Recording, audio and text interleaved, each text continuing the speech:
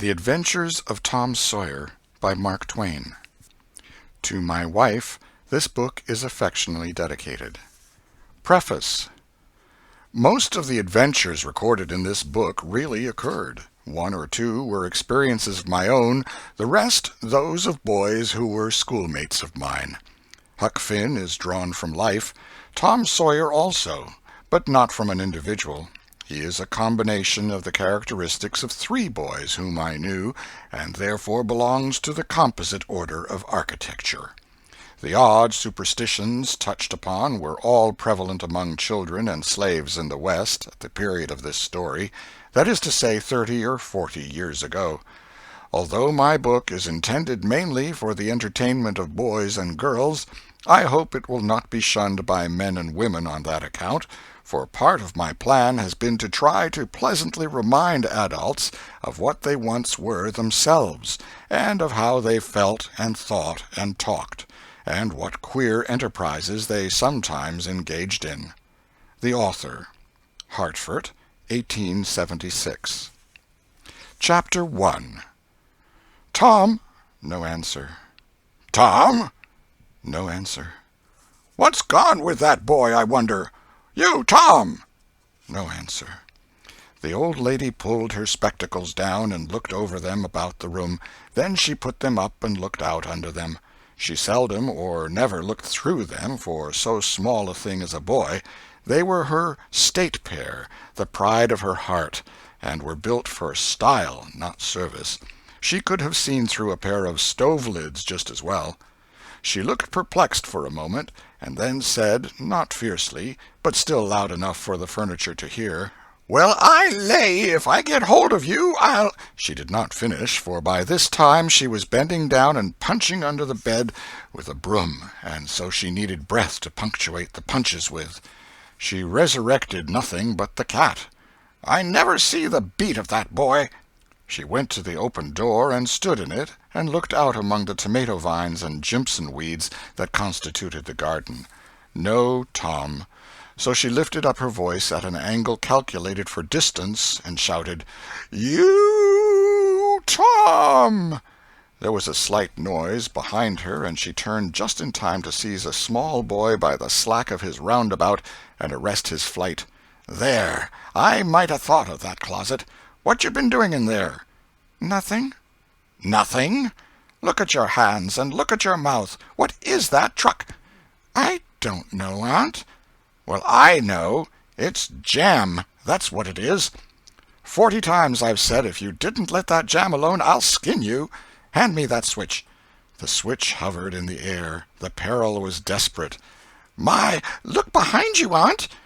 The old lady whirled round and snatched her skirts out of danger. The lad fled on the instant, scrambled up the high board fence, and disappeared over it. His Aunt Polly stood surprised a moment, and then broke into a gentle laugh. "Hang that boy! Can't I never learn anything? Ain't he played me tricks enough like that for me to be looking out for him by this time? But old fools is the biggest fools there is. Can't learn an old dog new tricks, as the saying is.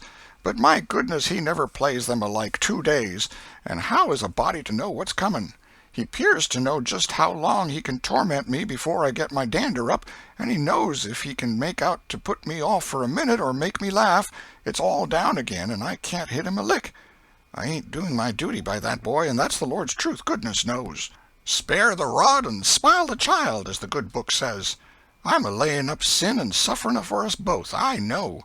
He's full of the old scratch, but laws o' me, he's my own dead sister's boy, poor thing, and I ain't got the heart to lash him somehow. Every time I let him off my conscience does hurt me so, and every time I hit him my old heart most breaks.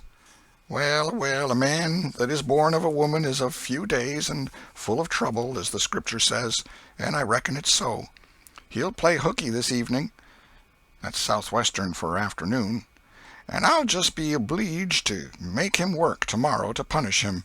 It's mighty hard to make him work Saturdays when all the boys is having holiday, but he hates work more than he hates anything else, and I've got to do some of my duty by him, or I'll be the ruination of the child."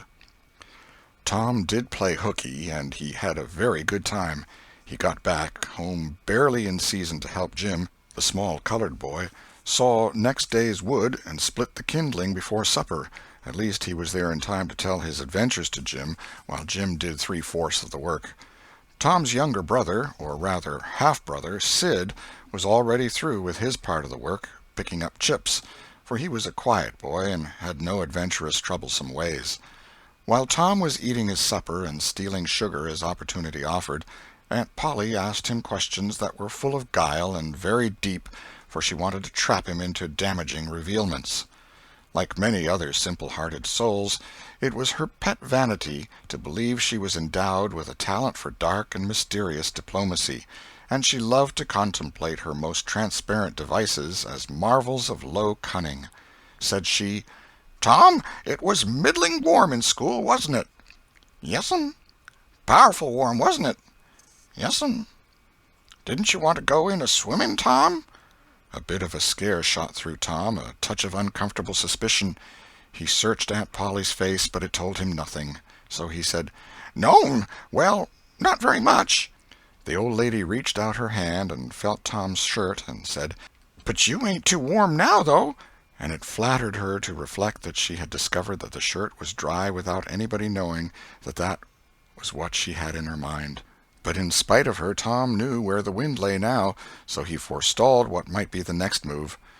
"Some of us pumped on our heads. Mine's damp yet, see?" Aunt Polly was vexed to think she had overlooked that bit of circumstantial evidence and missed a trick. Then she had a new inspiration. "Tom, you didn't have to undo your shirt collar where I sewed it to pump on your head, did you? Unbutton your jacket." The trouble vanished out of Tom's face. He opened his jacket. His shirt collar was securely sewed. "Bother! Well, go 'long with you. I'd made sure you'd played hooky and been a-swimming, but I forgive you, Tom. I reckon you're a kind of singed cat, as the saying is, better'n you look, this time." She was half sorry her sagacity had miscarried, and half glad that Tom had stumbled into obedient conduct for once.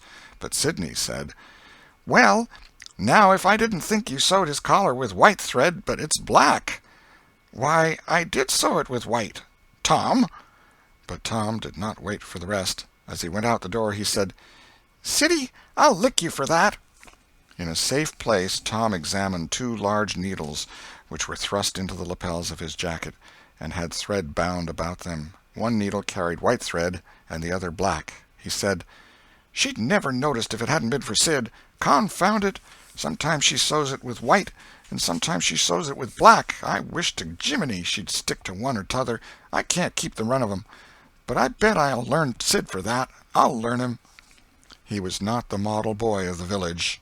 He knew the model boy very well, though, and loathed him. Within 2 minutes, or even less, he had forgotten all his troubles. Not because his troubles were one whit less heavy and bitter to him than a man's are to a man, but because a new and powerful interest bore them down and drove them out of his mind for the time, just as men's misfortunes are forgotten in the excitement of new enterprises. This new interest was a valued novelty in whistling, which he had just acquired from a negro, and he was suffering to practice it undisturbed. It consisted in a peculiar bird-like turn, a sort of liquid warble, produced by touching the tongue to the roof of the mouth at short intervals in the midst of the music. The reader probably remembers how to do it, if he has ever been a boy. Diligence and attention soon gave him the knack of it, and he strode down the street with his mouth full of harmony and his soul full of gratitude. He felt much as an astronomer feels who has discovered a new planet.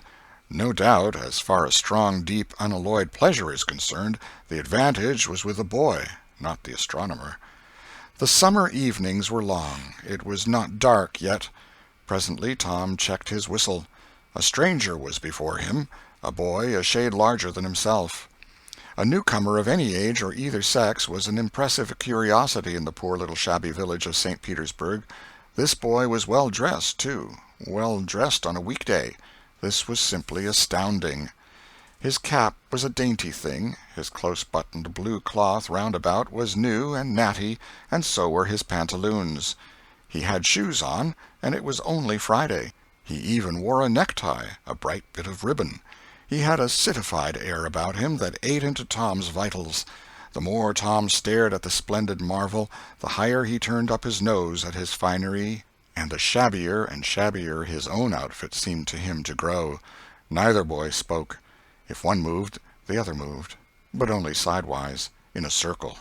They kept face to face and eye to eye all the time. Finally, Tom said, "I can lick you." "I'd like to see you try it." "Well, I can do it." "No, you can't either." "Yes, I can." "No, you can't." "I can." "You can't." Can't.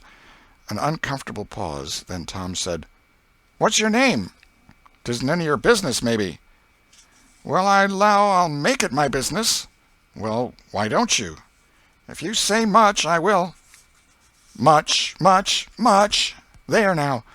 "Oh, you think you're mighty smart, don't you? I could lick you with one hand tied behind me if I wanted to." "Well, why don't you do it? You say you can do it." "Well, I will, if you fool with me." "Oh, yes, I've seen whole families in the same fix." "Smarty, you think you're some, now, don't you? Oh, what a hat!"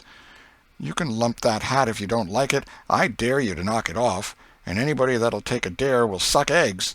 "You're a liar." "You're another." "You're a fighting liar and doesn't take it up." "Ah, take a walk." "Say, if you give me much more of your sass, I'll take and bounce a rock off'n your head." "Oh, of course you will." "Well, I will." "Well, why don't you do it, then? Why do you keep saying you will, for? Why don't you do it? It's because you're afraid." "I ain't afraid." "You are." "I ain't." "You are." Another pause, and more eyeing and sidling around each other. Presently they were shoulder to shoulder. Tom said, "Get away from me." "Go away yourself." "I won't." "Well, I won't either." So they stood, each with a foot placed at an angle as a brace, and both shoving with might and main and glowering at each other with hate. But neither could get an advantage. After struggling till both were hot and flushed, each relaxed his strain with watchful caution, and Tom said, "You're a coward and a pup. I'll tell my big brother on you, and he can thrash you with his little finger, and I'll make him do it, too." "What do I care for your big brother? I've got a brother that's bigger than he is, and what's more, he can throw him over that fence, too." Both brothers were imaginary. "That's a lie." "Your saying so doesn't make it so." Tom drew a line in the dust with his big toe and said, "I dare you to step over that, and I'll lick you till you can't stand up. Anybody that'll take a dare will steal sheep." The new boy stepped over promptly and said, "Now you said you'd do it. Now let's see you do it." "Don't you crowd me, now. You better look out." "Well, you said you'd do it. Why don't you do it?" "By jingo, for 2 cents I will do it." The new boy took 2 broad coppers out of his pocket and held them out with derision. Tom struck them to the ground. In an instant both boys were rolling and tumbling in the dirt, gripped together like cats, and for the space of a minute they tugged and tore at each other's hair and clothes, punched and scratched each other's noses, and covered themselves with dust and glory. Presently the confusion took form, and through the fog of battle Tom appeared, seated astride the new boy, and pounding him with his fists. "Holler 'nuff," said he. The boy only struggled to free himself. He was crying, mainly from rage. "Holler 'nuff," and the pounding went on. At last the stranger got out a smothered "'nuff," and Tom let him up and said, "Now that'll learn you. Better look out who you're fooling with next time." The new boy went off brushing the dust from his clothes, sobbing, snuffling, and occasionally looking back and shaking his head and threatening what he would do to Tom the next time he caught him out, to which Tom responded with jeers and started off in a high feather, and as soon as his back was turned the new boy snatched up a stone, threw it, and hit him between the shoulders, and then turned tail and ran like an antelope. Tom chased the traitor home, and thus found out where he lived. He then held a position at the gate for some time, daring the enemy to come outside, but the enemy only made faces at him through the window and declined. At last the enemy's mother appeared, and called Tom a bad, vicious, vulgar child, and ordered him away. So he went away, but he said he 'lowed to lay for that boy. He got home pretty late that night, and when he climbed cautiously in at the window he uncovered an ambuscade in the person of his aunt. And when she saw the state his clothes were in, her resolution to turn his Saturday holiday into captivity at hard labor became adamantine in its firmness. Chapter 2. The Glorious Whitewasher. Saturday morning was come, and all the summer world was bright and fresh and brimming with life. There was a song in every heart, and if the heart was young, the music issued at the lips. There was cheer in every face, and a spring in every step. The locust trees were in bloom, and the fragrance of the blossoms filled the air. Cardiff Hill, beyond the village and above it, was green with vegetation, and it lay just far enough away to seem a delectable land, dreamy, reposeful, and inviting. Tom appeared on the sidewalk with a bucket of whitewash and a long-handled brush. He surveyed the fence, and all gladness left him, and a deep melancholy settled down upon his spirit. 30 yards of board fence 9 feet high. Life to him seemed hollow, and existence but a burden.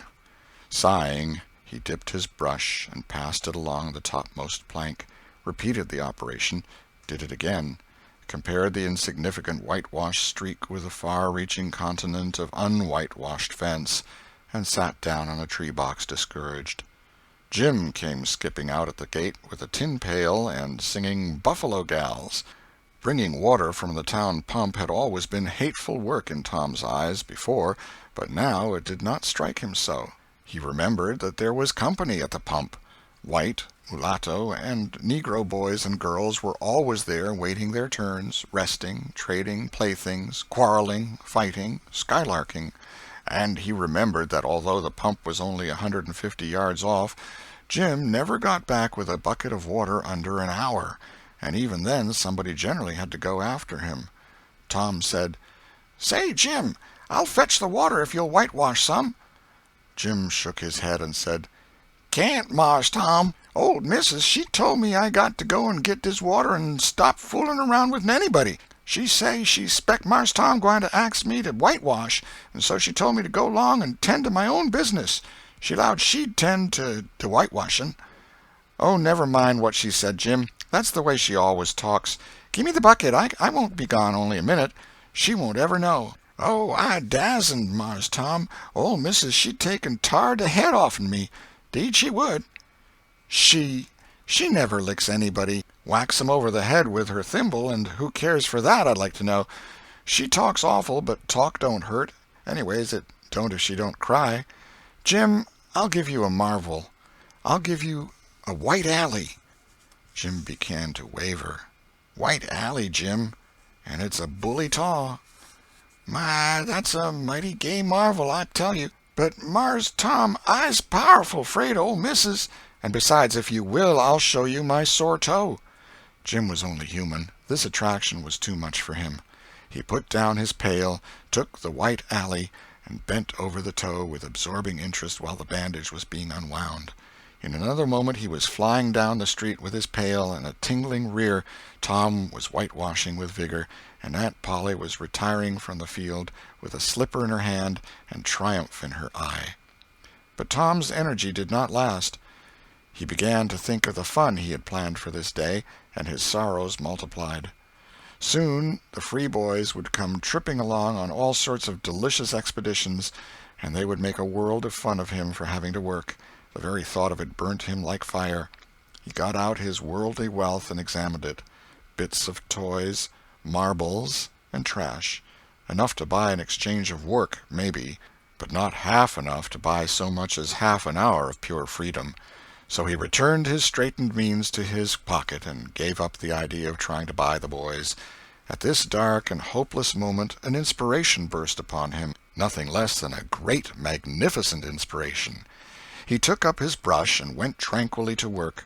Ben Rogers hove in sight presently, the very boy of all boys, whose ridicule he had been dreading.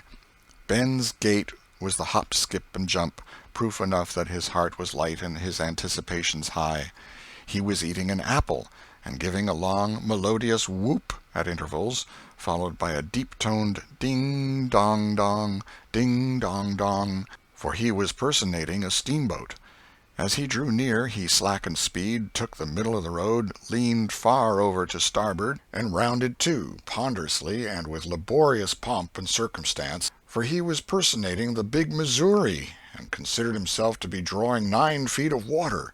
He was boat and captain and engine bells combined, so he had to imagine himself standing on his own hurricane deck giving the orders and executing them. "Stop her, sir! ting-a-ling-ling. The headway ran almost out, and he drew up slowly towards the sidewalk. Ship up to back, ting-a-ling-ling. His arms straightened and stiffened down his sides. Set her back on the starboard, ting-a-ling-a-ling. Chow, chow, chow, chow. His right hand, meantime, described stately circles, for it was representing a 40-foot wheel. Let her go back on the larboard, ting-a-ling-a-ling. Chow, chow, chow. The left hand began to describe circles. Stop the starboard, ting-a-ling-ling. Stop the larboard. Come ahead on the starboard. Stop her. Let her outside. Turn her over slow. Ting-a-ling. Chow, chow, chow. Get out that headline. Lively now. Come out of there with your spring line. What are you about there? Take up a turn that stump with the bright of it. Stand by that stage. Now let her go. Done with the engine, sir. Ting-a-ling-ling. Sht, sht, sht. Trying the gauge cocks. Tom went on whitewashing, paid no attention to the steamboat. Ben stared a moment and then said, Hi-yi, you're up a stump, ain't you? No answer. Tom surveyed his last touch with the eye of an artist. Then he gave his brush another gentle sweep and surveyed the result as before. Ben ranged up alongside of him. Tom's mouth watered for the apple, but he stuck to his work. Ben said, Hello, old chap. You got to work, eh? Tom wheeled suddenly and said, Why, it's you, Ben. I weren't noticing. Say, I'm going in a-swimming. I am. Don't you wish you could? But of course you'd rather work, wouldn't you? Of course you would. Tom contemplated the boy a bit and said, What do you call work? Why, ain't that work? Tom resumed his whitewashing and answered carelessly, Well, maybe it is and maybe it ain't. All I know is it suits Tom Sawyer. Oh, come now, you don't mean to let on that like you like that. The brush continued to move. Like it? Well, I don't see why I oughtn't to like it. Does a boy get a chance to whitewash a fence every day? That put the thing in a new light. Ben stopped nibbling his apple. Tom swept his brush daintily back and forth, stepped back to note the effect, added a touch here and there, criticized the effect again. Ben, watching every move and getting more and more interested, more and more absorbed. Presently he said, Say, Tom, let me whitewash a little. Tom considered, was about to consent, but he altered his mind. No, I reckon it wouldn't hardly do, Ben. You see, Aunt Polly's awful particular about this fence, right here on the street, you know. But if it was the back fence, I wouldn't mind, and she wouldn't. Yes, she's awful particular about this fence. It's got to be done very careful. I reckon there ain't one boy in 1,000, maybe 2,000, that can do it the way it's got to be done. No, is that so? Oh, come now, let me just try. Only just a little. I'd let you if you was me, Tom. Ben, I'd like to, honest Injun, but Aunt Polly, well, Jim wanted to do it, but she wouldn't let him. Sid wanted to do it, and she wouldn't let Sid. Now, don't you see how I'm fixed? If you was to tackle this fence and anything was to happen to it, oh, shucks, I'll be just as careful. Now let me try. Say, I'll give you the core of my apple. Well, here. No, Ben, no, now don't. I'm afeard. I'll give you all of it. Tom gave up the brush with reluctance in his face, but alacrity in his heart. And while the late steamer Big Missouri worked and sweated in the sun, the retired artist sat on a barrel in the shade close by, dangled his legs, munched his apple, and planned the slaughter of more innocents. There was no lack of material. Boys happened along every little while. They came to jeer, but remained to whitewash. By the time Ben was fagged out, Tom had traded the next chance to Billy Fisher for a kite in good repair, and when he played out, Johnny Miller bought in for a dead rat and a string to swing it with, and so on, hour after hour. And when the middle of the afternoon came, from being a poor poverty-stricken boy in the morning, Tom was literally rolling in wealth. He had, beside the things before mentioned, 12 marbles, part of a Jew's harp, a piece of blue bottle glass to look through, a spool cannon, a key that wouldn't unlock anything, a fragment of chalk, a glass stopper of a decanter, a tin soldier, a couple of tadpoles, 6 firecrackers, a kitten with only one eye, a brass doorknob, a dog collar but no dog, the handle of a knife, 4 pieces of orange peel, and a dilapidated old window-sash. He had had a nice, good, idle time all the while, plenty of company, and the fence had had 3 coats of whitewash on it. If he hadn't run out of whitewash, he would have bankrupted every boy in the village. Tom said to himself that it was not such a hollow world after all. He had discovered a great law of human action without knowing it, namely, that in order to make a man or boy covet a thing, it is only necessary to make the thing difficult to attain. If he had been a great and wise philosopher, like the writer of this book, he would now have comprehended that work consists of whatever a body is obliged to do, and that play consists of whatever a body is not obliged to do. And this would help him to understand why constructing artificial flowers or performing on a treadmill is work, while rolling 10-pins or climbing Mont Blanc is only amusement. There are wealthy gentlemen in England who drive 4-horse passenger coaches 20 or 30 miles on a daily line in the summer because the privilege costs them considerable money. But if they were offered wages for the service, that would turn it into work, and then they would resign. The boy mused a while over the substantial change which had taken place in his worldly circumstances, and then wended toward headquarters to report. Chapter 3. Busy at War and Love. Tom presented himself before Aunt Polly, who was sitting by an open window in a pleasant rearward apartment which was bedroom, breakfast-room, dining-room, and library combined. The balmy summer air, the restful quiet, the odor of the flowers, and the drowsing murmur of the bees had had their effect, and she was nodding over her knitting, for she had no company but the cat, and it was asleep in her lap. Her spectacles were propped up on her gray head for safety. She had thought that of course Tom had deserted long ago, and she wondered at seeing him place himself in her power again in this intrepid way. He said, "Mayn't I go and play now, Aunt?" "What, already? How much have you done?" "It's all done, Aunt." "Tom, don't lie to me. I can't bear it." "I ain't, Aunt. It is all done."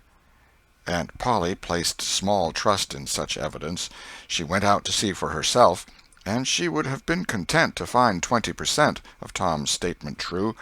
When she found the entire fence whitewashed, and not only whitewashed but elaborately coated and recoated, and even a streak added to the ground, her astonishment was almost unspeakable.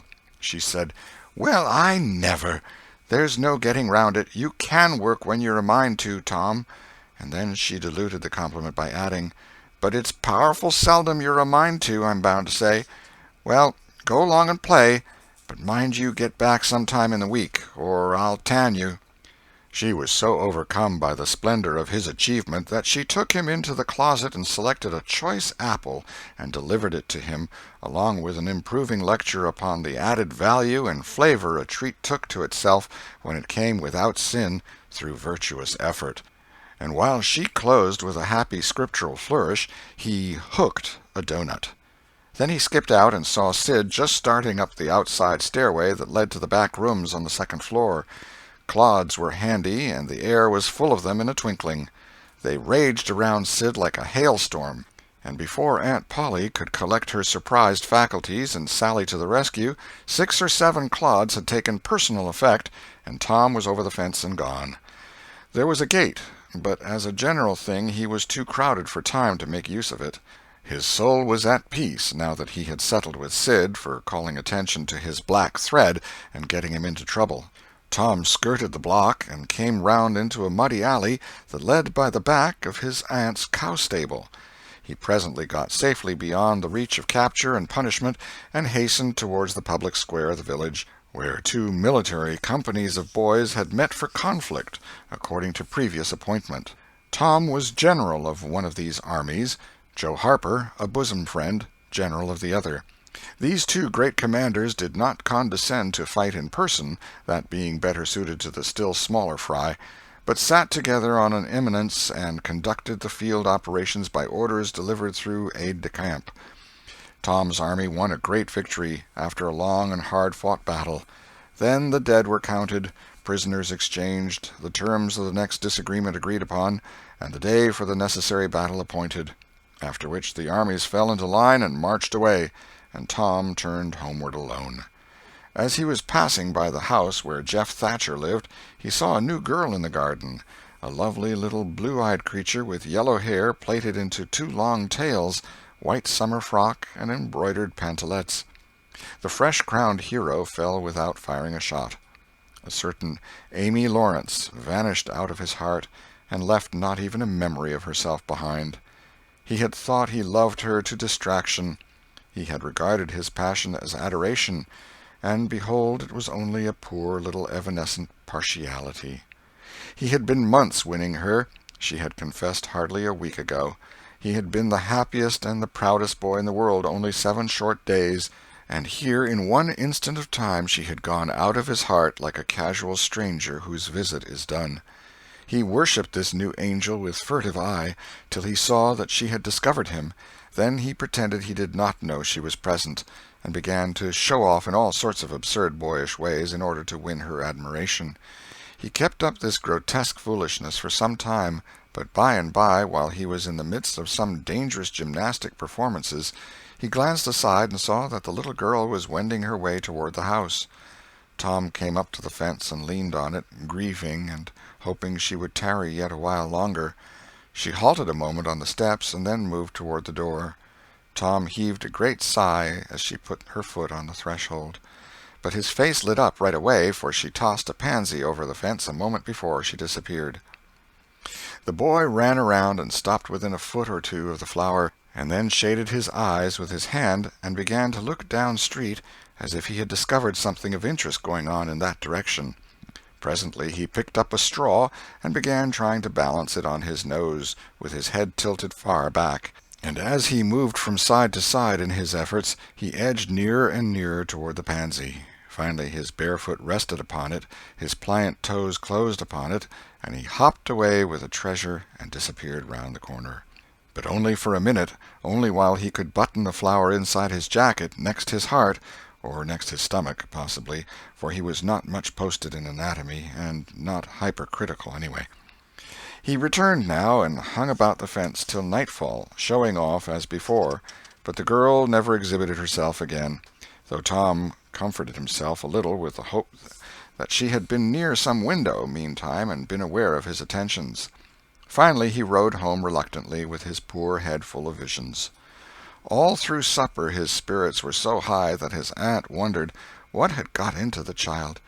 He took a good scolding about clodding Sid, and did not seem to mind it in the least. He tried to steal sugar under his aunt's very nose, and got his knuckles rapped for it. He said, "Aunt, you don't whack Sid when he takes it." "Well, Sid don't torment a body the way you do. You'd be always into that sugar if I warn't watching you."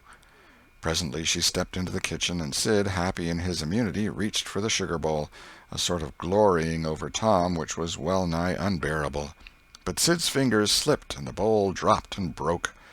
Tom was in ecstasies. In such ecstasies that he even controlled his tongue and was silent. He said to himself that he would not speak a word, even when his aunt came in, but would sit perfectly still till she asked who did the mischief, and then he would tell, and there would be nothing so good in the world as to see that pet model catch it.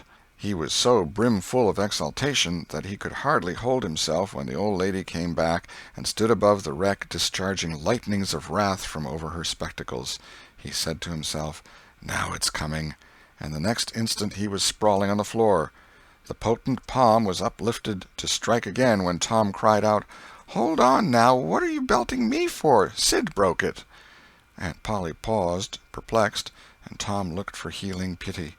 But when she got her tongue again, she only said, "Humph! Well, you didn't get a lick amiss, I reckon. You been into some other audacious mischief when I wasn't around, like enough."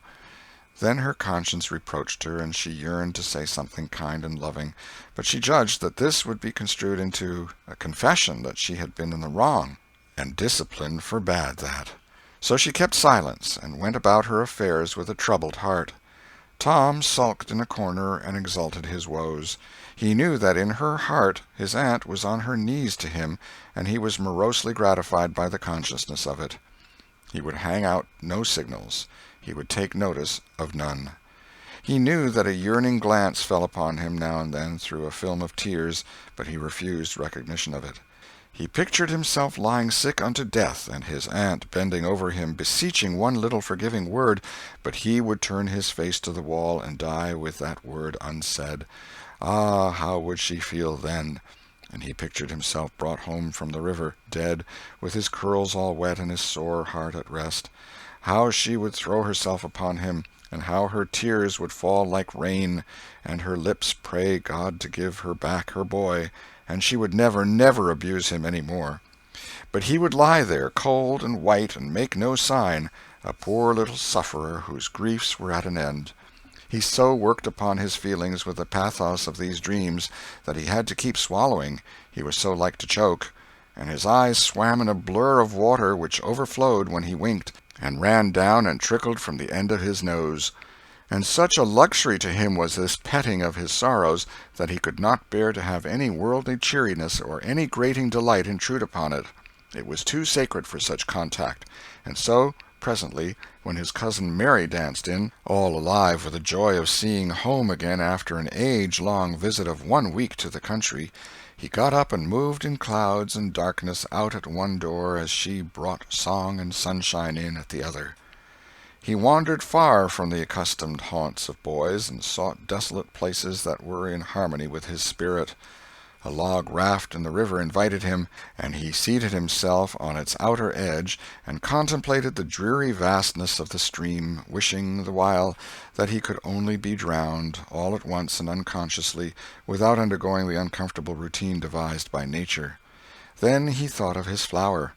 He got it out, rumpled and wilted, and it mightily increased his dismal felicity. He wondered if she would pity him if she knew. Would she cry, and wish that she had a right to put her arms round his neck and comfort him? Or would she turn coldly away like all the hollow world? This picture brought such an agony of pleasurable suffering that he worked it over and over again in his mind, and set it up in new and varied lights till he wore it threadbare. At last he rose up sighing, and departed in the darkness. About 9:30 or 10 o'clock he came along the deserted street to where the adored unknown lived. He paused a moment. No sound fell upon his listening ear. A candle was casting a dull glow upon the curtain of a second-story window. Was the sacred presence there? He climbed the fence, threaded his stealthy way through the plants, till he stood under that window. He looked up at it long and with emotion. Then he laid him down on the ground under it, disposing himself upon his back, with his hands clasped upon his breast and holding his poor wilted flower. And thus he would die, out in the cold world, with no shelter over his homeless head, no friendly hand to wipe the death damps from his brow, no loving face to bend pityingly over him when the great agony came. And thus she would see him when she looked out upon the glad morning, and oh, would she drop one little tear upon his poor lifeless form, would she heave one little sigh to see a bright young life so rudely blighted, so untimely cut down? The window went up, a maidservant's discordant voice profaned the holy calm, and a deluge of water drenched the prone martyr's remains. The strangling hero sprang up with a relieving snort. There was a whiz as of a missile in the air, mingled with a murmur of a curse, a sound as of shivering glass followed, and a small vague form went over the fence and shot away in the gloom. Not long after, as Tom, all undressed for bed, was surveying his drenched garments by the light of a tallow dip, Sid woke up. But if he had any dim idea of making any references to illusions, he thought better of it and held his peace, for there was danger in Tom's eye. Tom turned in without the added vexation of prayers, and Sid made mental note of the omission. End of Chapter 3. Chapter 4. Showing Off in Sunday School. The sun rose upon a tranquil world and beamed down upon the peaceful village like a benediction. Breakfast over, Aunt Polly had family worship. It began with a prayer built from the ground up of solid courses of scriptural quotations, welded together with a thin mortar of originality. And from the summit of this she delivered a grim chapter of the Mosaic law, as from Sinai. Then Tom girded up his loins, so to speak, and went to work to get his verses. Sid had learned his lesson days before. Tom bent all his energies to the memorizing of 5 verses, and he chose part of the Sermon on the Mount because he could find no verses that were shorter. At the end of half an hour Tom had a vague general idea of his lesson, but no more, for his mind was traversing the whole field of human thought, and his hands were busy with distracting recreations. Mary took his book to hear him recite, and he tried to find his way through the fog. "Blessed are the poor? Yes, poor. Blessed are the poor in spirit. In spirit. Blessed are the poor in spirit, for theirs. For theirs. Blessed are the poor in spirit, for theirs is the kingdom of heaven. Blessed are they that mourn, for they, for they, S-H-A. For they, S-H, oh, I don't know what it is, shall. Oh, shall. For they shall mourn. Blessed are they that shall, they that shall mourn, for they shall what? Why don't you tell me, Mary? What do you want to be so mean for? Oh, Tom, you poor thick-headed thing, I'm not teasing you. I wouldn't do that. You must go and learn it again. Don't you be discouraged, Tom. You'll manage it, and if you do, I'll give you something ever so nice. There now, that's a good boy. All right. What is it, Mary? Tell me what it is. Never you mind, Tom. You know if I say it's nice, it is nice. You bet you that's so, Mary. All right, I'll tackle it again. And he did tackle it again, and under the double pressure of curiosity and prospective gain, he did it with such spirit that he accomplished a shining success. Mary gave him a brand-new Barlow knife worth 12.5 cents, and the convulsion of delight that swept his system shook him to his foundations.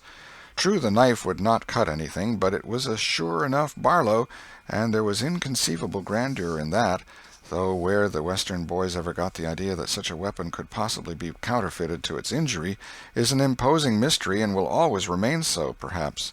Tom contrived to scarify the cupboard with it, and was arranging to begin on the bureau, when he was called off to dress for Sunday school.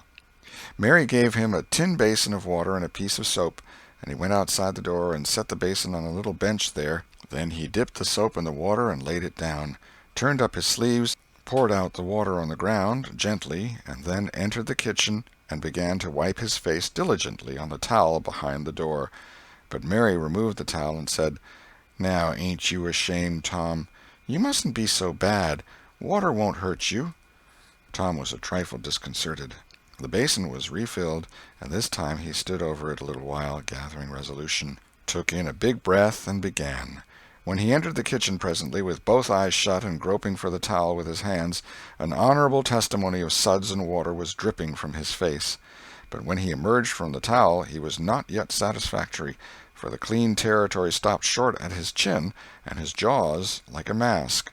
Below and beyond this line there was a dark expanse of unirrigated soil that spread downward in front and backward around his neck. Mary took him in hand, and when she was done with him, he was a man and a brother without distinction of color, and his saturated hair was neatly brushed and its short curls wrought into a dainty and symmetrical general effect. He privately smoothed out the curls with labor and difficulty, and plastered his hair close down to his head, for he held curls to be effeminate, and his own filled his life with bitterness. Then Mary got out a suit of his clothing that had been used only on Sundays during 2 years. They were simply called his other clothes, and so by that we know the size of his wardrobe. The girl put him to rights after he had dressed himself. She buttoned his neat roundabout up to his chin, turned his vast shirt-collar down over his shoulders, brushed him off, and crowned him with his speckled straw hat. He now looked exceedingly improved and uncomfortable. He was fully as uncomfortable as he looked, for there was a restraint about whole clothes and cleanliness that galled him. He hoped that Mary would forget his shoes, but the hope was blighted. She coated them thoroughly with tallow, as was the custom, and brought them out. He lost his temper and said he was always being made to do everything he didn't want to do, but Mary said persuasively, "Please, Tom, that's a good boy." So he got into the shoes, snarling. Mary was soon ready, and the three children set out for Sunday school, a place that Tom hated with his whole heart, but Sid and Mary were fond of. Sabbath school hours were from 9 to 10:30, and then church service. Two of the children always remained for the sermon voluntarily, and the other always remained too, for stronger reasons. The church's high-backed, uncushioned pews would seat about 300 persons. The edifice was but a small, plain affair, with a sort of pine-board tree-box on top of it for a steeple. At the door Tom dropped back a step and accosted a Sunday-dressed comrade. "Say, Billy, got a yaller ticket?" "Yes." "What'll you take for her?" "What'll you give?" "Piece of licorice and a fish-hook." "Let's see 'em." Tom exhibited. They were satisfactory, and the property changed hands. Then Tom traded a couple of white alleys for 3 red tickets, and some small trifle or other for a couple of blue ones. He waylaid other boys as they came, and went on buying tickets of various colors 10 or 15 minutes longer. He entered the church, now with a swarm of clean and noisy boys and girls, proceeded to his seat, and started a quarrel with the first boy that came handy. The teacher, a grave elderly man, interfered, then turned his back a moment, and Tom pulled a boy's hair in the next bench, and was absorbed in his book when the boy turned round, stuck a pin in another boy presently in order to hear him say "ouch," and got a new reprimand from his teacher. Tom's whole class were of a pattern, restless, noisy, and troublesome. When they came to recite their lessons, not one of them knew his verses perfectly, but had to be prompted all along. However, they worried through, and each got his reward, in small blue tickets, each with a passage of Scripture on it. Each blue ticket was pay for 2 verses of the recitation. 10 blue tickets equaled a red one, and could be exchanged for it. 10 red tickets equaled a yellow one. For 10 yellow tickets the superintendent gave a very plainly bound Bible, worth 40 cents in those easy days, to the pupil. How many of my readers would have the industry and application to memorize 2,000 verses even for a Doré Bible? And yet Mary had acquired 2 Bibles in this way. It was the patient work of 2 years. And a boy of German parentage had won 4 or 5. He once recited 3,000 verses without stopping. But the strain upon his mental faculties was too great, and he was little better than an idiot from that day forth. A grievous misfortune for the school, for on great occasions before company the superintendent, as Tom expressed it, had always made this boy come out and spread himself. Only the older pupils managed to keep their tickets and stick to their tedious work long enough to get a Bible, and so the delivery of one of these prizes was a rare and noteworthy circumstance. The successful pupil was so great and conspicuous for that day that on the spot every scholar's heart was fired with a fresh ambition that often lasted a couple of weeks. It is possible that Tom's mental stomach had never really hungered for one of those prizes, but unquestionably his entire being had for many a day longed for the glory and the éclat that came with it. In due course the superintendent stood up in front of the pulpit with a closed hymn-book in his hand and his forefinger inserted between its leaves, and commanded attention. When a Sunday school superintendent makes his customary little speech, a hymn-book in the hand is as necessary as is the inevitable sheet of music in the hand of a singer who stands forward on the platform and sings a solo at a concert. Though why is a mystery, for neither the hymn-book nor the sheet of music is ever referred to by the sufferer. This superintendent was a slim creature of 35, with a sandy goatee and short sandy hair. He wore a stiff standing collar whose upper edge almost reached his ears, and whose sharp points curved forward abreast the corners of his mouth, a fence that compelled a straight look-out ahead, and a turning of the whole body when a side view was required. His chin was propped on a spreading cravat, which was as broad and as long as a bank-note, and had fringed ends. His boot-toes were turned sharply up, in the fashion of the day, like sleigh-runners, an effect patiently and laboriously produced by the young men by sitting with their toes pressed against a wall for hours together. Mr. Walters was very earnest of mien, and very sincere and honest at heart. and he held sacred things and places in such reverence, and so separated them from worldly matters, that unconsciously to himself his Sunday-school voice had acquired a peculiar intonation which was wholly absent on weekdays. He began after this fashion: "Now, children, I want you all to sit up just as straight and pretty as you can and give me all your attention for a minute or two. There, that is it. That is the way good little boys and girls should do. I see one little girl who is looking out of the window. I am afraid she thinks I am out there somewhere, perhaps up in one of the trees making a speech to the little birds." Applausive titter.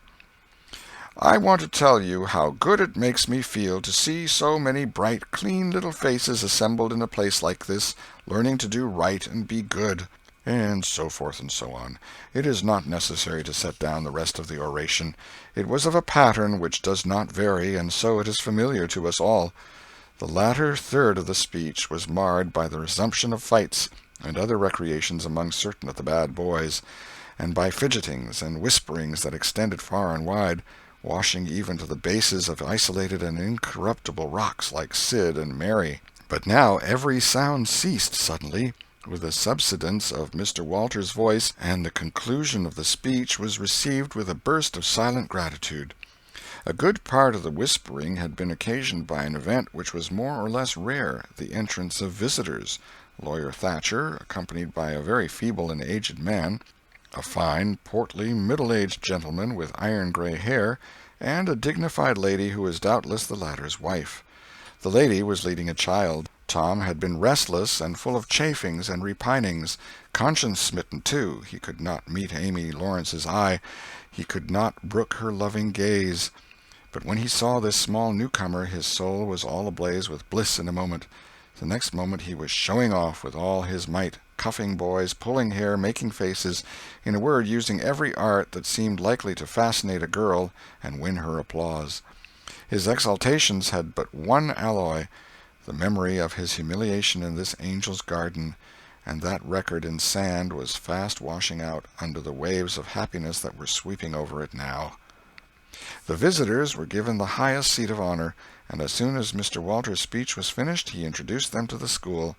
The middle-aged man turned out to be a prodigious personage, no less a one than the county judge, altogether the most august creation these children had ever looked upon, and they wondered what kind of material he was made of, and they half wanted to hear him roar, and were half afraid he might, too. He was from Constantinople, 12 miles away, so he had traveled, and seen the world. These very eyes had looked upon the county courthouse, which was said to have a tin roof. The awe which these reflections inspired was attested by the impressive silences and the ranks of staring eyes. This was the great Judge Thatcher, brother of their own lawyer. Jeff Thatcher immediately went forward to be familiar with the great man and be envied by the school. It would have been music to his soul to hear the whisperings, "Look at him, Jim, he's a-going up there. Say, look, he's a-going to shake hands with him. He is shaking hands with him. By jings, don't you wish you was Jeff?" Mr. Walters fell to showing off with all sorts of official bustlings and activities, giving orders and delivering judgments, discharging directions here, there, everywhere that he could find a target. The librarian showed off, running hither and thither with his arms full of books, and making a deal of the splutter and fuss that insect authority delights in. The young lady teachers showed off, bending sweetly over pupils that were lately being boxed, lifting pretty warning fingers at bad little boys, and patting good ones lovingly. The young gentlemen teachers showed off with small scoldings and other little displays of authority and fine attention to discipline, and most of the teachers of both sexes found business up at the library by the pulpit. And it was business that frequently had to be done over again 2 or 3 times, with much seeming vexation. The little girls showed off in various ways, and the little boys showed off with such diligence that the air was thick with paper wads and the murmur of scuffling. And above it all, the great man sat and beamed a majestic judicial smile upon all the house, and warmed himself in the sun of his own grandeur, for he was showing off too. There was only one thing wanting to make Mr. Walters's ecstasy complete, and that was a chance to deliver a Bible prize and exhibit a prodigy. Several pupils had a few yellow tickets, but none had enough, and he had been around among the star pupils inquiring. He would have given worlds now to have that German lad back again with a sound mind. And now at this moment, when hope was dead, Tom Sawyer came forward with 9 yellow tickets, 9 red tickets, and 10 blue ones, and demanded a Bible. This was a thunderbolt out of a clear sky. Walters was not expecting an application from this source for the next 10 years. But there was no getting around it. Here were the certified checks, and they were good for their face. Tom was therefore elevated to a place with the judge and the other elect, and the great news was announced from headquarters. It was the most stunning surprise of the decade, and so profound was the sensation that it lifted the new hero up to the judicial one's altitude, and the school had 2 marvels to gaze upon in place of 1. The boys were all eaten up with envy, and those that suffered the bitterest pangs were those who perceived too late that they themselves had contributed to this hated splendor by trading tickets to Tom for the wealth he had amassed in selling whitewashing privileges. These despised themselves as being the dupes of a wily fraud, a guileful snake in the grass. The prize was delivered to Tom with as much effusion as the superintendent could pump up under the circumstances, but it lacked somewhat of the true gush, for the poor fellow's instinct taught him that there was a mystery here that could not well bear the light, perhaps. It was simply preposterous that this boy had warehoused 2,000 sheaves of scriptural wisdom on his premises. A dozen would strain his capacity, without a doubt. Amy Lawrence was proud and glad, and she tried to make Tom see it in her face, but he wouldn't look. She wondered. Then she was just a grain troubled. Next, a dim suspicion came and went, came again. She watched. A furtive glance told her worlds, and then her heart broke, and she was jealous and angry, and the tears came, and she hated everybody. Tom most of all, she thought. Tom was introduced to the judge, but his tongue was tied, his breath would hardly come, his heart quaked, partly because of the awful greatness of the man, but mainly because he was her parent. He would have liked to fall down and worship him if it were in the dark. The judge put his hand on Tom's head and called him a fine little man, and asked him what his name was. The boy stammered, gasped, and got it out. "Tom." "Oh, no, not Tom. It is Thomas." "Ah, that's it. I thought there was more to it, maybe. That's very well. But you've another one, I dare say, and you'll tell it to me, won't you?" "Tell the gentleman your other name, Thomas," said Walters, "and say 'sir.' You mustn't forget your manners." "Thomas Sawyer, sir."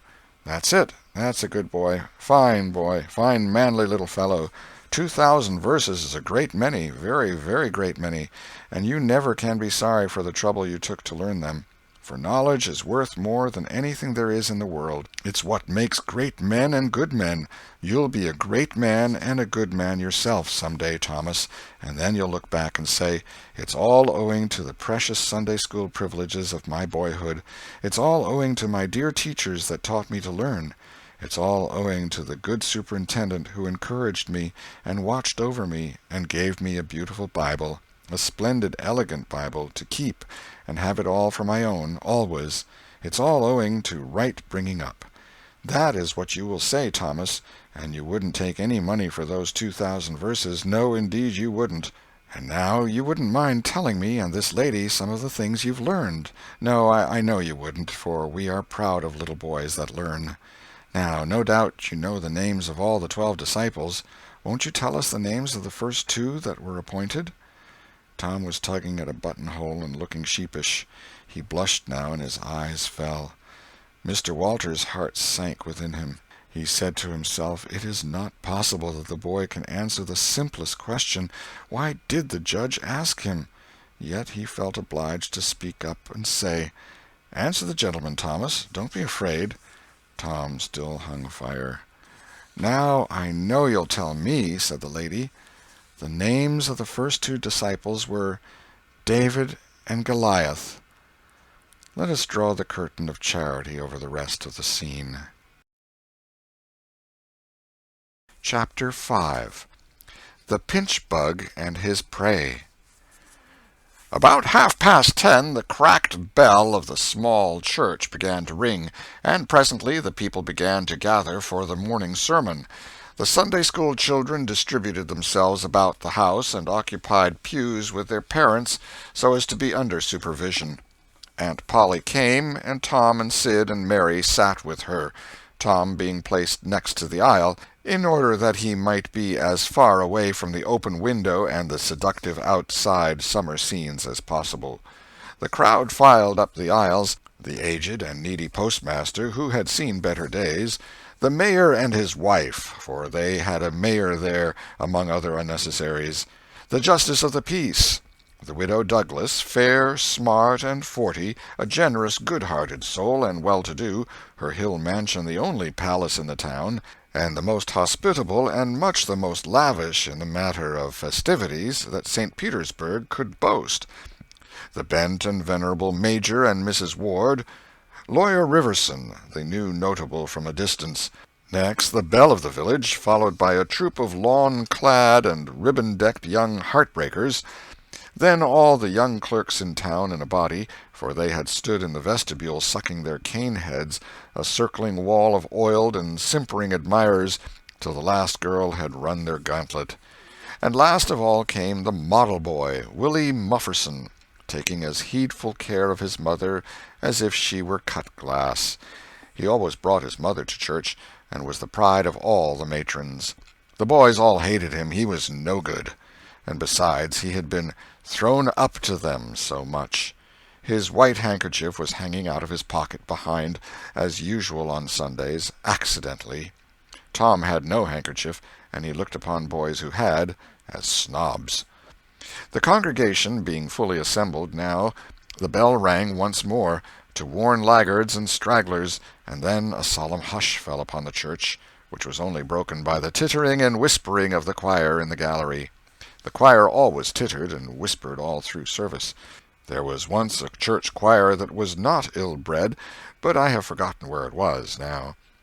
It was a great many years ago, and I can scarcely remember anything about it, but I think it was in some foreign country. The minister gave out the hymn, and read it through with a relish in a peculiar style which was much admired in that part of the country. His voice began on a medium key, and climbed steadily up till it reached a certain point, where it bore with strong emphasis upon the topmost word, and then plunged down as if from a springboard. Shall I be carried to the skies on flowery beds of ease, whilst others fight to win the prize and sail through bloody seas? He was regarded as a wonderful reader. At church sociables he was always called upon to read poetry, and when he was through, the ladies would lift up their hands and let them fall helplessly in their laps, and wall their eyes and shake their heads, as much as to say, "Words cannot express it. It is too beautiful for this mortal earth." After the hymn had been sung, the Reverend Mr. Sprague turned himself into a bulletin board, and read off notices of meetings and societies and things, till it seemed that the list would stretch out to the crack of doom, a queer custom which is still kept up in America, even in cities away here in this age of abundant newspapers. Often the less there is to justify a traditional custom, the harder it is to get rid of it. And now the minister prayed. A good, generous prayer it was, and went into details. It pleaded for the church, and the little children of the church, for the other churches of the village itself, for the county, for the state officers, for the United States, for the churches of the United States, for Congress, for the President, for the officers of the government, for poor sailors tossed by stormy seas, for the oppressed millions groaning under the heel of European monarchies and Oriental despotisms, for such as have the light and the good tidings, and yet have not eyes to see nor ears to hear withal, for the heathen in the far islands of the sea, and closed with a supplication that the words he was about to speak might find grace and favor, and be as seed sown in fertile ground, yielding in time a grateful harvest of good. Amen. There was a rustling of dresses, and the standing congregation sat down. The boy whose history this book relates did not enjoy the prayer. He only endured it, if he even did that much. He was restive all through it. He kept tally of the details of the prayer unconsciously, for he was not listening, but he knew the ground of old and the clergyman's regular route over it, and when a little trifle of new matter was interlarded, his ear detected it, and his whole nature resented it. He considered additions unfair and scoundrelly. In the midst of the prayer a fly had lit on the back of the pew in front of him, and tortured his spirit by calmly rubbing its hands together, embracing its head with its arms, and polishing it so vigorously that it seemed to almost part company with the body, and the slender thread of a neck was exposed to view. Scraping its wings with its hind legs, and smoothing them to its body as if they had been coat-tails, going through its whole toilet as tranquilly as if it knew it was perfectly safe, as indeed it was, for as sorely as Tom's hands itched to grab for it, they did not dare. He believed his soul would be instantly destroyed if he did such a thing while the prayer was going on.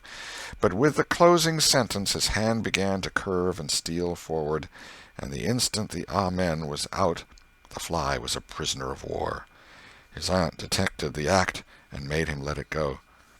The minister gave out his text and droned along monotonously through an argument that was so prosy that many a head by and by began to nod, and yet it was an argument that dealt in limitless fire and brimstone and thinned the predestined elect down to a company so small as to be hardly worth the saving. Tom counted the pages of the sermon. After church he always knew how many pages there had been, but he seldom knew anything else about the discourse. However, this time he was really interested for a little while. The minister made a grand and moving picture of the assembling together of the world's hosts at the millennium, when the lion and the lamb should lie down together and a little child should lead them. But the pathos, the lesson, the moral of the great spectacle were lost upon the boy. He only thought of the conspicuousness of the principal character before the onlooking nations. His face lit with the thought, and he said to himself that he wished he could be that child, if it was a tame lion. Now he lapsed into suffering again, as the dry argument was resumed. Presently he bethought him of a treasure he had, and got it out. It was a large black beetle with formidable jaws, a pinch-bug he called it. It was in a percussion cap box. The first thing the beetle did was to take him by the finger. A natural fillip followed. The beetle went floundering into the aisle, and lit on its back, and the hurt finger went into the boy's mouth. The beetle lay there working its helpless legs, unable to turn over. Tom eyed it, and longed for it, but it was safe out of his reach. Other people uninterested in the sermon found relief in the beetle, and they eyed it too. Presently a vagrant poodle dog came idling along, sad at heart, lazy with the summer softness and the quiet, weary of captivity, sighing for change. He spied the beetle. The drooping tail lifted and wagged. He surveyed the prize, walked around it, smelt at it from a safe distance, walked around it again, grew bolder, and took a closer smell, then lifted his lip and made a gingerly snatch at it, just missing it, made another and another, began to enjoy the diversion, subsided to his stomach with the beetle between his paws, and continued his experiments. Grew weary at last, and then indifferent and absent-minded. His head nodded, and little by little his chin descended and touched the enemy, who seized it. There was a sharp yelp, a flirt of the poodle's head, and the beetle fell a couple of yards away and lit on its back once more. The neighboring spectators shook with a gentle inward joy. Several faces went behind fans and handkerchiefs, and Tom was entirely happy. The dog looked foolish, and probably felt so, but there was resentment in his heart too, and a craving for revenge. So he went to the beetle and began a wary attack on it again, jumping at it from every point of a circle, lighting with his forepaws within an inch of the creature, making even closer snatches at it with his teeth, and jerking his head till his ears flapped again. But he grew tired once more after a while, tried to amuse himself with a fly, but found no relief, followed an ant around with his nose close to the floor, and quickly wearied of that, yawned, sighed, forgot the beetle entirely, and sat down on it. Then there was a wild yelp of agony, and the poodle went sailing up the aisle. The yelps continued, and so did the dog. He crossed the house in front of the altar. He flew down the other aisle. He crossed before the doors, he clambered up the home stretch, his anguish grew with his progress, till presently he was but a woolly comet moving in its orbit with the gleam and the speed of light. At last the frantic sufferer sheered from its course and sprang into its master's lap. He flung it out of the window, and the voice of distress quickly thinned away and died in the distance.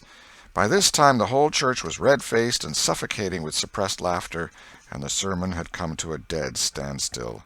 The discourse was resumed presently, but it went lame and halting, all possibility of impressiveness being at an end, for even the gravest sentiments were constantly being received with a smothered burst of unholy mirth, under cover of some remote pew-back, as if the poor parson had said a rarely facetious thing. It was a genuine relief to the whole congregation when the ordeal was over and the benediction pronounced. Tom Sawyer went home quite cheerful, thinking to himself that there was some satisfaction about divine service when there was a bit of variety in it. He had but one marring thought. He was willing that the dog should play with his pinch-bug, but he did not think it was upright in him to carry it off. Chapter 6. Tom Meets Becky. Monday morning found Tom Sawyer miserable. Monday morning always found him so, because it began another week's slow suffering in school. He generally began that day with wishing he had had no intervening holiday. It made the going into captivity in fetters again so much more odious. Tom lay thinking. Presently it occurred to him that he wished he was sick. Then he could stay home from school. Here was a vague possibility. He canvassed his system. No ailment was found, and he investigated again. This time he thought he could detect colicky symptoms, and he began to encourage them with considerable hope. But they soon grew feeble and presently died wholly away. He reflected further. Suddenly he discovered something. One of his upper front teeth was loose. This was lucky. He was about to begin to groan as a starter, as he called it, when it occurred to him that if he came into court with that argument, his aunt would pull it out, and that would hurt. So he thought he would hold the tooth in reserve for the present and seek further. Nothing offered for some little time, and then he remembered hearing the doctor tell about a certain thing that laid up a patient for 2 or 3 weeks and threatened to make him lose a finger. So the boy eagerly drew his sore toe from under the sheet and held it up for inspection. But now he did not know the necessary symptoms. However, it seemed well worth while to chance it, so he fell to groaning with considerable spirit. But Sid slept on unconscious. Tom groaned louder, and fancied that he began to feel pain in the toe. No result from Sid. Tom was panting with his exertions by this time. He took a rest, and then swelled himself up and fetched a succession of admirable groans. Sid snored on. Tom was aggravated. He said, "Sid! Sid!" and shook him. This course worked well, and Tom began to groan again. Sid yawned, stretched, then brought himself up on his elbow with a snort, and began to stare at Tom. Tom went on groaning, and Sid said, "Tom! Say, Tom!" No response. "Here, Tom! Tom! What is the matter, Tom?" And he shook him and looked in his face anxiously. Tom moaned out, "Oh, don't, Sid! Don't joggle me!" "Why, what's the matter, Tom? I must call Auntie." "No, never mind. It'll be over by and by, maybe. Don't call anybody." "But I must. Don't groan so, Tom. It's awful. How long you been this way?" "Hours. Ouch! Oh, don't stir so, Sid. You'll kill me." "Tom, why didn't you wake me sooner? Oh, Tom, don't! It makes my flesh crawl to hear you. Tom, what is the matter?" "I forgive you everything, Sid. Oh, everything you've ever done to me. When I'm gone—" "Tom, don't you ain't dying, are you? Don't, Tom. Oh, don't. Maybe—" "Oh, I forgive everything, Sid. Oh, tell 'em so, Sid. And, Sid, you give my window sash and my cat with one eye to that new girl that's come to town, and tell her—" But Sid had snatched his clothes and gone. Tom was suffering in reality now, so handsomely was his imagination working, and so his groans had gathered quite a genuine tone. Sid flew downstairs and said, "Oh, Aunt Polly, come! Tom's dying." "Dying?" "Yes'm, don't wait, come quick." "Rubbish, I don't believe it." But she fled upstairs nevertheless, with Sid and Mary at her heels, and her face grew white, too, and her lip trembled. When she reached the bedside, she gasped out, "You, Tom! Tom, what's the matter with you?" "Oh, Auntie, What's the matter with you? What is the matter with you, child?" "Oh, Auntie, my sore toes mortified." The old lady sank down into a chair and laughed a little, then cried a little, then did both together. This restored her, and she said, "Tom, what a turn you did give me! Now you shut up that nonsense and climb out of this." The groans ceased and the pain vanished from the toe. The boy felt a little foolish, and he said, "Aunt Polly, it seemed mortified, and it hurt so I never minded my tooth at all." "Your tooth, indeed! What's the matter with your tooth?" "One of them's loose, and it aches perfectly awful." There, now, don't begin that groaning again. Open your mouth. "Well, your tooth is loose, but you're not going to die about that. Mary, get me a silk thread and a chunk of fire out of the kitchen." Tom said, "Oh, please, Auntie, don't pull it out. It don't hurt any more. I wish I may never stir if it does. Please don't, Auntie. I don't want to stay home from school." "Oh, you don't you? So all this row was because you thought you'd get to stay home from school and go a-fishing. Tom, I love you so, and you seem to try every way you can to break my old heart with your outrageousness." By this time the dental instruments were ready.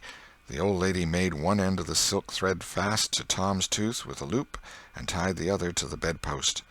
Then she seized the chunk of fire and suddenly thrust it almost into the boy's face. The tooth hung dangling by the bedpost now. But all trials bring their compensations. As Tom wended to school after breakfast, he was the envy of every boy he met because the gap in his upper row of teeth enabled him to expectorate in a new and admirable way.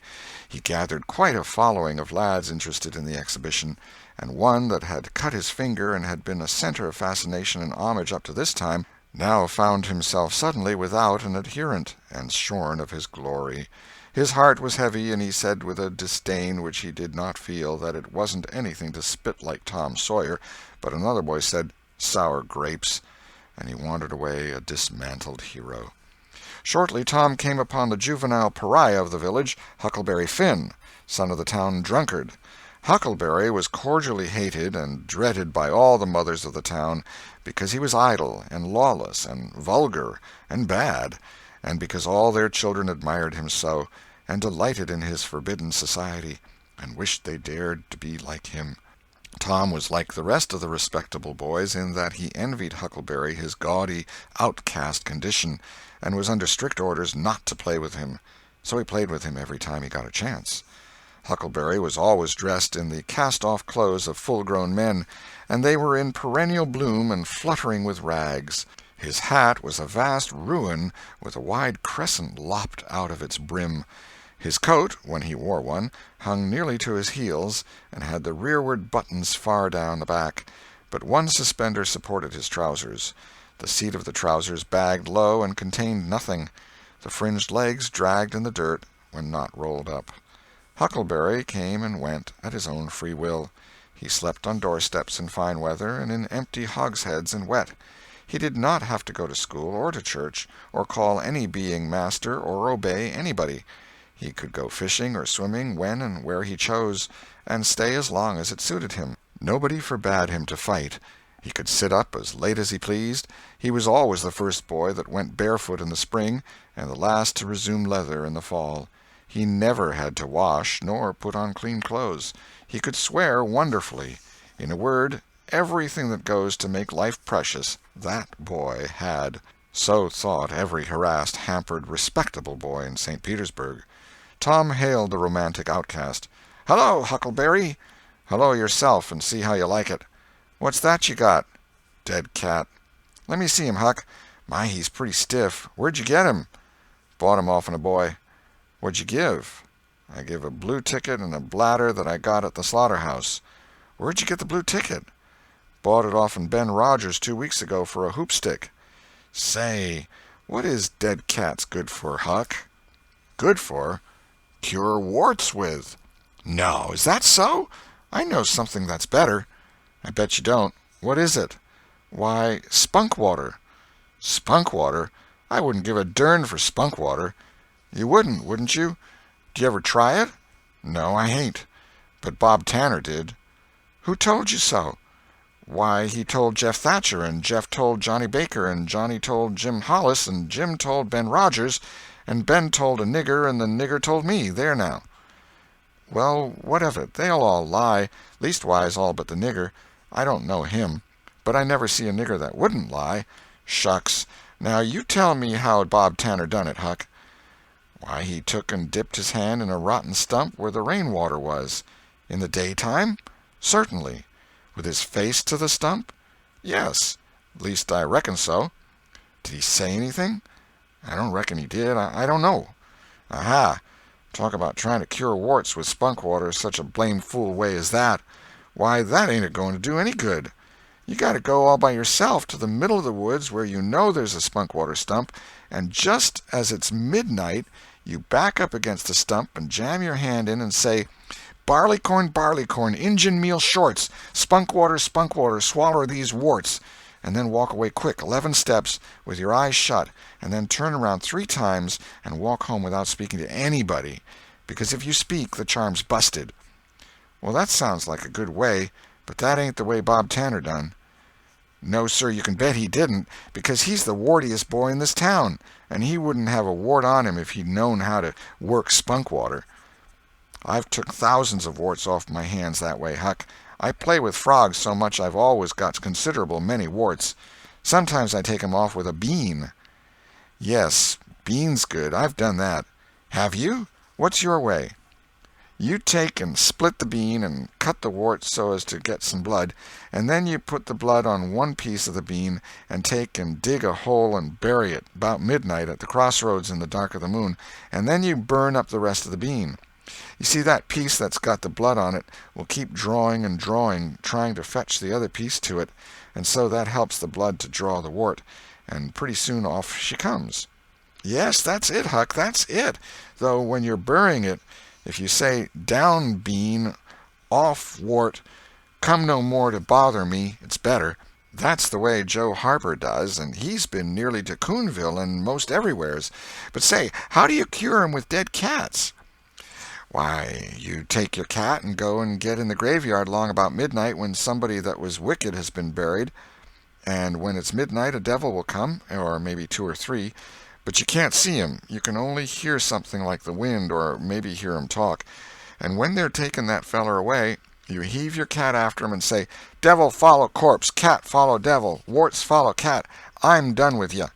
And that'll fetch any wart." "Sounds right. Do you ever try it, Huck?" "No, but old Mother Hopkins told me." "Well, I reckon it's so, then, because they say she's a witch." "Say! Why, Tom, I know she is. She witched Pap.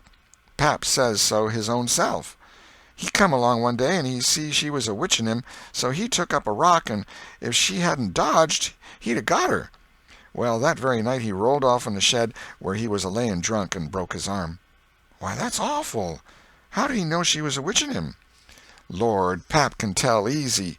Pap says when they keep looking at you right stiddy they're a-witching you, especially if they mumble, 'cause when they mumble they're saying the Lord's Prayer backwards.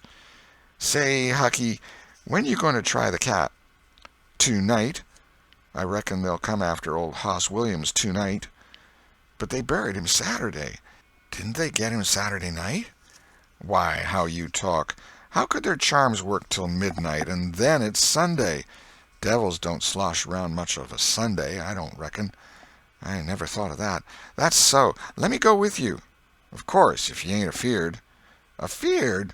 'Tain't likely. Will you meow?" "Yes, and you meow back, if you get a chance. Last time you kept me a-meowing around till old Hayes went to throwing rocks at me and says, 'Darn that cat,' and so I hove a brick through his window. But don't you tell." "I won't. I couldn't meow that night because Auntie was watching me, but I'll meow this time. Say, what's that?" "Nothing but a tick." "Where'd you get him?" "Out in the woods." "What'll you take for him?" "I don't know. I don't want to sell him." "All right. It's a mighty small tick, anyway." "Oh, anybody can run a tick down that don't belong to them. I'm satisfied with it. It's a good enough tick for me." "Sho! There's ticks a-plenty. I could have 1,000 of 'em if I wanted to." "Well, why don't you?" because you know mighty well you can't. This is a pretty early tick, I reckon. It's the first one I've seen this year. Say, Huck, I'll give you my tooth for him. Let's see it." Tom got out a bit of paper and carefully unrolled it. Huckleberry viewed it wistfully. The temptation was very strong. At last he said, "Is it genuine?" Tom lifted his lip and showed the vacancy. "Well, all right," said Huckleberry. "It's a trade." Tom enclosed the tick in the percussion cap box that had lately been the pinchbug's prison, and the boys separated, each feeling wealthier than before. When Tom reached the little isolated frame schoolhouse, he strode in briskly, with the manner of one who had come with all honest speed. He hung his hat on a peg and flung himself into his seat with businesslike alacrity.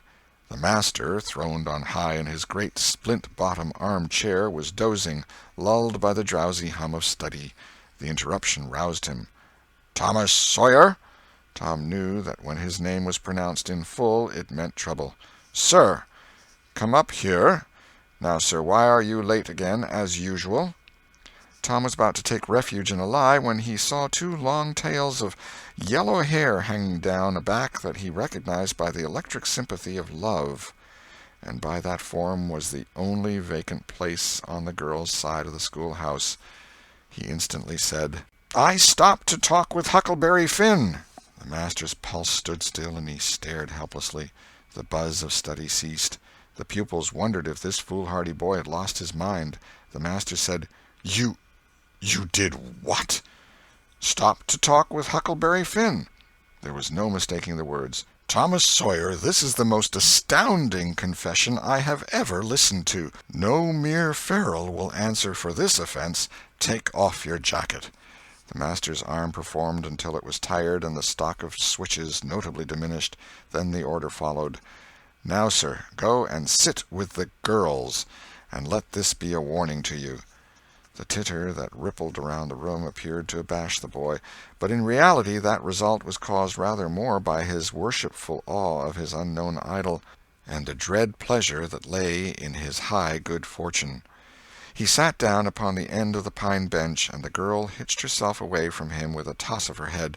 Nudges and winks and whispers traversed the room, but Tom sat still with his arms upon the long, low desk before him, and seemed to study his book.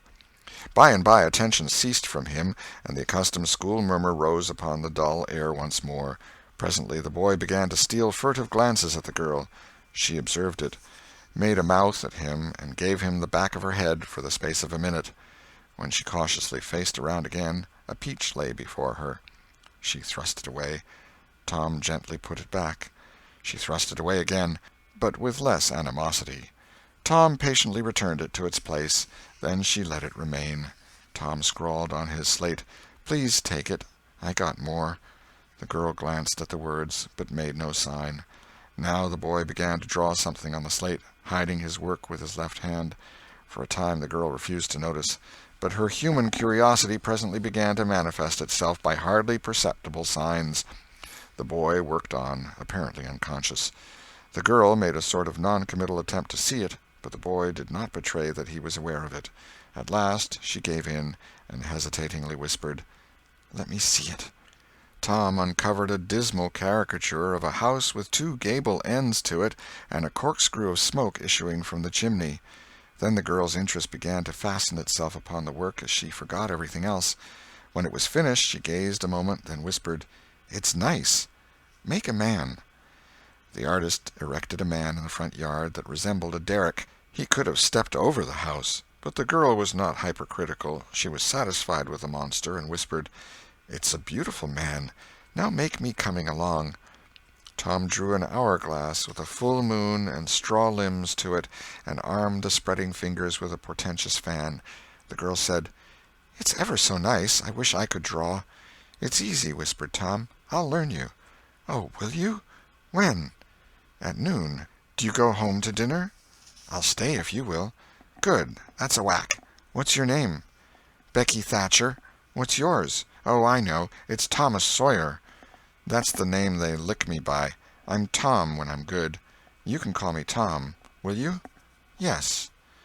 Now Tom began to scrawl something on the slate, hiding the words from the girl, but she was not backward this time. She begged to see. Tom said, "Oh, it ain't anything." "Yes, it is." "No, it ain't. You don't want to see it." "Yes, I do. Indeed, I do. Please let me." "You'll tell." "No, I won't. Deed and double deed I won't." "You won't tell anybody at all? Ever as long as you live?" "No, I won't ever tell anybody. Now let me." "Oh, you don't want to see." "Now that you treat me so, I will see." And she put her small hand upon his, and a little scuffle ensued, Tom pretending to resist in earnest, but letting his hand slip by degrees till these words were revealed: "I love you." "Oh, you bad thing!" And she hit his hand a smart rap, but reddened and looked pleased nevertheless. Just at this juncture the boy felt a slow, fateful grip closing on his ear, and a steady lifting impulse. In that vice he was borne across the house and deposited in his own seat, under a peppering fire of giggles from the whole school. Then the master stood over him during a few awful moments, and finally moved away to his throne without saying a word. But although Tom's ear tingled, his heart was jubilant. As the school quieted down, Tom made an honest effort to study, but the turmoil within him was too great.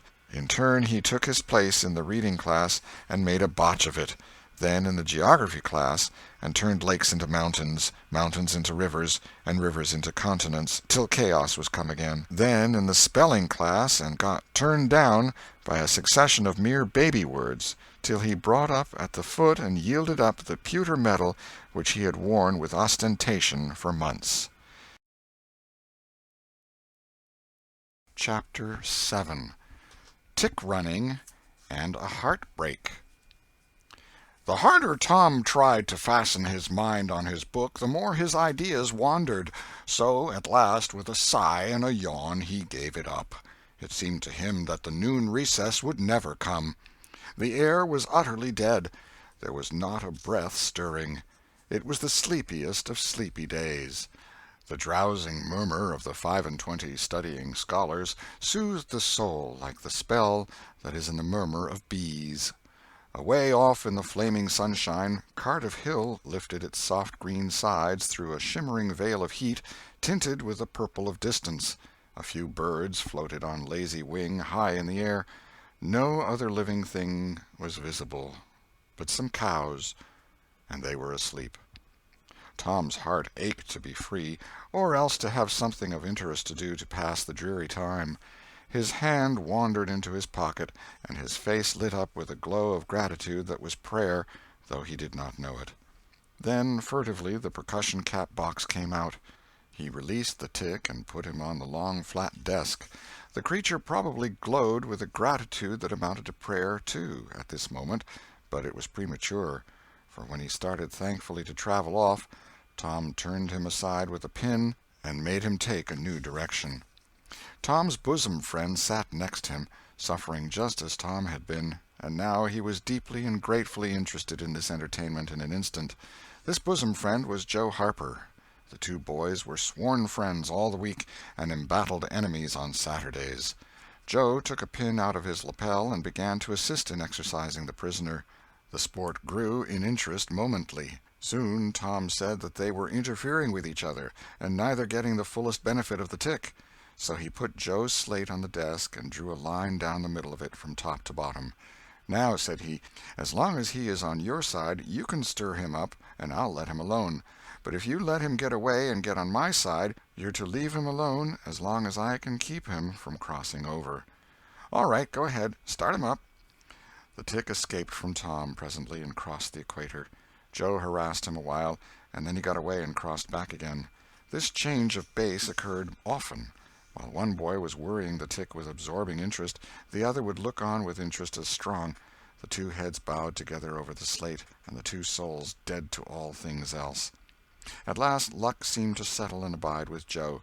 The tick tried this, that, and the other course, and got as excited and as anxious as the boys themselves, but time and again, just as he would have victory in his very grasp, so to speak, and Tom's fingers would be twitching to begin, Joe's pin would deftly head him off and keep possession. At last Tom could stand it no longer. The temptation was too strong, so he reached out and lent a hand with his pin. Joe was angry in a moment. Said he, "Tom, you let him alone." "I only just want to stir him up a little, Joe." "No, sir, it ain't fair. You just let him alone."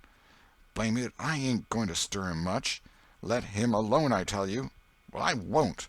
"You shall. He's on my side of the line." "Look here, Joe Harper, whose is that tick?" "I don't care whose tick he is. He's on my side of the line, and you shan't touch him." "Well, I'll just bet I will, though. He's my tick, and I'll do what I blame please with him, or die." A tremendous whack came down on Tom's shoulders, and its duplicate on Joe's, and for the space of 2 minutes the dust continued to fly from the two jackets and the whole school to enjoy it. The boys had been too absorbed to notice the hush that had stolen upon the school a while before, when the master came tiptoeing down the room and stood over them. He had contemplated a good part of the performance before he contributed his bit of variety to it. When school broke up at noon, Tom flew to Becky Thatcher and whispered in her ear, "Put on your bonnet and let on you're going home, and when you get to the corner, give the rest of 'em the slip, and turn down through the lane and come back. I'll go the other way, and come it over them the same way." So the one went off with one group of scholars, and the other with another. In a little while the two met at the bottom of the lane, and when they reached the school they had it all to themselves.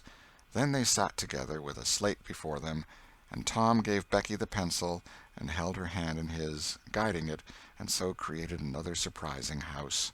When the interest in art began to wane, the two fell to talking. Tom was swimming in bliss. He said, "Do you love rats?" "No, I hate them." "Well, I do, too. Live ones. But I mean dead ones, to swing round your head with a string." "No, I don't care for rats much, anyway. What I like is chewing gum." "Oh, I should say so. I wish I had some now." "Do you?" "I've got some." "I'll let you chew it a while, but you must give it back to me." That was agreeable, so they chewed it turn about, and dangled their legs against the bench in excess of contentment. "Was you ever at a circus?" said Tom. "Yes, and my pa's going to take me again sometime, if I'm good." "I've been to the circus 3 or 4 times, lots of times. Church ain't shucks to a circus. There's things going on at a circus all the time. I'm going to be a clown in a circus when I grow up." "Oh, are you? That will be nice. They're so lovely, all spotted up." "Yes, that's so. And they get slathers of money, most $1 a day, Ben Rogers says. Say, Becky, was you ever engaged?" "What's that?" "Why, engaged to be married." "No? Would you like to?" "I reckon so. I don't know. What is it like?" "Like?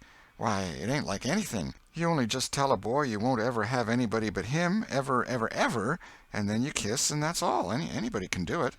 "Kiss? What do you kiss for?" "Why, that, you know, is to— well, they always do that." "Everybody?" "Why, yes, everybody that's in love with each other. Do you remember what I wrote on the slate?" Yes." "What was it?" "I shan't tell you." "Shall I tell you?" Yes, but some other time." "No, now." "No, not now. Tomorrow." "Oh, no, now. Please, Becky, I'll whisper it. I'll whisper it ever so easy." Becky hesitating, Tom took silence for consent, and passed his arm about her waist and whispered the tale ever so softly, with his mouth close to her ear, and then he added, "Now you whisper it to me, just the same." She resisted for a while, and then said, "You turn your face away so you can't see, and then I will. But you mustn't ever tell anybody, will you, Tom? Now you won't, will you?" "No, indeed I won't. Now, Becky." He turned his face away, and she bent timidly around till her breath stirred his curls, and whispered, "I love you." Then she sprang away and ran around and around the desks and benches, with Tom after her, and took refuge in a corner at last, with her little white apron to her face. Tom clasped her about her neck and pleaded, "Now, Becky, it's all done, all over but the kiss. Don't you be afraid of that. It ain't anything at all. Please, Becky." And he tugged at her apron and the hands. By and by she gave up and let her hands drop. Her face, all glowing with the struggle, came up and submitted. Tom kissed the red lips and said, "Now it's all done, Becky, and always after this, you know, you ain't ever to love anybody but me, and you ain't ever to marry anybody but me, never, never, and forever. Will you?" "No, I'll never love anybody but you, Tom, and I'll never marry anybody but you, and you ain't to ever marry anybody but me, either." "Certainly, of course. That's part of it. And always coming to school, or when we're going home, you're to walk with me. when there ain't anybody looking, and you choose me and I choose you at parties, because that's the way you do when you're engaged. It's so nice, I never heard of it before. Oh, it's ever so gay. Why, me and Amy Lawrence—" The big eyes told Tom his blunder, and he stopped confused. "Oh, Tom, then I ain't the first you've ever been engaged to." The child began to cry, and Tom said, "Oh, don't cry, Becky. I don't care for her any more." "Yes, you do, Tom. You know you do." Tom tried to put his arm about her neck, but she pushed him away and turned her face to the wall and went on crying. Tom tried again, with soothing words in his mouth, and was repulsed again. Then his pride was up, and he strode away and went outside. He stood about, restless and uneasy, for a while, glancing at the door every now and then, hoping she would repent and come to find him. But she did not. Then he began to feel badly, and fear that he was in the wrong. It was a hard struggle with him to make new advances, now, but he nerved himself to it, and entered. She was still standing back there in the corner, sobbing, with her face to the wall. Tom's heart smote him. He went to her and stood a moment, not knowing exactly how to proceed. Then he said hesitatingly, "Becky, I don't care for anybody but you." No reply, but sobs. "Becky," pleadingly, "Becky, won't you say something?" More sobs. Tom got out his chiefest jewel, a brass knob from the top of an andiron, and passed it around her so that she could see it, and said, "Please, Becky, won't you take it?" She struck it to the floor. Then Tom marched out of the house and over the hills and far away, to return to school no more that day. Presently Becky began to suspect. She ran to the door. He was not in sight. She flew around to the play-yard. He was not there. Then she called, "Tom? Come back, Tom!" She listened intently, but there was no answer. She had no companions but silence and loneliness. So she sat down to cry again and upbraid herself, and by this time the scholars began to gather again, and she had to hide her griefs and still her broken heart and take up the cross of a long, dreary, aching afternoon, with none among the strangers about her to exchange sorrows with. Chapter 8. A Pirate Bold to Be. Tom dodged hither and thither through lanes until he was well out of the track of returning scholars, and then fell into a moody jog.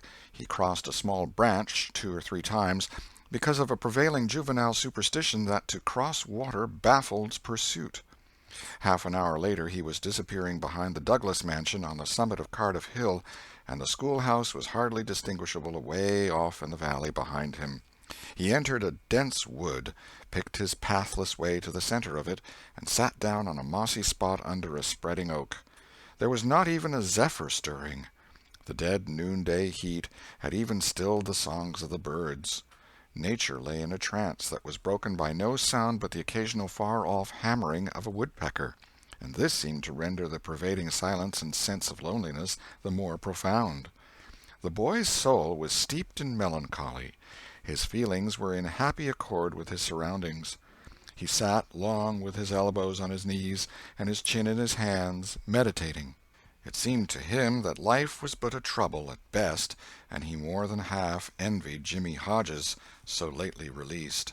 It must be very peaceful, he thought, to lie and slumber and dream forever and ever, with the wind whispering through the trees and caressing the grass and the flowers over the grave, and nothing to bother and grieve about, ever any more.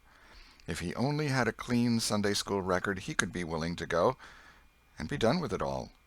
Now, as to this girl, what had he done? Nothing.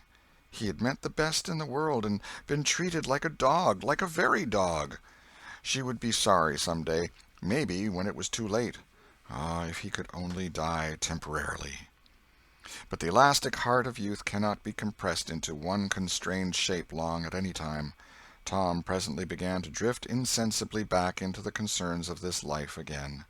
What if he turned his back now, and disappeared mysteriously? What if he went away, ever so far away, into unknown countries beyond the seas, and never came back any more? How would she feel then? The idea of being a clown recurred to him now, only to fill him with disgust.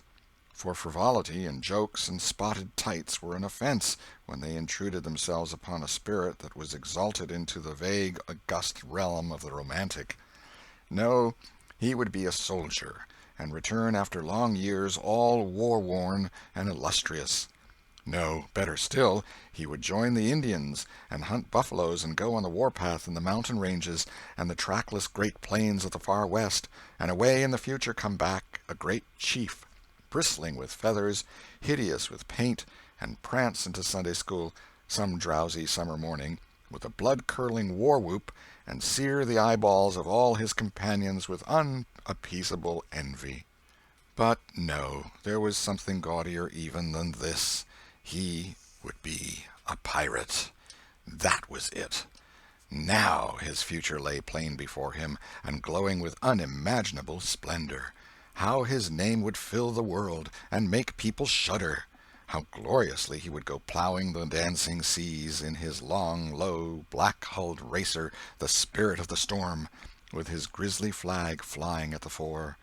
And at the zenith of his fame, how he would suddenly appear at the old village and stalk into church, brown and weather-beaten, in his black velvet doublet and trunks, his great jack-boots, his crimson sash, his belt bristling with horse-pistols, his crime-rusted cutlass at his side, his slouch hat with waving plumes, his black flag unfurled, with a skull and crossbones on it, and hear, with swelling ecstasy, the whisperings, "It's Tom Sawyer the pirate, the Black Avenger of the Spanish Main." Yes, it was settled. His career was determined.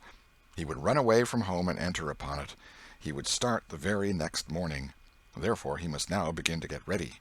He would collect his resources together. He went to a rotten log near at hand and began to dig under one end of it with his barlow knife. He soon struck wood that sounded hollow. He put his hand there and uttered this incantation impressively: "What hasn't come here, come. What's here, stay here." Then he scraped away the dirt and exposed a pine shingle. He took it up and disclosed a shapely little treasure-house whose bottom and sides were of shingles. In it lay a marble. Tom's astonishment was boundless. He scratched his head with perplexed air and said, "Well, that beats anything." Then he tossed the marble away pettishly and stood cogitating. The truth was that a superstition of his had failed, here, which he and all his comrades had always looked upon as infallible. If you buried a marble with certain necessary incantations and left it alone a fortnight, and then opened the place with the incantation he had just used, you would find that all the marbles you had ever lost had gathered themselves together there, meantime, no matter how widely they had been separated. But now this thing had actually and unquestionably failed. Tom's whole structure of faith was shaken to its foundations. He had many a time heard of this thing succeeding, but never of its failing before. It did not occur to him that he had tried it several times before, himself, but could never find the hiding-places afterward. He puzzled over the matter some time, and finally decided that some witch had interfered and broken the charm. He thought he would satisfy himself on that point, so he searched around till he found a small sandy spot with a little funnel-shaped depression in it. He laid himself down and put his mouth close to this depression and called, "Doodle-bug, doodle-bug, tell me what I want to know. Doodle-bug, doodle-bug, tell me what I want to know." The sand began to work, and presently a small black bug appeared for a second and then darted under again in a fright. "He doesn't tell, so it was a witch that done it. I just knowed it." He well knew the futility of trying to contend against witches, so he gave up discouraged. But it occurred to him that he might as well have the marble he had just thrown away, and therefore he went and made a patient search for it. But he could not find it. Now he went back to his treasure-house and carefully placed himself just as he had been standing when he tossed the marble away. Then he took another marble from his pocket and tossed it in the same way, saying, "Brother, go find your brother." He watched where it stopped and went there and looked. But it must have fallen short or gone too far, so he tried twice more. The last repetition was successful. The two marbles lay within a foot of each other. Just here the blast of a toy tin trumpet came faintly down the green aisles of the forest. Tom flung off his jacket and trousers, turned a suspender into a belt, raked away some brush behind the rotten log, disclosing a rude bow and arrow, a lath sword, and a tin trumpet, and in a moment had seized these things and bounded away, bare-legged, with fluttering shirt. He presently halted under a great elm, blew an answering blast, and then began to tiptoe and look warily out, this way and that. He said cautiously to an imaginary company, "Hold, my merry men, keep hid till I blow." Now appeared Joe Harper, as airily clad and elaborately armed as Tom. Tom called, "Hold! Who comes into Sherwood Forest without my pass?" "Guy of Gisborne wants no man's pass. Who art thou that dares to hold such language?" said Tom, prompting, for they talked by the book from memory. "Who art thou that dares to hold such language?" "I, indeed. I am Robin Hood, as thy caitiff carcass soon shall know." "Then art thou indeed that famous outlaw? Right gladly will I dispute with thee the passes of the merry wood. Have at thee!" They took their lath swords, dumped their other traps on the ground, and struck a fencing attitude, foot to foot, and began a grave, careful combat, two up and two down. Presently Tom said, "Now if you've got the hang, go it lively." So they went it lively, panting and perspiring with the work. By and by Tom shouted, "Fall! Fall! Why don't you fall?" "I shan't. Why don't you fall yourself? You're getting the worst of it." "Why, that ain't anything. I can't fall. That ain't the way it is in the book. The book says, then with one black-handed stroke he slew poor Guy of Gisborne. You're to turn round and let me hit you on the back." There was no getting around the authorities, so Joe turned, received the whack, and fell. "Now," said Joe, getting up, "you got to let me kill you. That's fair." "Why, I can't do that. It ain't in the book." "Well, it's blamed mean, that's all." "Well, say, Joe, you can be Friar Tuck or Much, the miller's son, and lam me with a quarter-staff. Or I'll be the Sheriff of Nottingham, and you be Robin Hood a little while and kill me." This was satisfactory, and so these adventures were carried out. Then Tom became Robin Hood again, and was allowed by the treacherous nun to bleed his strength away through his neglected wound. And at last Joe, representing a whole tribe of weeping outlaws, dragged him sadly forth, gave his bow into his feeble hands, and Tom said, "Where this arrow falls, there bury poor Robin Hood under the greenwood tree." Then he shot the arrow and fell back and would have died, but he lit on a nettle and sprang up too gaily for a corpse. The boys dressed themselves, hid their accoutrements, and went off grieving that there were no outlaws any more, and wondering what modern civilization could claim to have done to compensate for their loss. They said they would rather be outlaws a year in Sherwood Forest than President of the United States forever. Chapter 9. Tragedy in the Graveyard. At 9:30 that night, Tom and Sid were sent to bed as usual.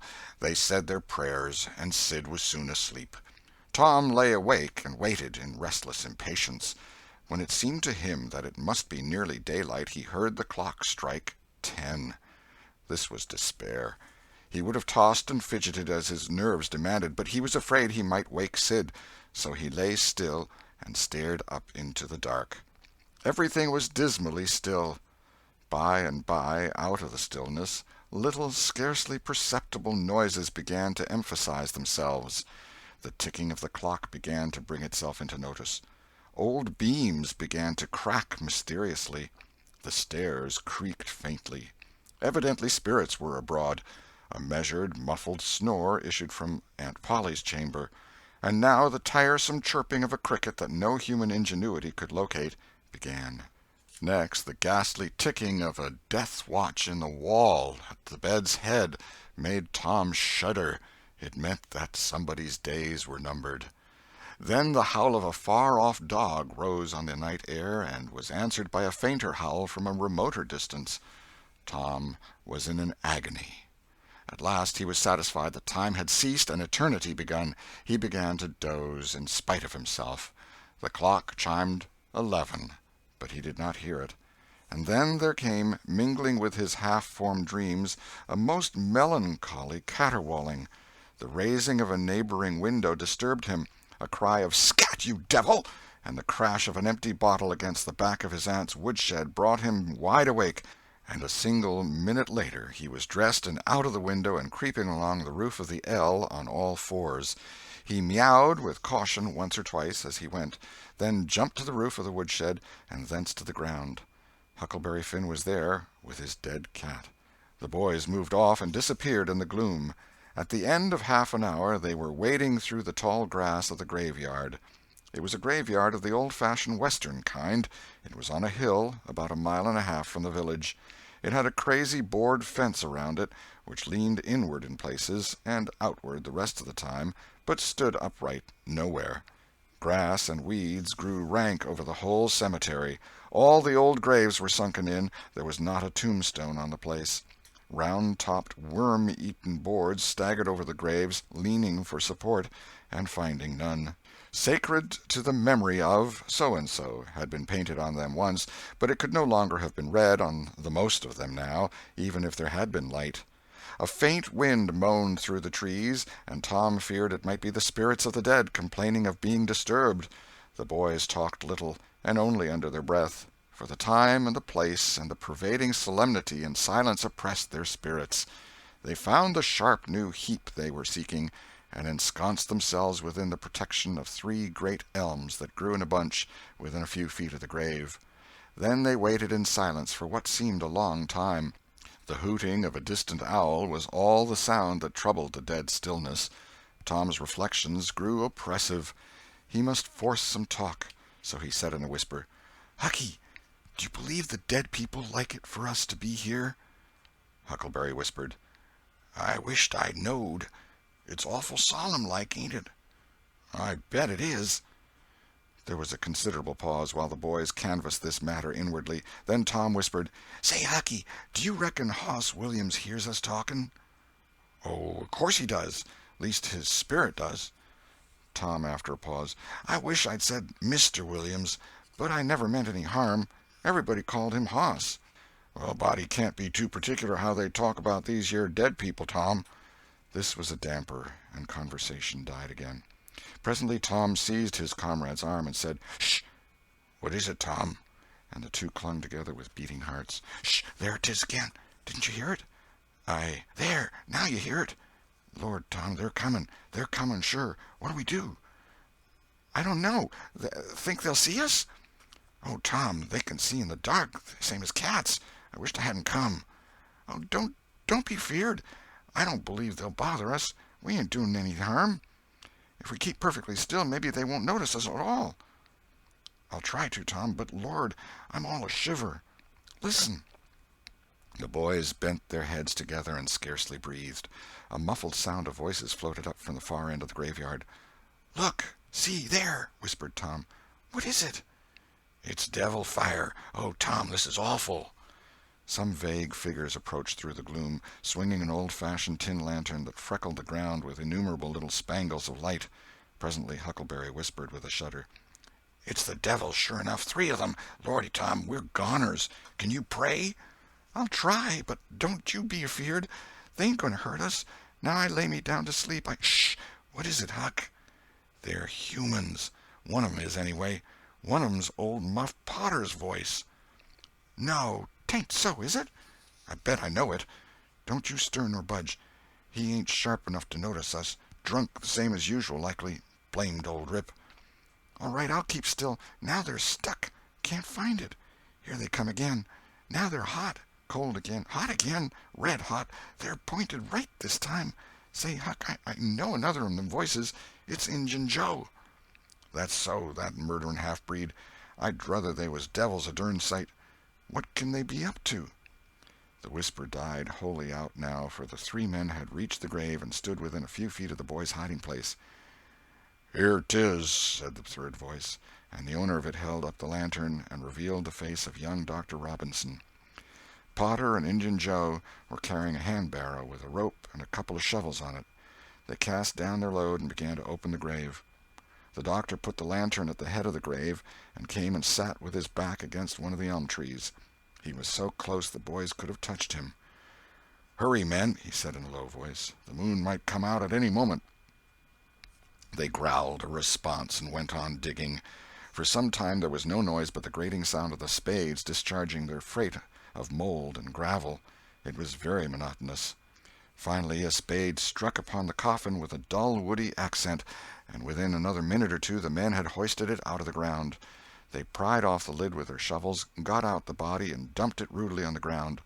The moon drifted from behind the clouds and exposed the pallid face. The barrow was got ready and the corpse placed on it, covered with a blanket, and bound to its place with a rope.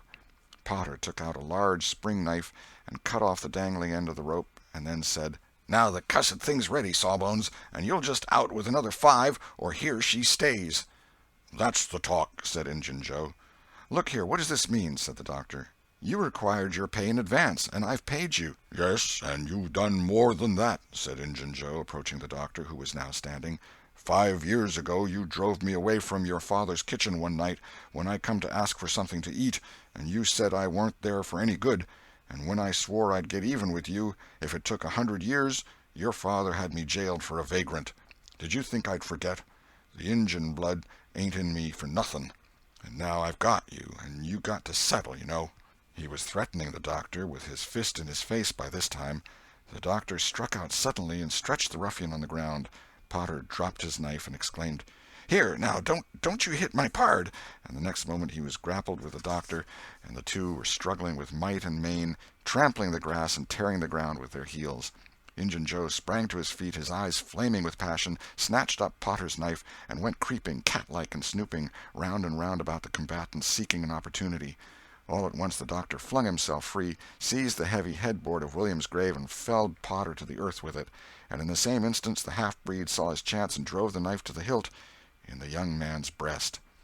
He reeled and fell partly upon Potter, flooding him with his blood, and in the same moment the clouds blotted out the dreadful spectacle, and the two frightened boys went speeding away in the dark. Presently, when the moon emerged again, Injun Joe was standing over the two forms, contemplating them. The doctor murmured inarticulately, gave a long gasp or two, and was still.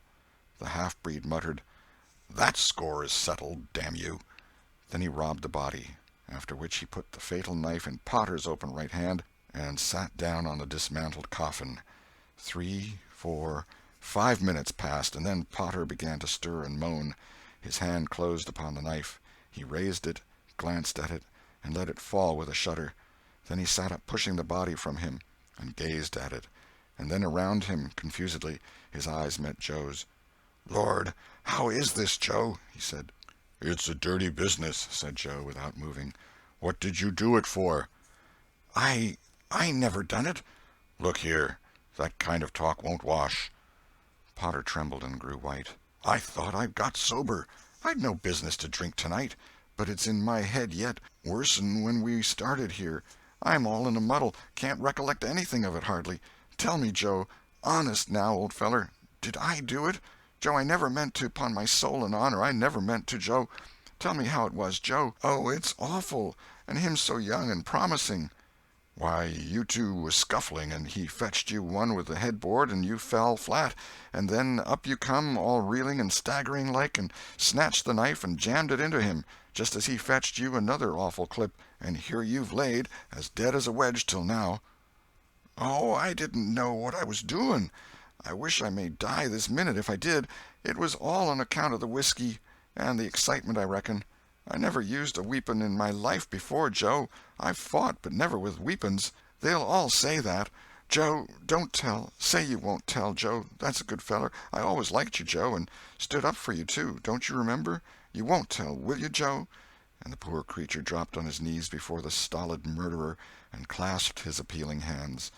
"No, you've always been fair and square with me, Muff Potter, and I won't go back on you. There, now, that's as fair as a man can say." "Oh, Joe, you're an angel. I'll bless you for this the longest day I live."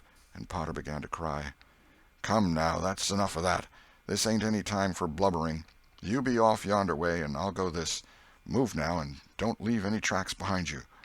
Potter started on a trot that quickly increased to a run.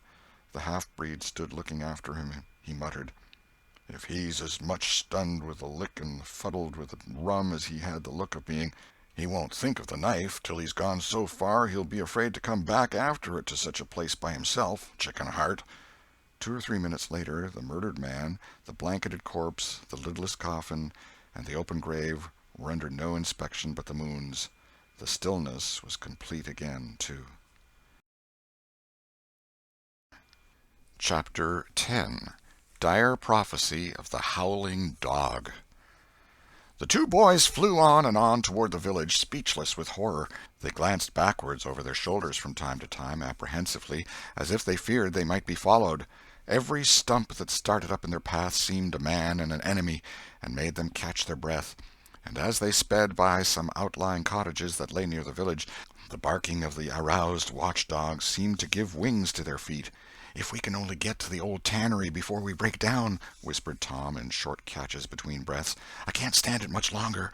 Huckleberry's hard pantings were his only reply, and the boys fixed their eyes on the goal of their hopes and bent to their work to win it. They gained steadily on it, and at last, breast to breast, they burst through the open door and fell grateful and exhausted in the sheltering shadows beyond. By and by their pulses slowed down, and Tom whispered, "Huckleberry, what do you reckon'll come of this?" "If Dr. Robinson dies, I reckon hanging'll come of it." "Do you, though?" "Why, I know it, Tom." Tom thought a while, then he said, "Who'll tell? We?" "What are you talking about? Suppose something happened and Injun Joe didn't hang. Why, he'd kill us some time or other, just as dead sure as we're laying here." "That's just what I was thinking to myself, Huck." "If anybody tells, let Muff Potter do it, if he's fool enough. He's generally drunk enough." Tom said nothing, went on thinking. Presently he whispered, "Huck, Muff Potter don't know it. How can he tell?" "What's the reason he don't know it?" "Because he'd just got that whack when Injun Joe done it. Do you reckon he could see anything? Do you reckon he knowed anything?" "By hokey, that's so, Tom." "And besides, look here, maybe that whack done for him." "No, 'tain't likely, Tom. He had liquor in him, I could see that, and besides he always has. Well, when pap's full, you might take and belt him over the head with a church and you couldn't faze him. He says so his own self. So it's the same with Muff Potter, of course. But if a man was dead sober, I reckon maybe that whack might fetch him. I don't know." After another reflective silence, Tom said, "Hucky, you sure you can keep mum?" "Tom, we got to keep mum. You know that. That Injun devil wouldn't make any more of drowning us than a couple of cats, if we was to squeak about this and they didn't hang him. Now look here, Tom, let's take and swear to one another. That's what we got to do. Swear to keep mum." "I'm agreed. It's the best thing. Would you just hold hands and swear that we—" "Oh, no, that wouldn't do for this. That's good enough for little rubbishy common things, especially with gals, 'cause they go back on you anyway, and blab if they get in a huff. But there oughter be writing about a big thing like this, and blood." Tom's whole being applauded this idea. It was deep and dark and awful. The hour, the circumstances, the surroundings were in keeping with it. He picked up a clean pine shingle that lay in the moonlight, took a little fragment of red keel out of his pocket, got the moon on his work, and painfully scrawled these lines, emphasizing each slow downstroke by clamping his tongue between his teeth and letting up the pressure on the upstrokes. See next page. Huckleberry was filled with admiration of Tom's facility in writing and the sublimity of his language. He at once took a pin from his lapel and was going to prick his flesh, but Tom said, "Hold on, don't do that. A pin's brass. It might have verdigrease on it." "What's verdigrease?" "It's pison. That's what it is. You just swaller some of it once, you'll see." So Tom unwound a thread from one of his needles, and each boy pricked the ball of his thumb and squeezed out a drop of blood. "Huck Finn and Tom Sawyer swears they will keep mum about this, and they wish they may drop down dead in their tracks if they ever tell, and rot." In time, after many squeezes, Tom managed to sign his initials, using the ball of his little finger for a pen. Then he showed Huckleberry how to make an H and an F, and the oath was complete. They buried the shingle close to the wall, with some dismal ceremonies and incantations, and the fetters that bound their tongues were considered to be locked and the key thrown away. A figure crept stealthily through a break in the other end of the ruined building now, but they did not notice it. "Tom," whispered Huckleberry, "does this keep us from ever telling always?" "Of course it does. It don't make any difference what happens. We got to keep mum. We'd drop down dead. Don't you know that?"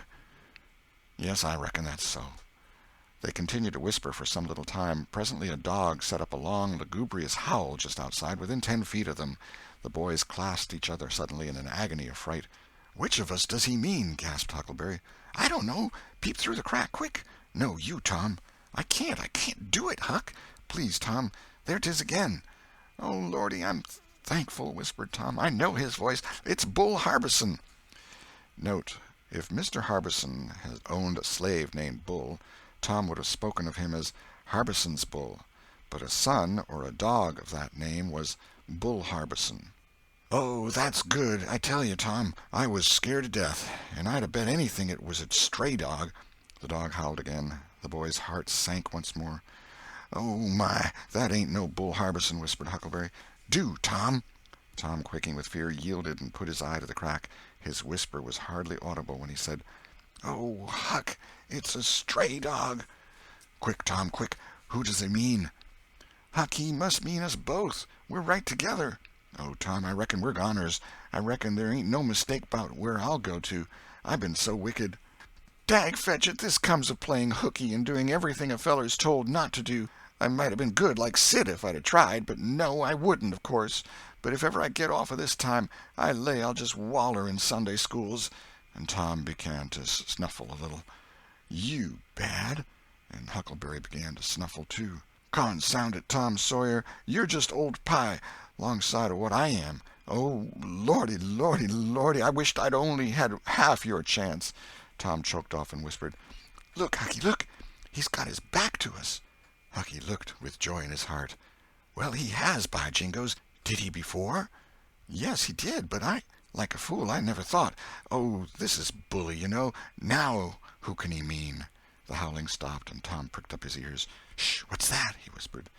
"Sounds like hogs grunting. No, it's somebody snoring, Tom." "That is it.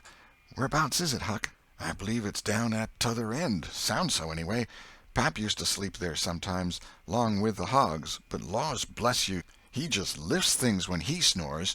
Besides, I reckon he ain't ever coming back to this town any more." The spirit of adventure rose in the boys' souls once more. "Hucky, do you dast to go if I lead?" "I don't like too much. Tom, s'pose it's Injun Joe."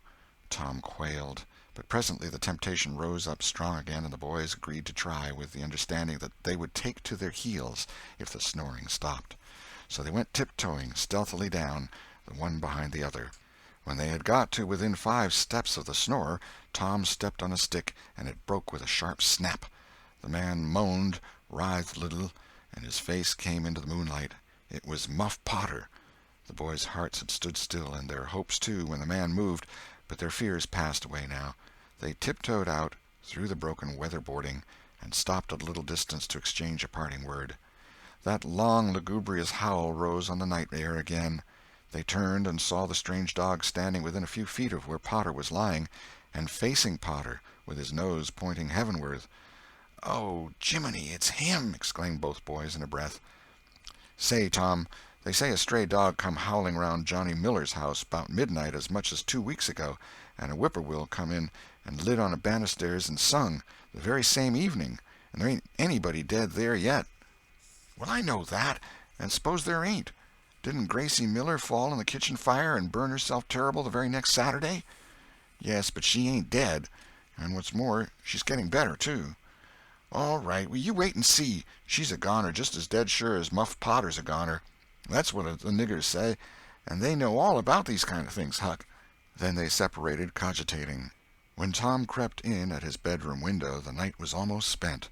He undressed with excessive caution, and fell asleep congratulating himself that nobody knew of his escapade. He was not aware that the gently snoring Sid was awake, and had been so for an hour. When Tom awoke, Sid was dressed and gone. There was a late look in the light, a late sense in the atmosphere. He was startled. Why had he not been called? Persecuted till he was up, as usual. The thought filled him with bodings. Within 5 minutes he was dressed and downstairs, feeling sore and drowsy. The family were still at table, but they had finished breakfast. There was no voice of rebuke, but there were averted eyes. There was a silence and an air of solemnity that struck a chill to the culprit's heart. He sat down and tried to seem gay, but it was uphill work. It roused no smile, no response, and he lapsed into silence and let his heart sink down to the depths. After breakfast his aunt took him aside, and Tom was almost brightened in the hope that he was going to be flogged, but it was not so. His aunt wept over him and asked him how he could go and break her old heart so, and finally told him to go on and ruin himself and bring her gray hairs with sorrow to the grave, for it was no use for her to try any more.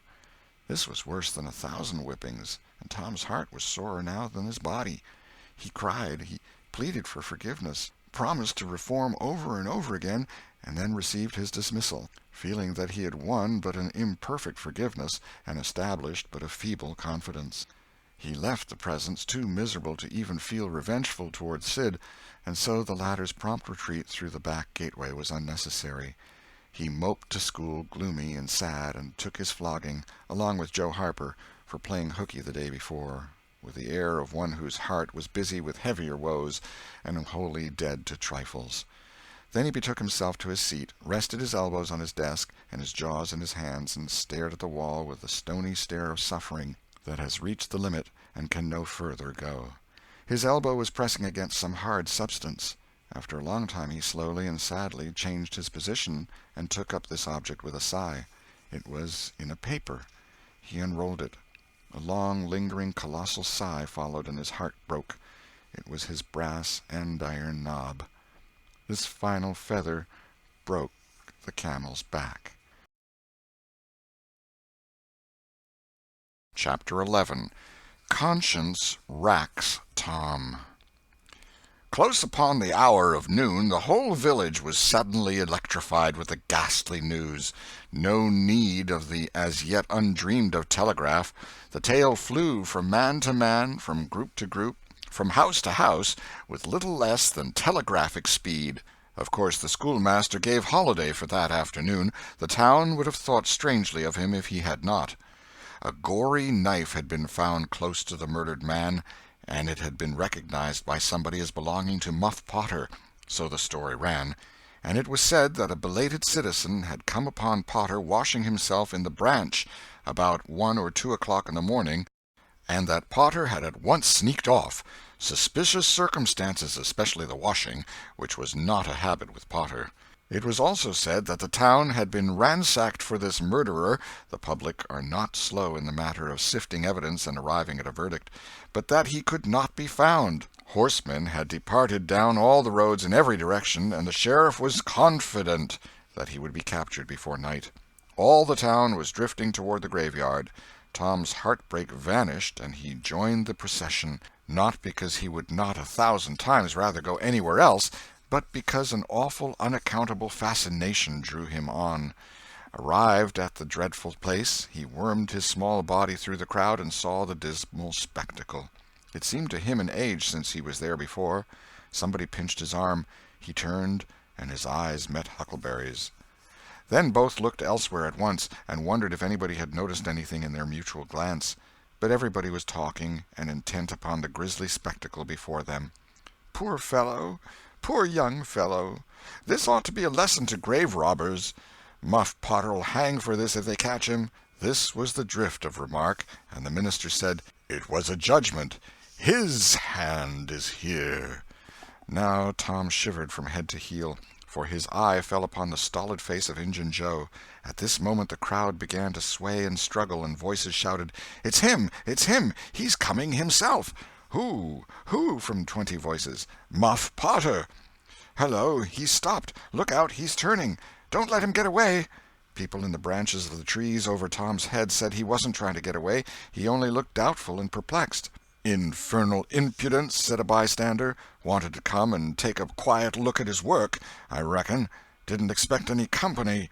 The crowd fell apart now, and the sheriff came through, ostentatiously leading Potter by the arm. The poor fellow's face was haggard, and his eyes showed the fear that was upon him. When he stood before the murdered man he shook as with a palsy, and he put his face in his hands and burst into tears. "I didn't do it, friends," he sobbed. "'Pon my word and honor, I never done it."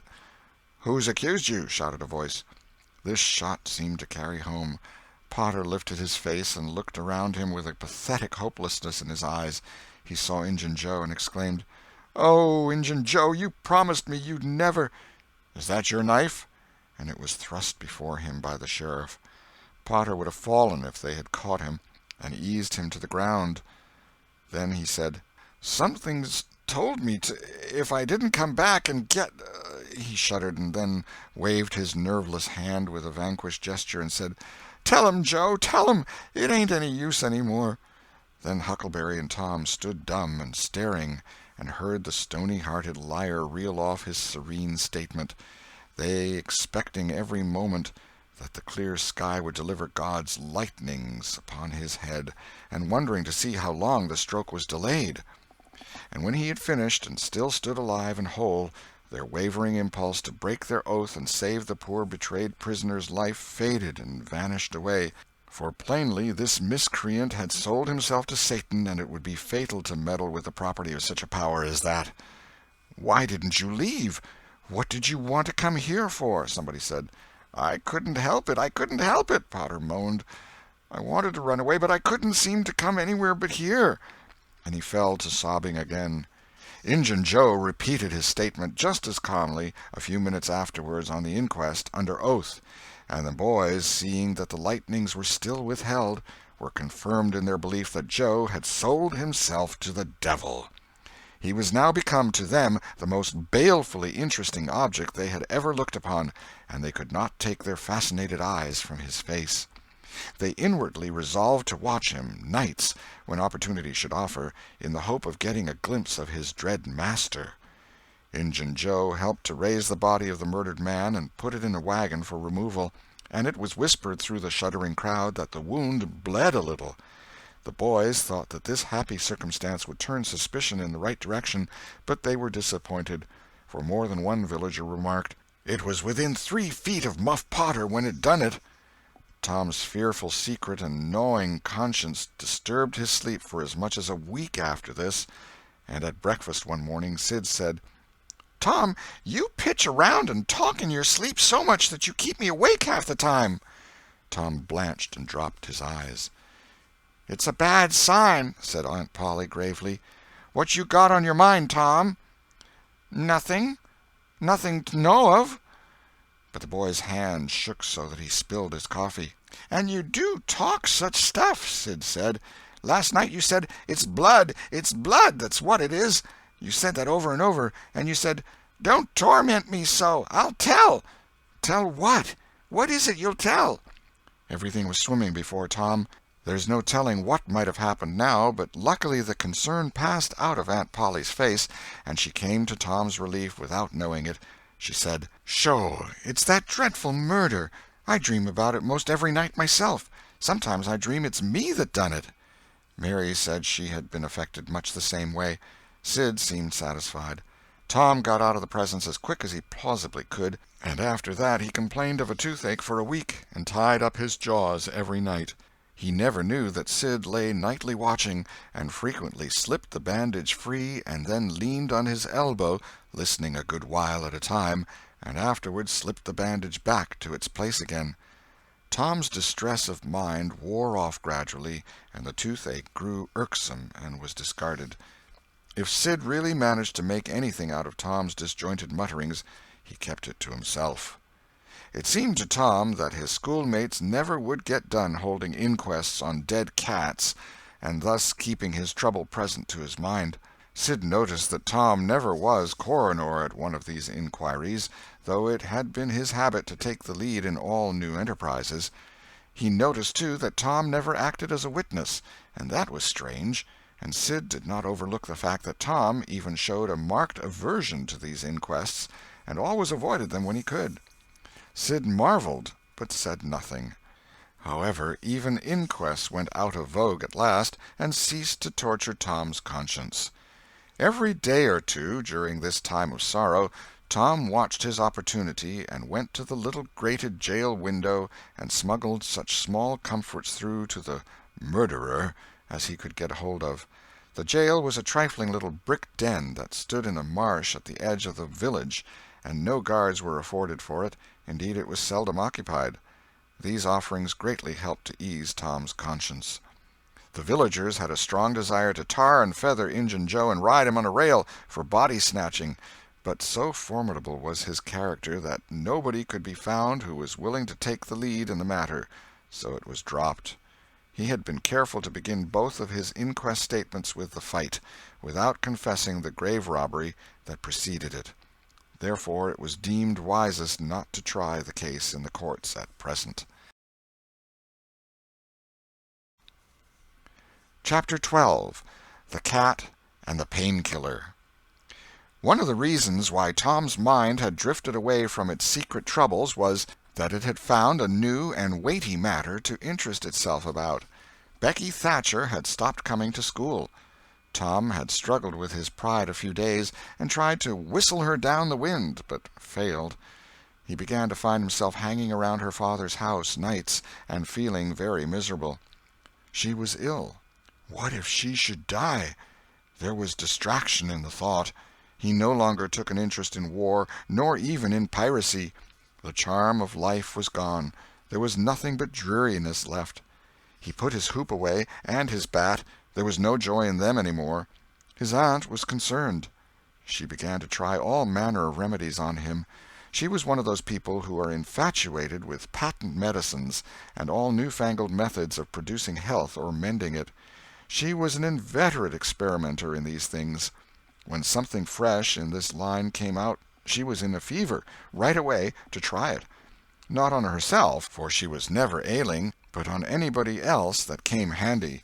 She was a subscriber for all the health periodicals and phenomenological frauds, and the solemn ignorance they were inflated with was breath to her nostrils.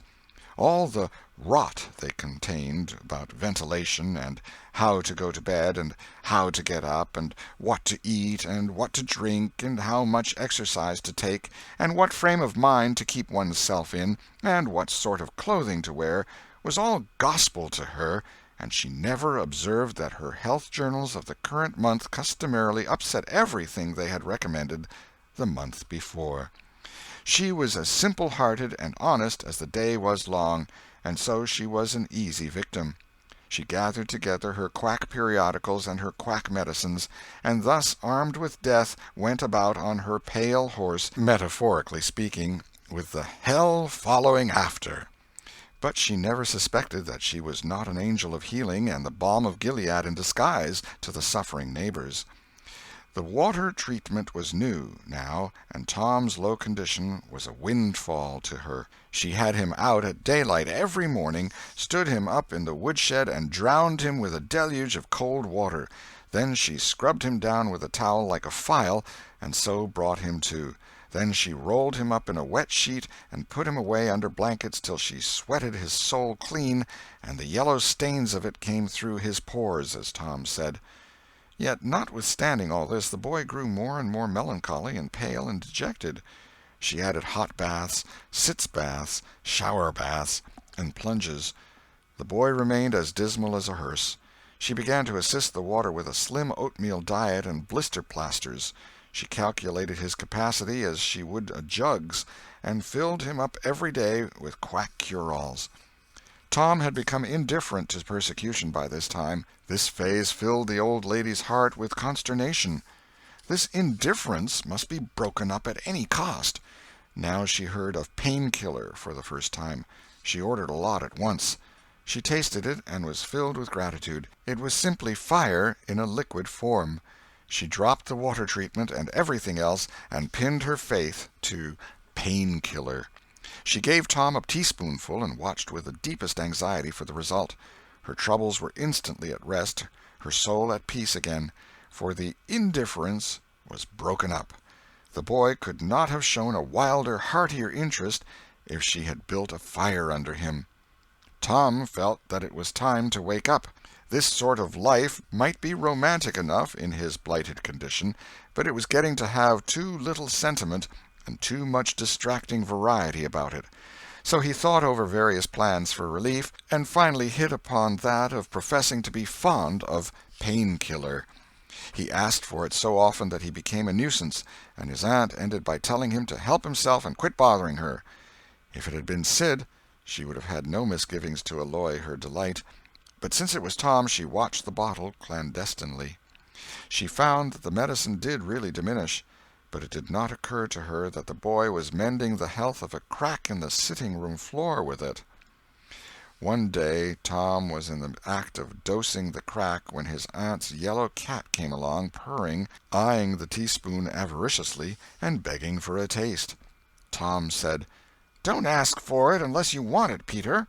But Peter signified that he did want it. "You better make sure." Peter was sure.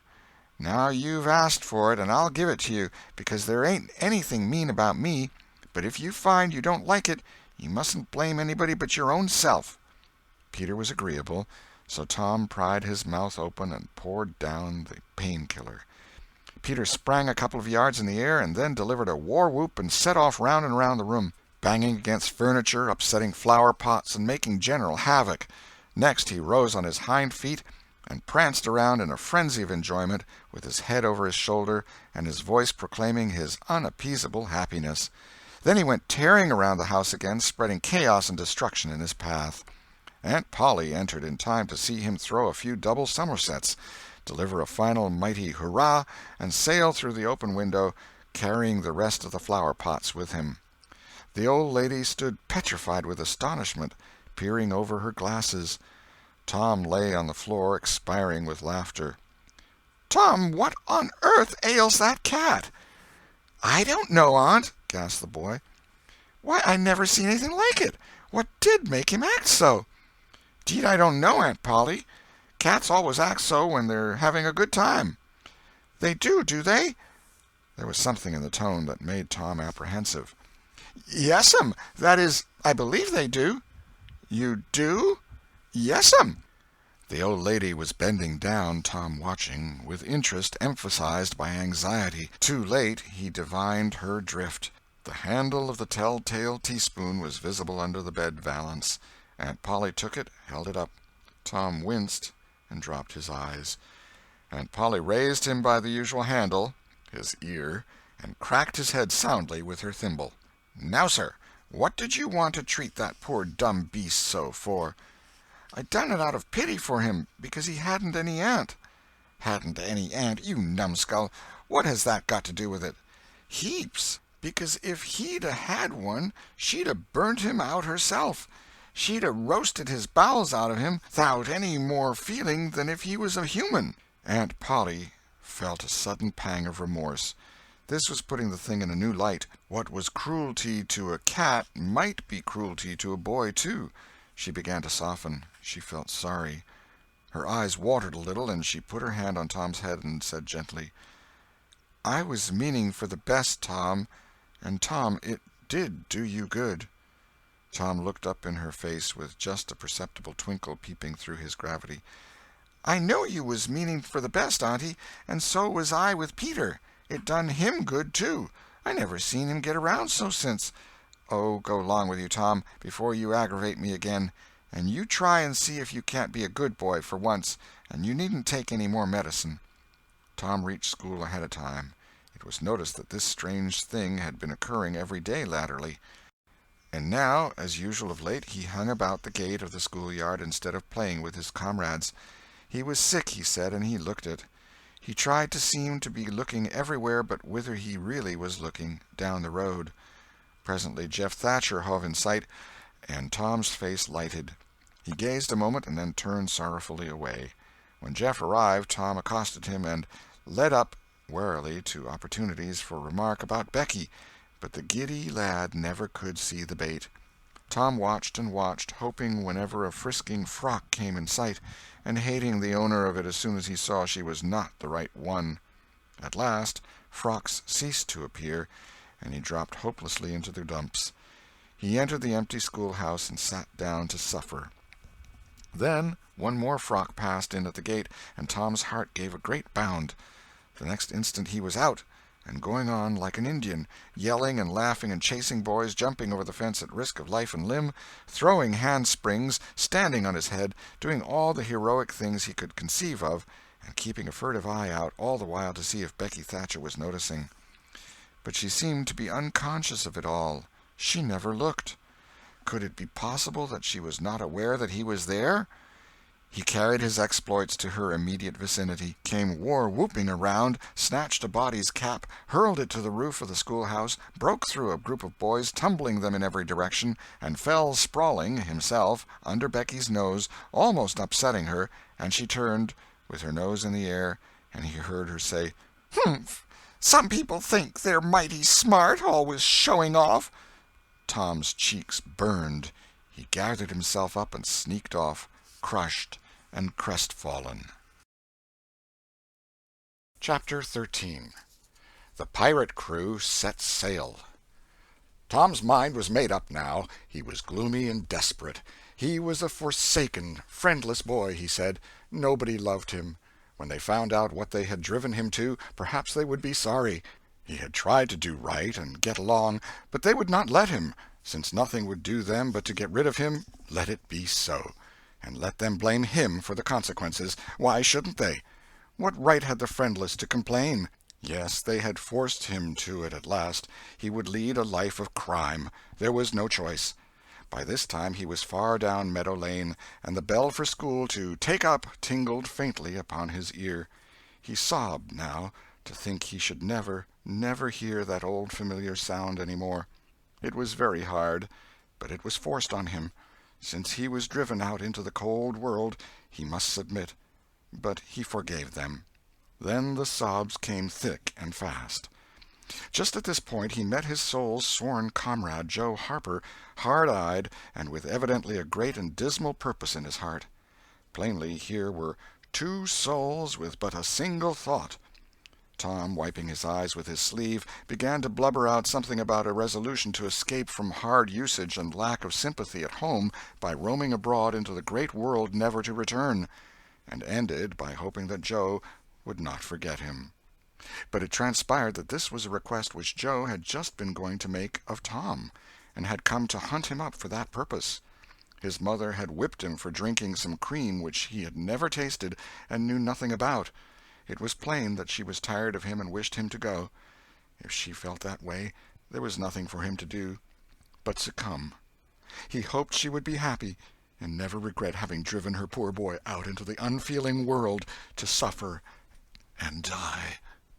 As the two boys walked sorrowing along, they made a new compact to stand by each other and be brothers, and never separate till death relieved them of their troubles. Then they began to lay their plans. Joe was for being a hermit, and living on crusts in a remote cave, and dying, sometime, of cold and want and grief. But after listening to Tom, he conceded that there were some conspicuous advantages about a life of crime, and so he consented to be a pirate. 3 miles below St. Petersburg, at a point where the Mississippi River was a trifle over a mile wide, there was a long, narrow, wooded island, with a shallow bar at the head of it, and this offered well as a rendezvous. It was not inhabited. It lay far over towards the further shore, abreast a dense and almost wholly unpeopled forest. So Jackson's Island was chosen. Who were to be the subjects of their piracies was a matter that did not occur to them. Then they hunted up Huckleberry Finn, and he joined them promptly, for all careers were one to him. He was indifferent. They presently separated to meet at a lonely spot on the river bank 2 miles above the village at the favorite hour, which was midnight.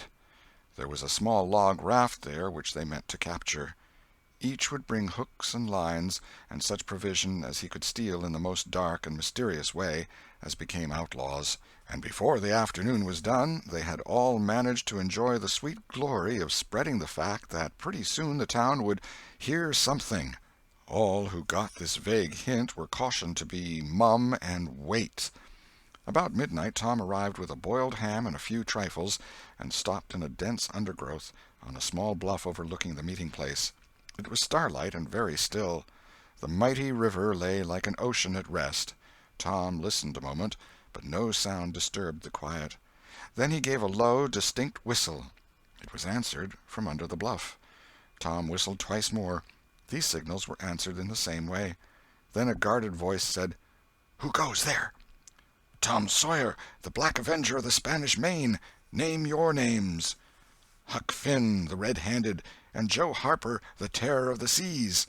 Tom had furnished these titles from his favorite literature. "'Tis well. Give the countersign." Two hoarse whispers delivered the same awful word simultaneously to the brooding night: "Blood!" Then Tom tumbled his ham over the bluff and let himself down after it, tearing both skin and clothes to some extent in the effort. There was an easy, comfortable path along the shore under the bluff, but it lacked the advantages of difficulty and danger so valued by a pirate. The terror of the seas had brought a side of bacon, and had about worn himself out with getting it there. Finn, the red-handed, had stolen a skillet and a quantity of half-cured leaf tobacco, and had also brought a few corn-cobs to make pipes with. But none of the pirates smoked or chewed but himself. The Black Avenger of the Spanish Main said it would never do to start without some fire. That was a wise thought. Matches were hardly known there in that day. They saw a fire smoldering upon a great raft 100 yards above, and they went stealthily thither and helped themselves to a chunk. They made an imposing adventure of it, saying "Hist!" every now and then, and suddenly halting with finger on lip, moving with hands on imaginary dagger hilts, and giving orders in dismal whispers that if the foe stirred, to "let him have it to the hilt," because "dead men tell no tales." They knew well enough that the raftsmen were all down at the village laying in stores or having a spree, but still that was no excuse for their conducting this thing in an unpiratical way. They shoved off presently, Tom in command, Huck at the after oar, and Joe at the forward. Tom stood amidships, gloomy-browed, and with folded arms, and gave his orders in a low, stern whisper: "Luff, and bring her to the wind." "Aye, aye, sir." "Steady, steady." "Steady it is, sir." "Let her go off a point." "Point it is, sir." As the boys steadily and monotonously drove the raft toward midstream, it was no doubt understood that these orders were given only for style, and were not intended to mean anything in particular. "What sail's she carrying?" "Courses, topsails, and flying jib, sir." "Send the r'yals up. Lay out aloft there, half a dozen of ye, fore-topmaststuns'l. Lively now." "Aye, aye, sir." "Shake out that main t'gallantsail. Sheets and braces. Now, my hearties." "Aye, aye, sir." "Heel 'em a lee, hard a port. Stand by to meet her when she comes. Port! Port! Now, men! With a will! Steady!" "Steady it is, sir." The raft drew beyond the middle of the river. The boys pointed her head right, and then lay on their oars. The river was not high, so there was not more than a 2 or 3 mile current. Hardly a word was said during the next 3/4 of an hour. Now the raft was passing before the distant town. 2 or 3 glimmering lights showed where it lay, peacefully sleeping, beyond the vague vast sweep of a star-gemmed water, unconscious of the tremendous event that was happening. The Black Avenger stood still with folded arms, looking his last upon the scene of his former joys and his later sufferings, and wishing she could see him now, abroad on the wild sea, facing peril and death with dauntless heart, going to his doom with a grim smile on his lips. It was but a small strain on his imagination to remove Jackson Island beyond eye-shot of the village, and so he "looked his last" with a broken and satisfied heart. The other pirates were looking their last, too, and they all looked so long that they came near letting the current drift them out of the range of the island. But they discovered the danger in time, and made shift to avert it. About 2 o'clock in the morning the raft grounded on the bar 200 yards above the head of the island, and they waded back and forth until they had landed their freight. Part of the little raft's belongings consisted of an old sail, and this they spread over a nook in the bushes for a tent to shelter their provisions, but they themselves would sleep in the open air in good weather, as became outlaws. They built a fire against the side of a great log 20 or 30 steps within the somber depths of the forest, and then cooked some bacon in the frying-pan for supper, and used up half of the corn pone stock they had brought. It seemed glorious sport to be feasting in that wild, free way in the virgin forest of an unexplored and uninhabited island, far from the haunts of men, and they said they never would return to civilization. The climbing fire lit up their faces and threw its ruddy glare upon the pillared tree-trunks of their forest temple, and upon the varnished foliage and festooning vines. When the last crisp slice of bacon was gone, and the last allowance of corn pone devoured, the boys stretched themselves out on the grass, filled with contentment. They could have found a cooler place, but they would not deny themselves such a romantic feature as the roasting campfire. "Ain't it gay?" said Joe. "It's nuts," said Tom. "What would the boys say if they could see us?" "Say? Well, they'd just die to be here. Hey, Hucky?" "I reckon so," said Huckleberry. "Anyways, I'm suited. I don't want nothing better'n this. I don't ever get enough to eat, generally, and here they can't come and pick at a feller and bully-rag him so." "It's just the life for me," said Tom.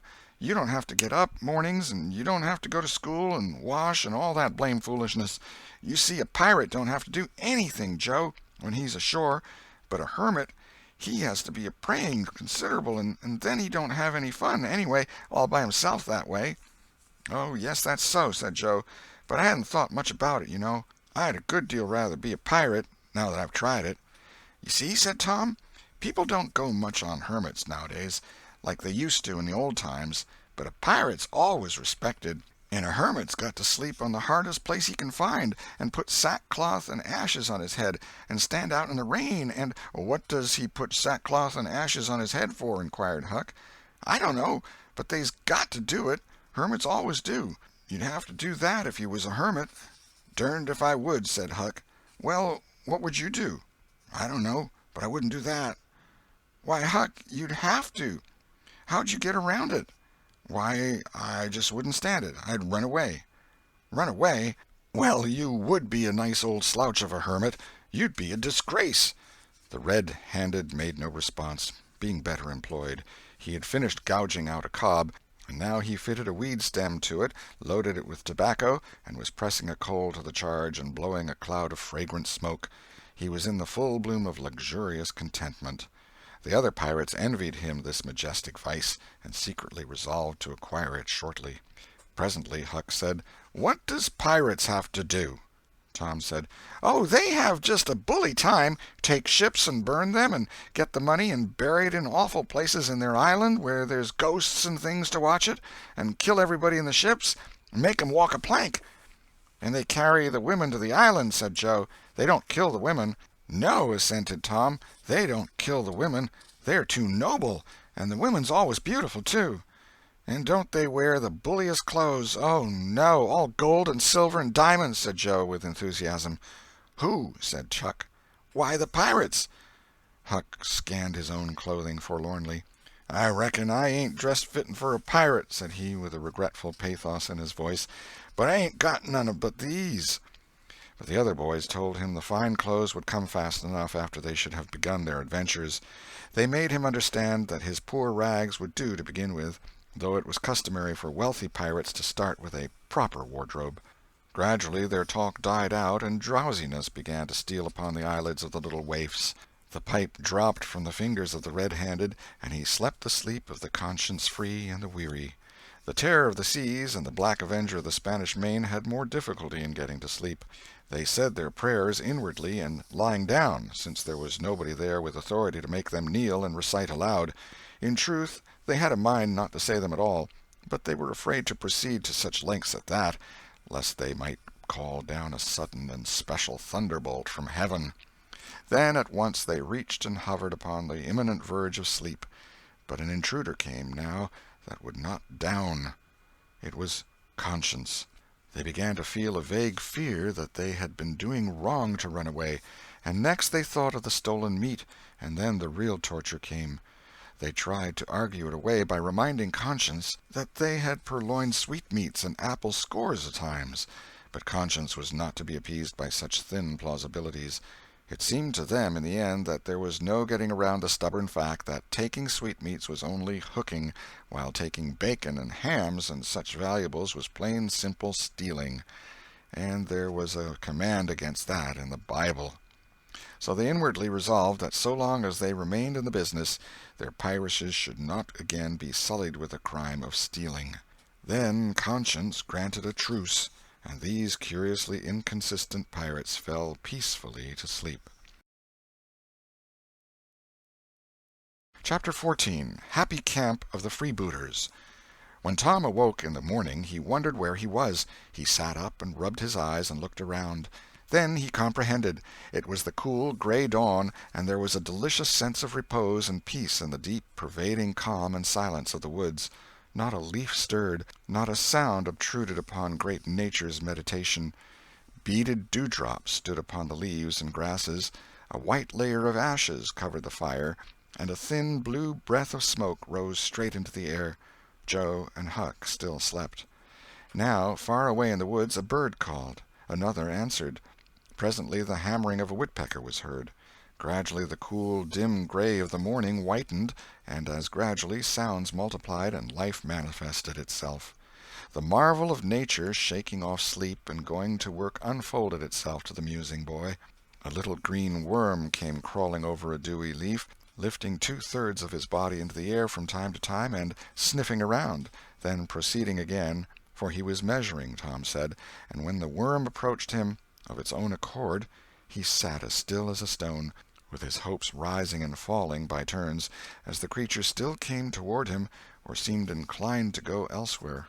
And when at last it considered a painful moment with its curved body in the air and then came decisively down upon Tom's leg and began journeying over him, his whole heart was glad, for that meant that he was going to have a new suit of clothes, without the shadow of a doubt a gaudy piratical uniform.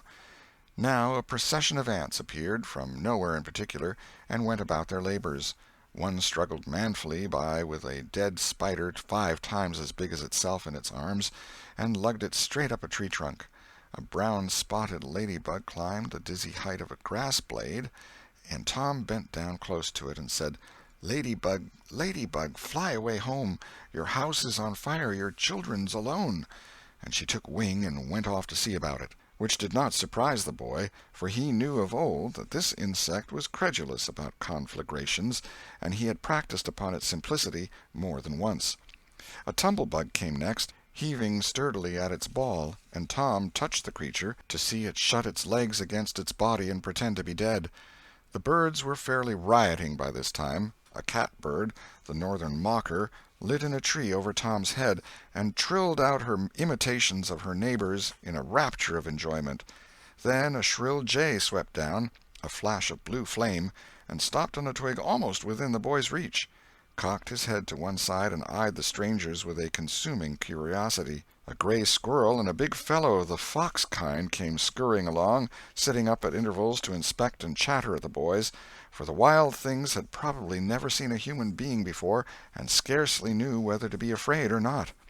All nature was wide awake and stirring now. Long lances of sunlight pierced down through the dense foliage far and near, and a few butterflies came fluttering upon the scene. Tom stirred up the other pirates, and they all clattered away with a shout, and in a minute or two were stripped and chasing after and tumbling over each other in the shallow limpid water of the white sandbar. They felt no longing for the little village sleeping in the distance beyond the majestic waste of water. A vagrant current, or a slight rise in the river, had carried off their raft, but this only gratified them, since its going was something like burning the bridge between them and civilization. They came back to camp wonderfully refreshed, glad-hearted, and ravenous, and they soon had the campfire blazing up again. Huck found a spring of clear cold water close by, and the boys made cups of broad oak or hickory leaves, and felt that water, sweetened with such wildwood charm as that, would be a good enough substitute for coffee. While Joe was slicing bacon for breakfast, Tom and Huck asked him to hold on a minute. They stepped to a promising nook in the river bank and threw in their lines. Almost immediately they had reward. Joe had not had time to get impatient before they were back again with some handsome bass, a couple of sun perch, and a small catfish, provisions enough for quite a family. They fried the fish with the bacon, and were astonished, for no fish had ever seemed so delicious before. They did not know that the quicker a fresh-water fish is on the fire after it is caught, the better he is, and they reflected little upon what a sauce open-air sleeping, open-air exercise, bathing, and a large ingredient of hunger makes, too. They lay around in the shade after breakfast while Huck had a smoke, and then went off through the woods on an exploring expedition.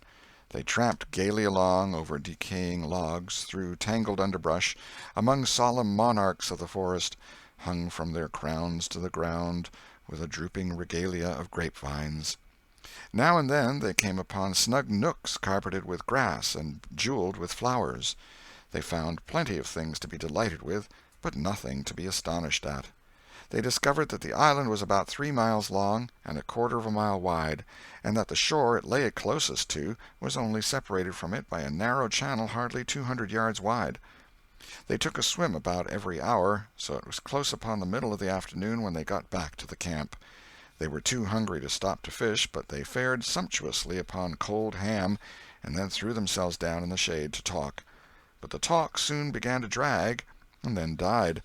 The stillness, the solemnity that brooded in the woods, and the sense of loneliness began to tell upon the spirits of the boys.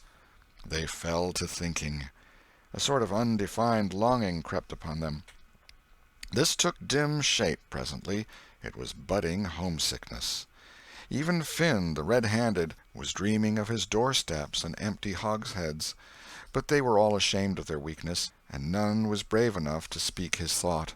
For some time now the boys had been dully conscious of a particular sound in the distance, just as one sometimes is of the ticking of a clock which he takes no distinct note of. But now this mysterious sound became more pronounced and forced a recognition. The boys started, glanced at each other, and then each assumed a listening attitude. There was a long silence, profound and unbroken, and then a deep sullen boom came floating down out of the distance. "What is it?" exclaimed Joe under his breath. "I wonder," said Tom in a whisper. "'Tain't thunder," said Huckleberry in an awed tone. "'Cause thunder—" "Hark!" said Tom. "Listen, don't talk."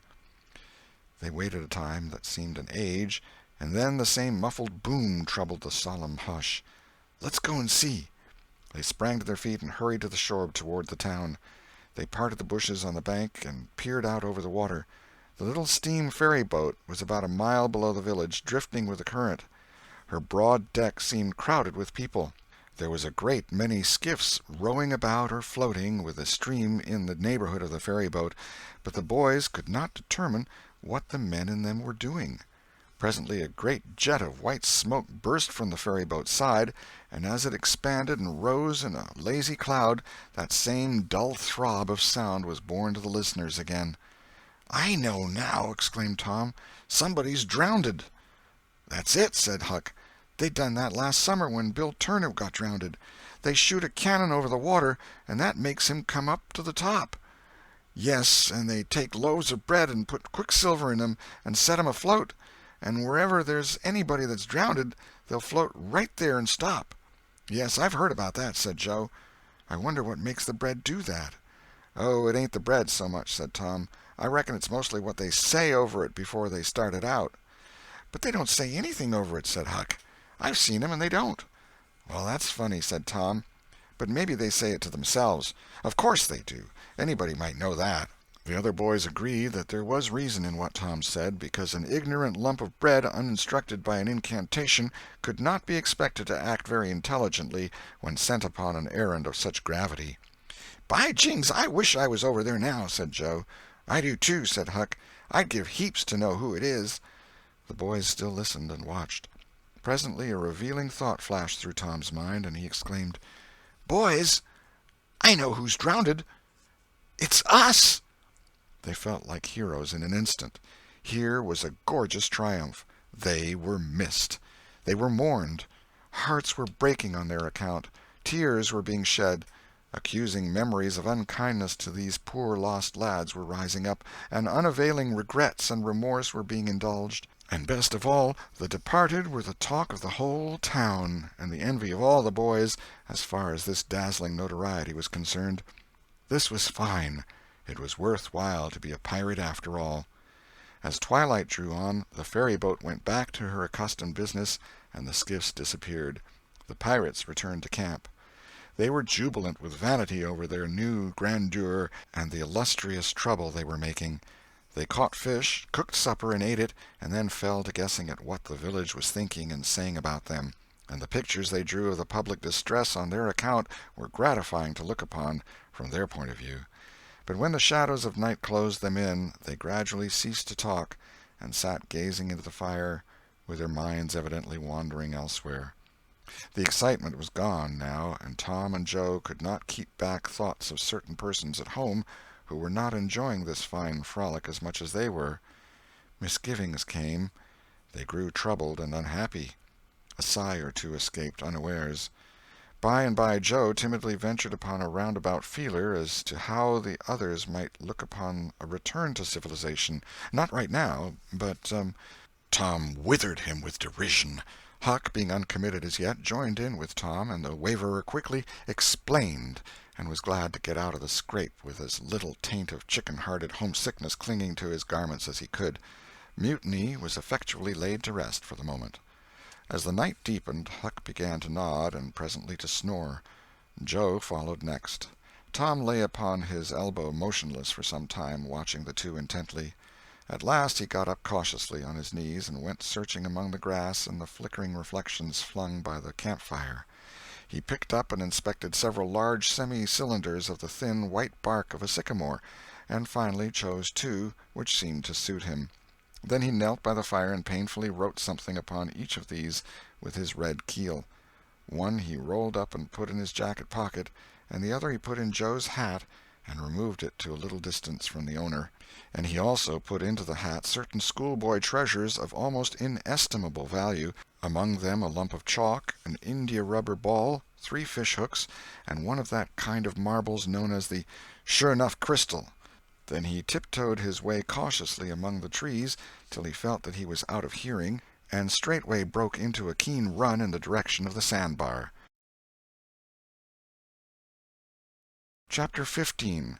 Tom's Stealthy Visit Home. A few minutes later Tom was in the shoal water of the bar, wading toward the Illinois shore. Before the depth reached his middle he was halfway over. The current would permit no more wading now, so he struck out confidently to swim the remaining 100 yards. He swam quartering upstream, but still was swept downward rather faster than he had expected. However, he reached the shore finally, and drifted along till he found a low place and drew himself out. He put his hand on his jacket pocket, found his piece of bark safe, and then struck through the woods, following the shore with streaming garments. Shortly before 10 o'clock he came out into an open place opposite the village, and saw the ferryboat lying in the shadow of the trees and the high bank. Everything was quiet under the blinking stars. He crept down the bank, watching with all his eyes, slipped into the water, swam 3 or 4 strokes, and climbed into the skiff that did yawl duty at the boat's stern. He laid himself down under the thwarts and waited, panting. Presently the cracked bell tapped, and a voice gave the order to "cast off." A minute or two later the skiff's head was standing high up against the boat's swell, and the voyage was begun. Tom felt happy in his success, for he knew it was the boat's last trip for the night.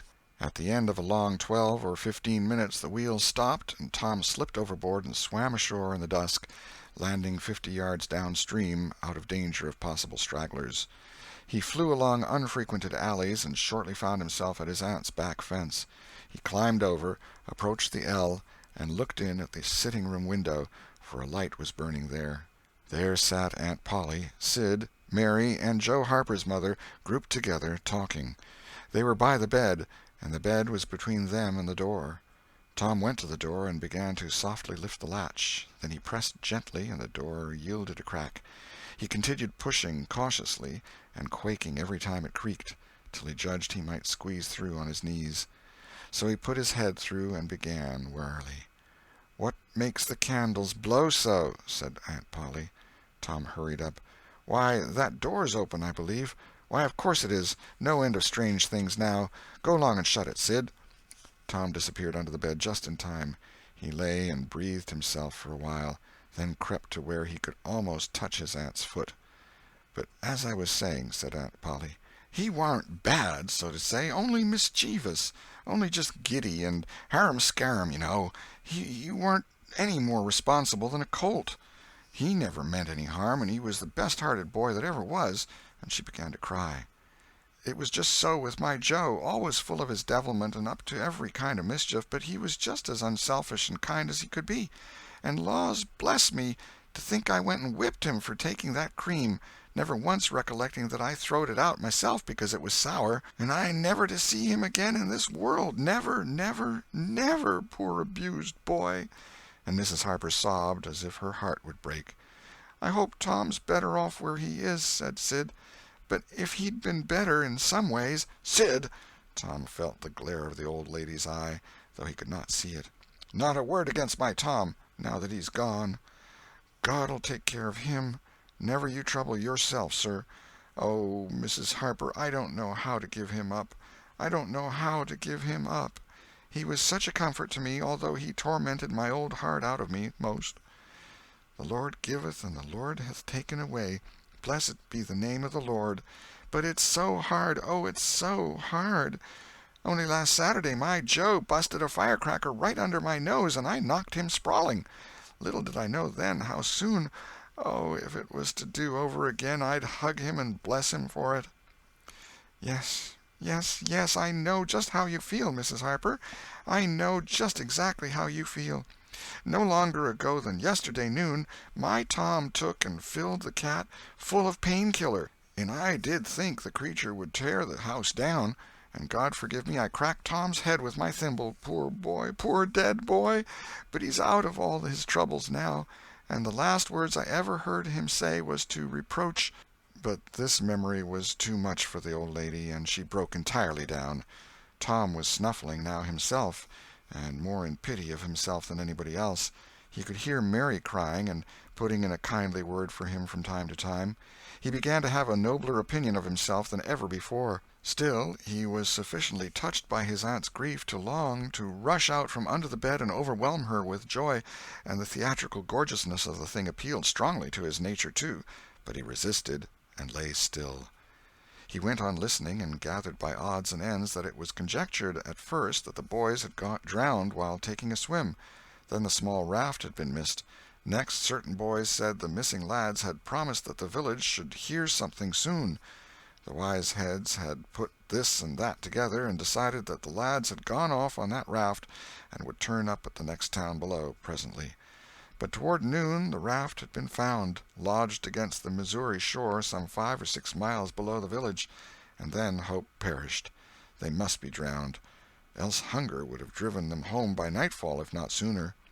It was believed that the search for the bodies had been a fruitless effort, merely because the drowning must have occurred in mid-channel, since the boys, being good swimmers, would otherwise have escaped to shore. This was Wednesday night. If the bodies continued missing until Sunday, all hope would be given over, and the funerals would be preached on that morning. Tom shuddered. Mrs. Harper gave a sobbing good night and turned to go. Then, with a mutual impulse, the two bereaved women flung themselves into each other's arms and had a good, consoling cry, and then parted. Aunt Polly was tender far beyond her wont in her good night to Sid and Mary. Sid snuffled a bit, and Mary went off crying with all her heart. Aunt Polly knelt down and prayed for Tom so touchingly, so appealingly, and with such measureless love in her words and her old trembling voice, that he was weltering in tears again long before she was through. He had to keep still long after she went to bed, for she kept making broken-hearted ejaculations from time to time, tossing unrestfully and turning over. But at last she was still, only moaning a little in her sleep. Now the boy stole out, rose gradually from the bedside, shaded the candle-light with his hand, and stood regarding her. His heart was full of pity for her. He took out his sycamore scroll and placed it by the candle. But something occurred to him, and he lingered considering. His face lighted with a happy solution of his thought. He put the bark hastily in his pocket. Then he bent over and kissed the faded lips, and straightway made his stealthy exit, latching the door behind him. He threaded his way back to the ferry landing, found nobody at large there, and walked boldly on board the boat, for he knew she was tenantless except that there was a watchman who always turned in and slept like a graven image. He untied the skiff at the stern, slipped into it, and was soon rowing cautiously upstream. When he had pulled a mile above the village, he started quartering across and bent himself stoutly to his work. He hit the landing on the other side neatly, for this was a familiar bit of work for him. He was moved to capture the skiff, arguing that it might be considered a ship and therefore a legitimate prey for a pirate, but he knew a thorough search would be made for it, and that might end in revelations. So he stepped ashore and entered the wood. He sat down and took a long rest, torturing himself meantime to keep awake, and then started warily down the home stretch. The night was far spent. It was broad daylight before he found himself fairly abreast the island bar. He rested again until the sun was well up and gilding the great river with its splendor, and then he plunged into the stream. A little later he paused, dripping, upon the threshold of the camp, and heard Joe say: "No, Tom's true blue, Huck.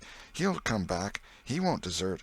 He knows that would be a disgrace to a pirate, and Tom's too proud for that sort of thing. He's up to something or other. I wonder what. Well, the things is ours, anyway, ain't they?" "Pretty near, but not yet, Huck. The writing says they are if he ain't back here to breakfast." "Which he is!" exclaimed Tom, with fine dramatic effect, stepping grandly into camp. A sumptuous breakfast of bacon and fish was shortly provided, and as the boys set to work upon it, Tom recounted, and adorned, his adventures. They were a vain and boastful company of heroes when the tale was done. Then Tom hid himself away in a shady nook to sleep till noon, and the other pirates got ready to fish and explore. Chapter 16. First Pipes. I've Lost My Knife. After dinner, all the gang turned out to hunt for turtle eggs on the bar. They went about poking sticks into the sand, and when they found a soft place, they went down on their knees and dug with their hands. Sometimes they would take 50 or 60 eggs out of one hole. They were perfectly round, white things, a trifle smaller than an English walnut. They had a famous fried egg feast that night, and another on Friday morning.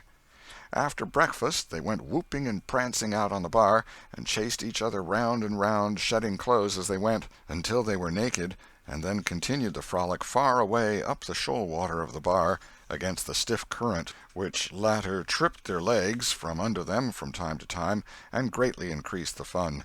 And now and then they stooped in a group and splashed water in each other's faces with their palms, gradually approaching each other with averted faces to avoid the strangling sprays, and finally gripping and struggling till the best man ducked his neighbor, and then they all went under in a tangle of white legs and arms, and came up blowing, sputtering, laughing, and gasping for breath at one and the same time. When they were well exhausted, they would run out and sprawl on the dry, hot sand, and lie there and cover themselves up with it, and by break from the water again and go through the original performance once more. Finally it occurred to them that their naked skin represented flesh-colored tights very fairly, so they drew a ring in the sand and had a circus, with 3 clowns in it, for none would yield this proudest post to his neighbor. Next they got their marbles and played knucks and ring-taw and keeps till that amusement grew stale. Then Joe and Huck had another swim, but Tom would not venture, because he found that in kicking off his trousers he had kicked his string of rattlesnake rattles off his ankle, and he wondered how he had escaped cramps so long without the protection of this mysterious charm. He did not venture again until he had found it, and by that time the other boys were tired and ready to rest. They gradually wandered apart, dropped into the dumps, and fell to gazing longingly across the wide river to where the village lay drowsing in the sun. Tom found himself writing Becky in the sand with his big toe. He scratched it out and was angry with himself for his weakness. But he wrote it again, nevertheless. He could not help it. He erased it once more, and then took himself out of temptation by driving the other boys together and joining them. But Joe's spirits had gone down almost beyond resurrection.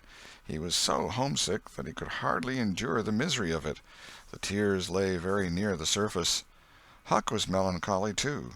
Tom was downhearted, but tried hard not to show it.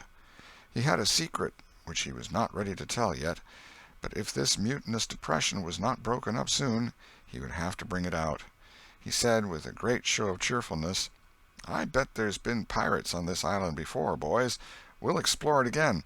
They've hid treasures here somewhere. How'd you feel to light on a rotten chest full of gold and silver, hey?" But it roused only a faint enthusiasm, which faded out with no reply. Tom tried 1 or 2 other seductions, but they failed, too. It was discouraging work. Joe sat poking up the sand with a stick and looking very gloomy. Finally he said, "Oh, boys, let's give it up. I want to go home. It's so lonesome." "Oh, no, Joe, you'll feel better by and by," said Tom. "Just think of the fishing that's here." "I don't care for fishing. I want to go home." "But, Joe, there ain't such another swimming place anywhere." "Swimming's no good. I don't seem to care for it, somehow, when there ain't anybody to say I shan't go in. I mean to go home." "Oh, shucks, baby, You want to see your mother, I reckon." "Yes, I do want to see my mother, and you would too if you had one. I ain't any more baby than you are." And Joe snuffled a little. "Well, we'll let the crybaby go home to his mother, won't we, Huck?" "Poor thing. Does it want to see its mother? And so it shall. You like it here, don't you, Huck? We'll stay, won't we?" Huck said, "Yes," without any heart in it. "I'll never speak to you again as long as I live," said Joe, rising. "There, now," and he moved moodily away and began to dress himself. "Who cares?" said Tom. "Nobody wants you to. Go 'long home and get laughed at. Oh, you're a nice pirate. Huck and me ain't crybabies. We'll stay, won't we, Huck? Let him go if he wants to. I reckon we can get along without him, p'raps." But Tom was uneasy, nevertheless, and was alarmed to see Joe go sullenly on with his dressing. And then it was discomforting to see Huck eyeing Joe's preparations so wistfully and keeping up such an ominous silence. Presently, without a parting word, Joe began to wade off toward the Illinois shore. Tom's heart began to sink. He glanced at Huck. Huck could not bear the look and dropped his eyes, and then he said, "I want to go too, Tom. It was getting so lonesome anyway, and now it'll be worse. Let's us go too, Tom." "I won't. You can all go if you want to. I mean to stay." "Tom, I better go." "Well, go along. Who's hindering you?" Huck began to pick up his scattered clothes, and he said, "Tom, I wish you'd come too. Now you think it over. We'll wait for you when we get to the shore." "Well, you'll wait a blame long time, that's all." Huck started sorrowfully away, and Tom stood looking after him, with a strong desire tugging at his heart to yield his pride and go along too. He hoped the boys would stop, but they still waded slowly on. It suddenly dawned on Tom that it was become very lonely and still. He made one final struggle with his pride, and then darted after his comrades, yelling, "Wait! Wait! I want to tell you something." They presently stopped and turned around. When he got to where they were, he began unfolding his secret, and they listened moodily, till at last they saw the point he was driving at. And then they set up a war-whoop of applause, and said it was splendid, and said if he had told them at first they wouldn't have started away. He made a plausible excuse, but his real reason had been the fear that not even the secret would keep them with him any very great length of time, and so he had meant to hold it in reserve as a last seduction. The lads came gaily back and went at their sports again with a will, chattering all the time about Tom's stupendous plan and admiring the genius of it. After a dainty egg and fish dinner, Tom said he wanted to learn to smoke now. Joe caught at the idea and said he would like to try too. So Huck made pipes and filled them. These novices had never smoked anything before but cigars made of grapevine, and they bit the tongue and were not considered manly anyway. Now they stretched themselves out on their elbows and began to puff, charily and with slender confidence. The smoke had an unpleasant taste, and they gagged a little, but Tom said, "Why, it's just as easy. If I'd have knowed this was all, I'd have learned long ago." "So would I," said Joe. "It's just nothing. Why, many a time I've looked at people smoking and thought, well, I wish I could do that, but I never thought I could," said Tom. "That's just the way with me, hain't it, Huck? You've heard me talk just that way, haven't you, Huck? I'll leave it to Huck if I haven't." "Yes, heaps of times," said Huck. "Well, I have too," said Tom. "Oh, hundreds of times. Once down by the slaughterhouse, don't you remember, Huck? Bob Tanner was there, and Johnny Miller, and Jeff Thatcher when I said it. Don't you remember, Huck, about me saying that?" "Yes, that's so," said Huck. "That was the day after I lost a white alley. No, 'twas the day before." "There, I told you so," said Tom. "Huck recollects it." "I believe I could smoke this pipe all day," said Joe. "I don't feel sick." "Neither do I," said Tom. "I could smoke it all day. But I bet you Jeff Thatcher couldn't." "Jeff Thatcher? Why, he'd keel over just with 2 draws. Just let him try it once. He'd see." "I bet he would. And Johnny Miller, I wish I could see Johnny Miller tackle it once." "Oh, don't I?" said Joe. "Why, I bet now Johnny Miller couldn't any more do this than nothing. Just one little snifter would fetch him." "'Deed it would, Joe. Say, I wish the boys could see us now." "So do I. Say, boys, don't say anything about it, and sometime when they're around I'll come up to you and say, 'Joe, got a pipe? I want to smoke.'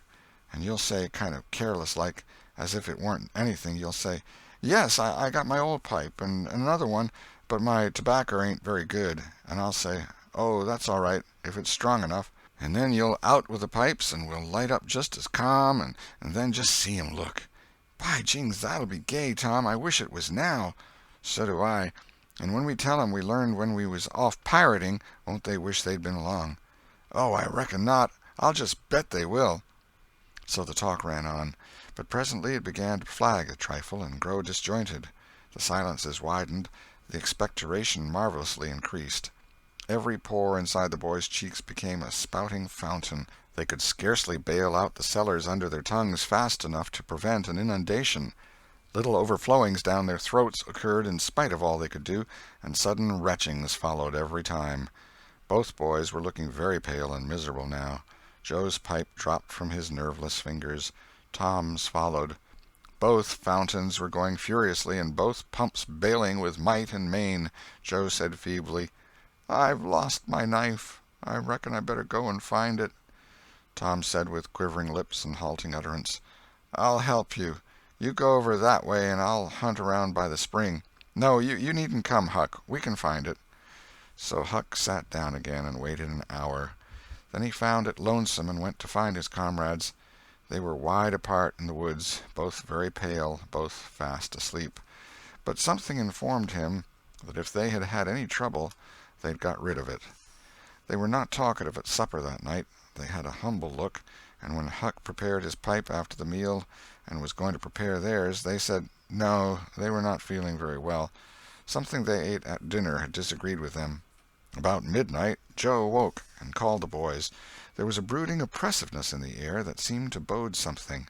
The boys huddled themselves together and sought the friendly companionship of the fire, though the dull, dead heat of the breathless atmosphere was stifling. They sat still, intent and waiting. The solemn hush continued. Beyond the light of the fire everything was swallowed up in the blackness of darkness. Presently there came a quivering glow that vaguely revealed the foliage for a moment, and then vanished. By and by another came, a little stronger. Then another. Then a faint moan came sighing through the branches of the forest, and the boys felt a fleeting breath upon their cheeks, and shuddered with the fancy that the spirit of the night had gone by. There was a pause. Now a weird flash turned night into day, and showed every little grass-blade, separate and distinct, and grew about their feet. And it showed 3 white startled faces, too. A deep peal of thunder went rolling and tumbling down the heavens, and lost itself in sullen rumblings in the distance. A sweep of chilly air passed by, rustling all the leaves and snowing the flaky ashes broadcast about the fire. Another fierce glare lit up the forest, and an instant crash followed that seemed to rend the tree-tops right over the boys' heads. They clung together in terror in the thick gloom that followed. A few big raindrops fell pattering upon the leaves. "Quick, boys, go for the tent!" exclaimed Tom. They sprang away, stumbling over the roots and among vines in the dark, no two plunging in the same direction. A furious blast roared through the trees, making everything sing as it went. One blinding flash after another, and the peal on peal of deafening thunder. And now a drenching rain poured down, and the rising hurricane drove it in sheets along the ground. The boys cried out to each other, but the roaring wind and the booming thunder blast drowned their voices utterly. However, one by one they straggled in at last and took shelter under the tent, cold, scared, and streaming with water. But to have company in misery seemed something to be grateful for. They could not talk, the old sail flapped so furiously, even if the other noises would have allowed them. The tempest rose higher and higher, and presently the sail tore loose from its fastenings and went winging away on the blast. The boys seized each other's hands and fled, with many tumblings and bruises, to the shelter of a great oak tree that stood upon the river bank. Now the battle was at its highest. Under the ceaseless conflagration of lightning that flamed in the skies, everything below stood out in clean-cut and shadowless distinction. The bending trees, the billowy river, white with foam, the driving spray of spume flakes, the dim outlines of the high bluffs on the other side, glimpsed through the drifting cloud-rack and the slanting veil of rain. Every little while some giant tree yielded the fight and fell crashing through the younger growth, and the unflagging thunder peals came now in ear-splitting explosive bursts, keen and sharp and unspeakably appalling. The storm culminated in one matchless effort that seemed likely to tear the island to pieces. burn it up, drown it to the tree-tops, and blow it away, and deafen every creature in it all at once at the same moment. It was a wild night for homeless young heads to be out in. But at last the battle was done, and the forces retired with weaker and weaker threatenings and grumblings, and peace resumed her sway. The boys went back to camp, a good deal awed, but they found there was still something to be thankful for, because the great sycamore, the shelter of their beds, was a ruin now, blasted by the lightnings, and they were not under it when the catastrophe happened. Everything in camp was drenched, the campfire as well, for they were but heedless lads, like their generation, and had made no provision against rain. Here was matter for dismay, for they were soaked through and chilled. They were eloquent in their distress, but they presently discovered that the fire had eaten so far up under the great log it had been built against, where it curved upward and separated itself from the ground, that a hand-breadth or so of it had escaped wetting. So they patiently wrought until, with shreds and bark gathered from undersides of sheltered logs, they coaxed the fire to burn again. Then they piled on great dead boughs till they had a roaring furnace, and were glad-hearted once more. They dried their boiled ham and had a feast, and after that they sat by the fire and expanded and glorified their midnight adventure until morning, for there was not a dry spot to sleep on anywhere around. As the sun began to steal in upon the boys, drowsiness came over them, and they went out on the sandbar and lay down to sleep. They got scorched out by and by, and drearily set about getting breakfast. After the meal they felt rusty and stiff-jointed and a little homesick once more. Tom saw the signs, and fell to cheering up the pirates as well as he could.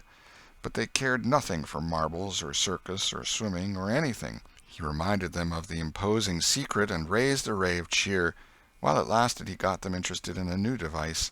This was to knock off being pirates for a while and be Indians for a change. They were attracted by this idea, so it was not long before they were stripped and striped from head to heel with black mud, like so many zebras, all of them chiefs, of course, and then they went tearing through the woods to attack an English settlement. By and by they separated into 3 hostile tribes, and darted upon each other from ambush with dreadful war-whoops, and killed and scalped each other by thousands. It was a gory day. Consequently it was an extremely satisfactory one. They assembled in camp towards supper-time, hungry and happy. But now a difficulty arose. Hostile Indians could not break the bread of hospitality together without first making peace, and this was a simple impossibility without smoking a pipe of peace. There was no other process that they ever had heard of. 2 of the savages almost wished they had remained pirates. However, there was no other way. So, with such show of cheerfulness as they could muster, they called for the pipe, and took their whiff as it passed in due form. And behold, they were glad they had gone into savagery, for they had gained something. They found that they could now smoke a little without having to go and hunt for a lost knife. They did not get sick enough to be seriously uncomfortable. They were not likely to fool away this high promise for lack of effort. No, they practiced cautiously, after supper, with right fair success, and so they spent a jubilant evening. They were prouder and happier in their new acquirement than they would have been in the scalping and skinning of the 6 nations. We will leave them to smoke and chatter and brag, since we have no further use for them at present. Chapter 17. Pirates at Their Own Funeral. But there was no hilarity in the little town that same tranquil Saturday afternoon. The Harpers and Aunt Polly's family were being put into mourning, with great grief and many tears. An unusual quiet possessed the village, although it was ordinarily quiet enough in all conscience. The villagers conducted their concerns with an absent mind, and talked little, but they sighed often. The Saturday holiday seemed a burden to the children. They had no heart in their sports, and gradually gave them up. In the afternoon Becky Thatcher found herself moping about the deserted schoolhouse yard, and feeling very melancholy, but she found nothing there to comfort her. She soliloquized, "Oh, if I only had a brass andiron knob again! But I haven't got anything now to remember him by," and she choked back a little sob. Presently she stopped and said to herself, "It was right here. Oh, if it was to do over again, I wouldn't say that. I wouldn't say it for the whole world. but he's gone now. I'll never, never, never see him any more." This thought broke her down, and she wandered away, with the tears rolling down her cheeks. Then quite a group of boys and girls, playmates of Tom's and Joe's, came by, and stood looking over the paling fence and talking in reverent tones of how Tom did so-and-so the last time they saw him, and how Joe said this and that small trifle, pregnant with awful prophecy, as they could easily see now, and each speaker pointed out the exact spot where the lost lad stood at the time, and then added something like, "And I was a-standing just so, just as I am now, and as if you was him, I was as close as that, and he smiled just this way, and then something seemed to go all over me, like awful, you know, and I never thought what it meant, of course, but I can see now." Then there was a dispute about who saw the dead boys last in life, and many claimed that dismal distinction, and offered evidences, more or less tampered with by the witness. And when it was ultimately decided who did see the departed last, and exchanged the last words with them, the lucky parties took upon themselves a sort of sacred importance, and were gaped at and envied by all the rest. One poor chap, who had no other grandeur to offer, said, with tolerably manifest pride in the remembrance, "Well, Tom Sawyer, he licked me once." But that bid for glory was a failure. Most of the boys could say that, and so that cheapened the distinction too much. The group loitered away, still recalling memories of the lost heroes in awed voices. When the Sunday school hour was finished the next morning, the bell began to toll instead of ringing in the usual way. It was a very still Sabbath, and the mournful sound seemed in keeping with the musing hush that lay upon nature. The villagers began to gather, loitering a moment in the vestibule to converse in whispers about the sad event. But there was no whispering in the house, only the funereal rustling of dresses as the women gathered to their seats disturbed the silence there. None could remember when the little church had been so full before. There was finally a waiting pause, an expectant dumbness, and then Aunt Polly entered, followed by Sid and Mary, and they by the Harper family, all in deep black, and the whole congregation, the old minister as well, rose reverently and stood until the mourners were seated in the front pew. There was another communing silence, broken at intervals by muffled sobs, and then the minister spread his hands abroad and prayed. A moving hymn was sung, and the text followed, "I am the resurrection and the life." As the service proceeded, the clergyman drew such pictures of the graces, the winning ways, and the rare promise of the lost lads, that every soul there, thinking he recognized these pictures, felt a pang in remembering that he had persistently blinded himself to them always before, and had as persistently seen only faults and flaws in the poor boys.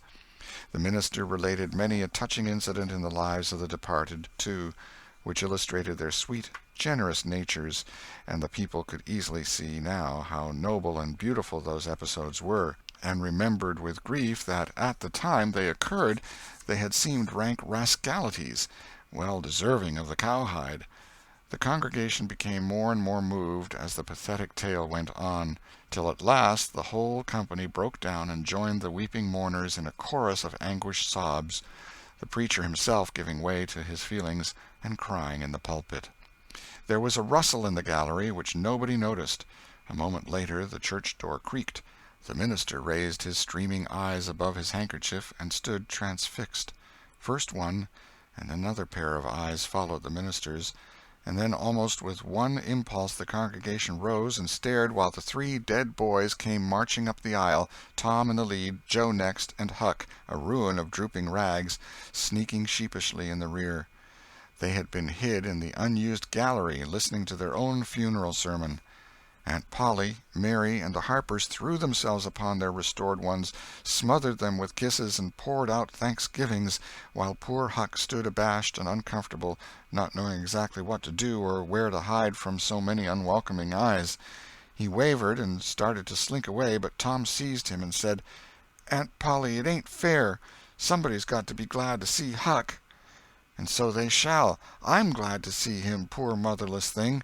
And the loving attentions Aunt Polly lavished upon him were the one thing capable of making him more uncomfortable than he was before.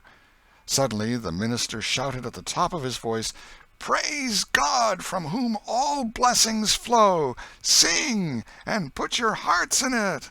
And they did. Old Hundred swelled up with a triumphant burst, and while it shook the rafters, Tom Sawyer the pirate looked around upon the envying juveniles about him, and confessed in his heart that this was the proudest moment of his life. As the souled congregation trooped out, they said they would almost be willing to be made ridiculous again to hear Old Hundred sung like that once more.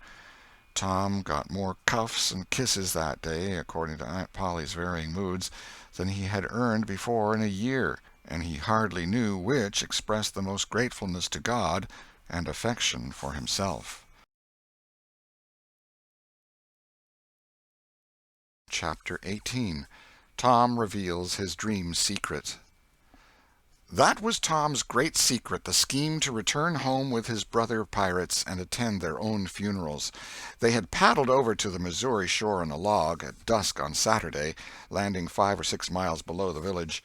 They had slept in the woods at the edge of the town till nearly daylight, and had then crept through back lanes and alleys and finished their sleep in the gallery of the church among a chaos of invalided benches. At breakfast Monday morning, Aunt Polly and Mary were very loving to Tom, and very attentive to his wants. There was an unusual amount of talk. In the course of it, Aunt Polly said, "Well, I don't say it wasn't a fine joke, Tom, to keep everybody suffering most a week so you boys had a good time, but it is a pity you could be so hard-hearted as to let me suffer so. If you could have come over on a log to go to your funeral, you could have come over and give me a hint some way that you warn't dead, but only run off." "Yes, you could have done that, Tom," said Mary, "and I believe you would if you had thought of it." "Would you, Tom?" said Aunt Polly, her face lightening wistfully. "Say now, would you if you'd thought of it?" Well, I don't know. 'Twould have spoiled everything." "Tom, I hoped you loved me that much," said Aunt Polly with a grieved tone that discomforted the boy. "It would have been something if you'd cared enough to think of it, even if you didn't do it." "Now, Auntie, that ain't any harm," pleaded Mary. "It's only Tom's giddy way. He's always in such a rush that he never thinks of anything." "More's the pity. Sid would have thought, and Sid would have come and done it, too. Tom, you'll look back some day when it's too late, and wish you'd cared a little more for me, when it would have cost you so little." "Now, Auntie, you know I do care for you," said Tom. "I'd know it better if you acted more like it." "I wish now I'd thought," said Tom with a repentant tone, "but I dreamed about you anyway. That's something, ain't it?" "It ain't much. A cat does that much. But it's better than nothing. What did you dream?" "Why, Wednesday night I dreamt that you was sitting over there by the bed, and Sid was sitting by the wood-box, and Mary next to him." "Well, so we did. So we always do. I'm glad your dreams could take even that much trouble about us. And I dreamt that Joe Harper's mother was here." "Why, she was here. Did you dream any more?" "Oh, lots, but it's so dim now." "Well, try to recollect, can't you?" "Somehow it seems to me that the wind blowed, try harder, Tom. The wind did blow something. Come." Tom pressed his fingers to his forehead an anxious minute, and then said, I've got it now. It blowed the candle." "Mercy on us. Go on, Tom, go on." "And it seems to me that you said, 'Why, I believe that door—'" "Go on, Tom." "Just let me study a moment. Just a moment. Oh, yes, you said you believed the door was open." "As I'm sitting here, I did. Didn't I, Mary? Go on." "And then, well, I won't be certain, but it seems like as if you made Sid go and— Well, what did I make him do, Tom? What did I make him do?" "You made him— you made him shut it." "Well, for land's sake, I never heard the beat of that in all my days. Don't tell me there ain't anything in dreams any more. Serenity Harper shall know of this before I'm an hour older. I'd like to see her get around this with her rubbage about superstition. Go on, Tom." "Oh, it's all getting just as bright as day now. Next you said I warn't bad, only mischievous and harum-scarum, and not any more responsible than I think it was a colt or something." "And so it was. Well, goodness gracious, go on, Tom." "And then you began to cry." So I did. Not the first time, neither. And then? Then Mrs. Harper, she began to cry and said Joe was just the same, and she wished she hadn't whipped him for taking cream when she'd throwed it out of her own self. Tom, the Spirit was upon you. You was a prophesying. That's what you was a-doing. Land alive, go on, Tom. Well, then Sid, he said, well, I don't think I said anything, said Sid. Yes, you did, Sid, said Mary. Shut your heads and let Tom go. What did he say, Tom? He said, I think he said he hoped I was better off where I was gone to, but if I'd been better sometimes— There, d'you hear that? It was his very words. And you shut him up sharp. I lay I did. There must have been an angel there. There was an angel there somewheres. And Mrs. Harper told about Joe scaring her with a firecracker, and you told about Peter and the painkiller, just as true as I live. And then there was a whole lot of talk about dragging the river for us, and about having the funeral Sunday, and then you and old Miss Harper hugged and cried, and she went. It happened just so. It happened just so, as sure as I'm sitting in these very tracks. Tom, you couldn't have told it more like if you'd have seen it. And then what? Go on, Tom. Then I thought you prayed for me, and I could see you and hear every word you said. And you went to bed, and I was so sorry that I took and wrote on a piece of sycamore bark, "We ain't dead, we are only off being pirates," and put it on the table by the candle. And then you looked so good laying there asleep that I thought I went and leaned over and kissed you on the lips. Did you, Tom? Did you? I just forgive you everything for that. And she seized the boy in a crushing embrace that made him feel like the guiltiest of villains. It was very kind, even though it was only a dream, Sid soliloquized, just audibly. Shut up, Sid. A body does just the same in a dream as he'd do if he was awake. Here's a big Milam apple I've been saving for you, Tom, if you was ever found again. Now go along to school. I'm thankful to the good God and Father of us all I've got you back. That's long-suffering and merciful to them that believe on him and keep his word, though goodness knows I'm unworthy of it. But if only the worthy ones got his blessings, and had his hand to help them over the rough places, there's few enough would smile here or ever enter into his rest when the long night comes. Go along, Sid, Mary, Tom. Take yourselves off. You've hindered me long enough. The children left for school, and the old lady to call on Mrs. Harper and vanquish her realism with Tom's marvelous dream. Sid had better judgment than to utter the thought that was in his mind as he left the house. It was this: pretty thin, as long as a dream is that, without any mistakes in it. What a hero Tom was become now. He did not go skipping and prancing, but moved with a dignified swagger as became a pirate who felt that the public eye was on him. And indeed it was. He tried not to seem to see the looks or hear the remarks as he passed along, but they were food and drink to him. Smaller boys than himself flocked at his heels, as proud to be seen with him and tolerated by him as if he had been the drummer at the head of a procession, or the elephant leading a menagerie into town. Boys of his own size pretended not to know he had been away at all, but they were consuming with envy nevertheless. They would have given anything to have had that swarthy, sun-tanned skin of his, and his glittering notoriety, and Tom would not have parted with either for a circus. At school the children made so much of him and of Joe, and delivered such eloquent admiration from their eyes, that the two heroes were not long in becoming insufferably stuck-up. They began to tell their adventures to hungry listeners, but they only began. It was not a thing likely to have an end, with imaginations like theirs to furnish material. And finally, when they got out their pipes and went serenely puffing around, the very summit of glory was reached. Tom decided that he could be independent of Becky Thatcher now. Glory was sufficient. He would live for glory.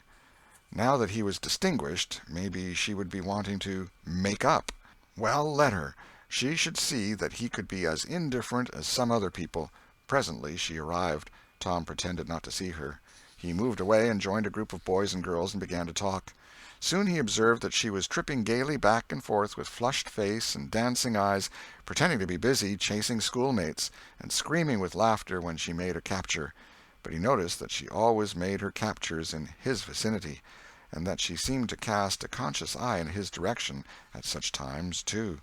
It gratified all the vicious vanity that was in him, and so, instead of winning him, it only set him up the more, and made him the more diligent to avoid betraying that he knew she was about. Presently she gave over skylarking, and moved irresolutely about, sighing once or twice and glancing furtively and wistfully toward Tom. Then she observed that now Tom was talking more particularly to Amy Lawrence than to anyone else. She felt a sharp pang and grew disturbed and uneasy at once. She tried to go away, but her feet were treacherous, and carried her to the group instead. She said to a girl almost at Tom's elbow, with sham vivacity, "Why, Mary Austin, you bad girl, why didn't you come to Sunday school?" "I did come. Didn't you see me?" "Why, no. Did you? Where did you sit?" "I was in Miss Peters' class, where I always go. I saw you." "Did you? Why, it's funny I didn't see you. I wanted to tell you about the picnic." "Oh, that's jolly. Who's going to give it?" "My ma's going to let me have one." "Oh, goody. I hope she'll let me come." "Well, she will. The picnic's for me. She'll let anybody come that I want, and I want you." "That's ever so nice. When is it going to be?" "By and by. Maybe about vacation." "Oh, won't it be fun! You going to have all the girls and boys?" "Yes, every one that's friends to me, or wants to be," and she glanced ever so furtively at Tom. But he talked right along to Amy Lawrence about the terrible storm on the island, and how the lightning tore the great sycamore tree all to flinders while he was standing within 3 feet of it. "Oh, may I come?" said Gracie Miller. "Yes." "And me?" said Sally Rogers. "Yes." "And me, too?" said Susie Harper. "And Joe?" "Yes."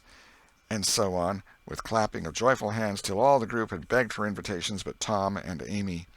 Then Tom turned coolly away, still talking, and took Amy with him. Becky's lips trembled and the tears came to her eyes. She hid these signs with a forced gaiety and went on chattering, but the life had gone out of the picnic now, and out of everything else.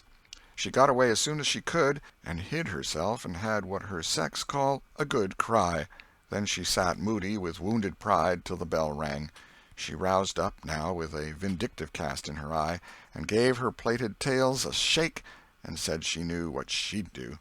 At recess Tom continued his flirtation with Amy with jubilant self-satisfaction, and he kept drifting about to find Becky and lacerate her with the performance. At last he spied her, but there was a sudden falling of his mercury. She was sitting cozily on a little bench behind the schoolhouse looking at a picture book with Alfred Temple, and so absorbed were they, and their heads so close together over the book, that they did not seem to be conscious of anything in the world besides. Jealousy ran red-hot through Tom's veins. He began to hate himself for throwing away the chance Becky had offered for a reconciliation. He called himself a fool, and all the hard names he could think of. He wanted to cry with vexation. Amy chatted happily along as they walked, for her heart was singing, but Tom's tongue had lost its function. He did not hear what Amy was saying, and whenever she paused expectantly he could only stammer an awkward assent, which was as often misplaced as otherwise. He kept drifting to the rear of the schoolhouse again and again to sear his eyeballs with the hateful spectacle there. He could not help it, and it maddened him to see, as he thought he saw, that Becky Thatcher never once suspected that he was even in the land of the living. But she did see, nevertheless, and she knew she was winning her fight, too, and was glad to see him suffer as she had suffered. Amy's happy prattle became intolerable. Tom hinted at things he had to attend to, things that must be done, and time was fleeting. But in vain the girl chirped on. Tom thought, "Oh, hang her, ain't I ever going to get rid of her?" At last he must be attending to those things, and she said artlessly that she would be around when school left out, and he hastened away, hating her for it. Any other boy, Tom thought, grating his teeth, any boy in the whole town but that St. Louis smarty that thinks he dresses so fine and is aristocracy. Oh, all right, I licked you the first day you ever saw this town, mister, and I'll lick you again. You just wait till I catch you out. I'll just take and he went through the motions of thrashing an imaginary boy, pummeling the air and kicking and gouging. "Oh, you do you? You holler enough, do you? Now, then, let that learn you." And so the imaginary flogging was finished to his satisfaction. Tom fled home at noon. His conscience could not endure any more of Amy's grateful happiness, and his jealousy could bear no more of the other distress. Becky resumed her picture inspections with Alfred, but as the minutes dragged along and no Tom came to suffer, her triumph began to cloud, and she lost interest. Gravity and absent-mindedness followed, and then melancholy. 2 or 3 times she pricked up her ear at a footstep, but it was a false hope. No Tom came. At last she grew entirely miserable, and wished she hadn't carried it so far. When poor Alfred, seeing that he was losing her, he did not know how, kept exclaiming, "Oh, here's a jolly one! Look at this!" she lost patience at last, and said, "Oh, don't bother me! I don't care for them!" and burst into tears and got up and walked away. Alfred dropped alongside and was going to try to comfort her, but she said, "Go away and leave me alone, can't you? I hate you!" So the boy halted, wondering what he could have done, for she had said she would look at pictures all through the nooning, and she walked on crying. Then Alfred went musing into the deserted schoolhouse. He was humiliated and angry. He easily guessed his way to the truth. The girl had simply made a convenience of him, to vent her spite upon Tom Sawyer. He was far from hating Tom the less when this thought occurred to him. He wished there was some way to get that boy into trouble without much risk to himself. Tom's spelling book fell under his eye. Here was his opportunity. He gratefully opened to the lesson for the afternoon and poured ink upon the page. Becky, glancing in at a window behind him at the moment, saw the act and moved on without discovering herself. She started homeward now, intending to find Tom and tell him. Tom would be thankful, and their troubles would be healed. Before she was halfway home, however, she had changed her mind.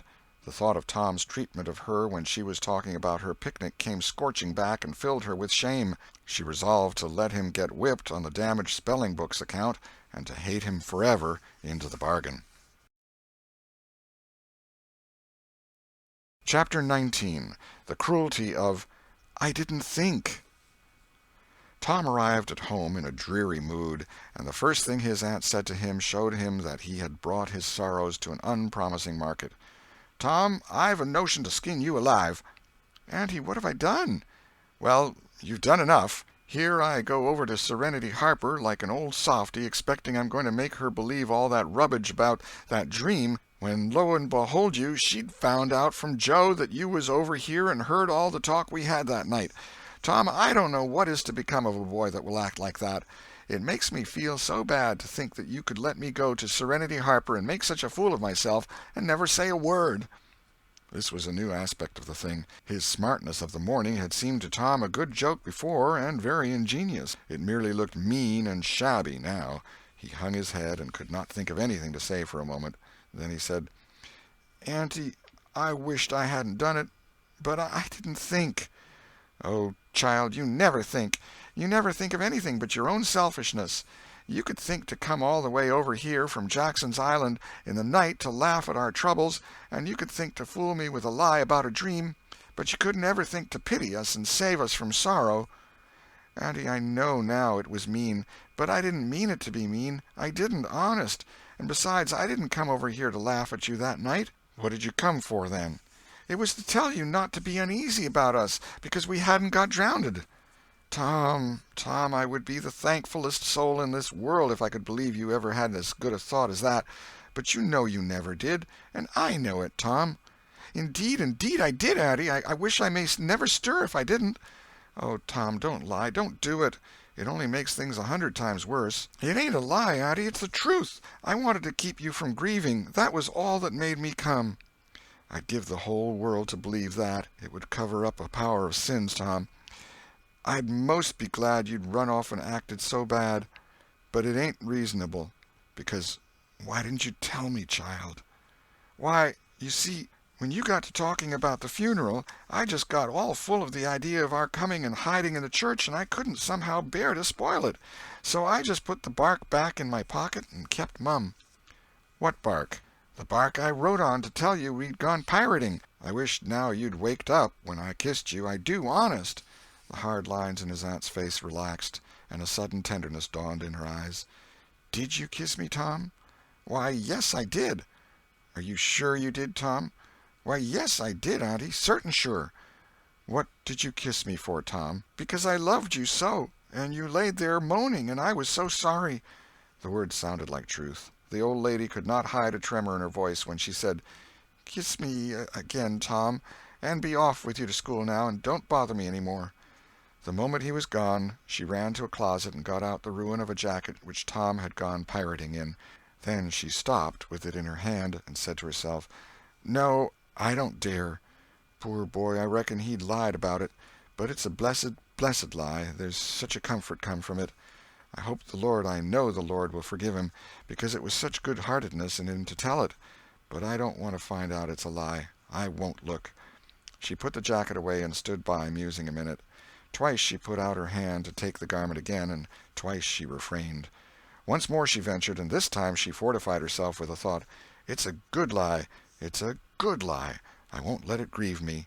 So she sought the jacket pocket. A moment later she was reading Tom's piece of bark through the flowing tears and saying, "I forgive the boy now if he'd committed 1,000,000 sins." Chapter 20. Tom Takes Becky's Punishment. There was something about Aunt Polly's manner when she kissed Tom that swept away his low spirits and made him light-hearted and happy again. He started to school, and had the luck of coming upon Becky Thatcher at the head of Meadow Lane. His mood always determined his manner. Without a moment's hesitation he ran to her and said, "I acted mighty mean today, Becky, and I'm so sorry. I won't ever do that way again, as long as I ever live. Please make up, won't you?" The girl stopped and looked at him scornfully in the face. "I'll thank you to keep yourself to yourself, Mr. Thomas Sawyer. I'll never speak to you again." She tossed her head and passed on. Tom was so stunned that he had not even presence of mind enough to say, "Who cares, Miss Smarty?" until the right time to say it had gone by. So he said nothing. But he was in a fine rage, nevertheless. He moped into the schoolyard, wishing she were a boy, and imagining how he would trounce her if she were. He presently encountered her and delivered a stinging remark as he passed. She hurled one in return, and the angry breach was complete. It seemed to Becky, in her hot resentment, that she could hardly wait for school to take in, she was so impatient to see Tom flogged for the injured spelling-book. If she had had any lingering notion of exposing Alfred Temple, Tom's offensive fling had driven it entirely away. Poor girl, she did not know how fast she was nearing trouble herself. The master, Mr. Dobbins, had reached middle age with an unsatisfied ambition. The darling of his desires was to be a doctor, but poverty had decreed that he should be nothing higher than a village schoolmaster. Every day he took a mysterious book out of his desk and absorbed himself in it at times when no classes were reciting. He kept that book under lock and key. There was not an urchin in school but was perishing to have a glimpse of it, but the chance never came. Every boy and girl had a theory about the nature of that book, but no two theories were alike, and there was no way of getting at the facts in the case. Now, as Becky was passing by the desk, which stood near the door, she noticed that the key was in the lock. It was a precious moment. She glanced around, found herself alone, and the next instant she had the book in her hands. The title page, Professor Somebody's Anatomy, carried no information to her mind, so she began to turn the leaves. She came at once upon a handsomely engraved and colored frontispiece, a human figure, stark naked. At that moment a shadow fell on the page, and Tom Sawyer stepped in at the door and caught the glimpse of the picture. Becky snatched at the book to close it, and had the hard luck to tear the pictured plate half down the middle. She thrust the volumes into the desk, turned the key, and burst out crying with shame and vexation. "Tom Sawyer, you are just as mean as you can be, to sneak up on a person and look at what they're looking at. How could I know you was looking at anything? You ought to be ashamed of yourself, Tom Sawyer. You know you're going to tell on me, and what shall I do? What shall I do? I'll be whipped, and I never was whipped in school." Then she stamped her little foot and said, "Be so mean if you want to. I know something that's going to happen. You just wait and you'll see. Hateful, hateful, hateful!" And she flung out of the house with a new explosion of crying. Tom stood still, rather flustered by this onslaught. Presently he said to himself, "What a curious kind of a fool a girl is. Never been licked in school. Shucks, what's a licking? That's just like a girl. They're so thin-skinned and chicken-hearted. Well, of course I ain't going to tell old Dobbins on this little fool, because there's other ways of getting even on her that ain't so mean. But what of it? Old Dobbins will ask who it was tore his book. Nobody'll answer. Then he'll do just the way he always does, ask first one and then t'other, and when he comes to the right girl he'll know it, without any telling. Girls' faces always tell on them. They ain't got any backbone. She'll get licked. Well, it's a kind of a tight place for Becky Thatcher, because there ain't any way out of it." Tom conned the thing a moment longer, and then added, "All right, though. She'd like to see me in such a fix. Let her sweat it out." Tom joined the mob of skylarking scholars outside. In a few moments the master arrived, and school took in. Tom did not feel a strong interest in his studies. Every time he stole a glance at the girls' side of the room, Becky's face troubled him. Considering all things, he did not want to pity her, and yet it was all he could do to help it. He could get up no exultation that was really worthy the name. Presently the spelling-book discovery was made, and Tom's mind was entirely full of his own matters for a while after that. Becky roused up from her lethargy of distress and showed good interest in the proceedings. She did not expect that Tom could get out of his trouble by denying that he spilt the ink on the book himself, and she was right. The denial only seemed to make the thing worse for Tom. Becky supposed she would be glad of that, and she tried to believe she was glad of it, but she found she was not certain. When the worst came to the worst, she had an impulse to get up and tell on Alfred Temple, but she made an effort and forced herself to keep still. "Because," said she to herself, "he'll tell about me tearing the book, sure. I wouldn't say a word, not to save his life." Tom took his whipping and went back to his seat, not at all broken-hearted, for he thought it was possible that he had unknowingly upset the ink on the spelling-book himself in some skylarking bout. He had denied it for form's sake, and because it was custom, and had stuck to the denial from principle. A whole hour drifted by. The master sat nodding in his throne. The air was drowsy with the hum of study. By and by Mr. Dobbins straightened himself up, yawned, and then unlocked his desk and reached for his book, but seemed undecided whether to take it out or leave it. Most of the pupils glanced up languidly, but there was two among them that watched his movements with intent eyes. Mr. Dobbins fingered his book absently for a while, then took it out and settled himself in his chair to read. Tom shot a glance at Becky. He had seen a hunted and helpless rabbit look as she did, with a gun leveled at its head. Instantly he forgot his quarrel with her. Quick, something must be done in a flash, too. But the very imminence of the emergency paralyzed his invention.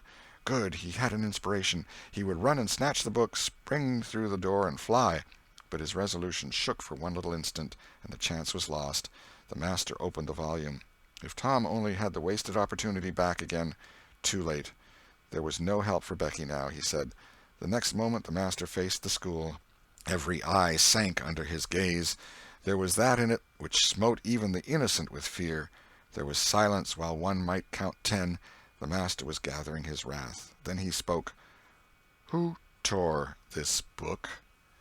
There was not a sound. One could have heard a pin drop. The stillness continued. The master searched face after face for signs of guilt. "Benjamin Rogers, did you tear this book?" A denial. Another pause. "Joseph Harper, did you?" Another denial. Tom's uneasiness grew more and more intense under the slow torture of these proceedings. The master scanned the ranks of boys, considered a while, then turned to the girls. "Amy Lawrence." A shake of the head. "Gracie Miller." The same sign. "Susan Harper, did you do this?" Another negative.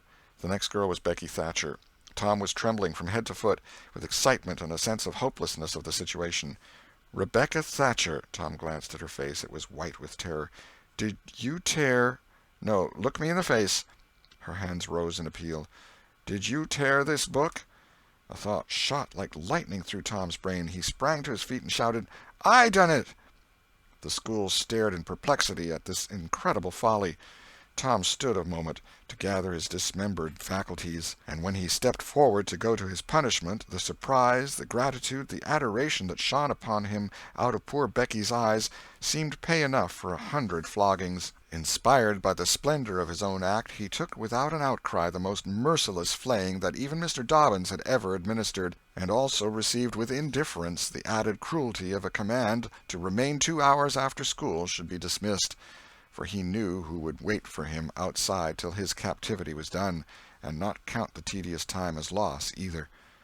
Tom went to bed that night planning vengeance against Alfred Temple, for with shame and repentance Becky had told him all, not forgetting her own treachery, but even the longing for vengeance had to give way soon to pleasanter musings, and he fell asleep at last, with Becky's latest words lingering dreamily in his ear. "Tom, how could you be so noble?"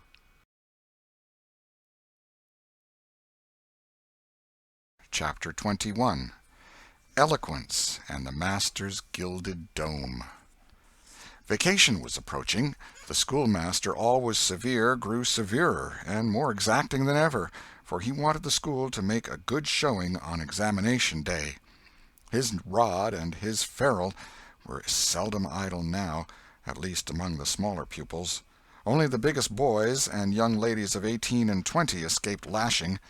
Mr. Dobbin's lashings were very vigorous ones, too, for although he carried under his wig a perfectly bald and shiny head, he had only reached middle age, and there was no sign of feebleness in his muscle.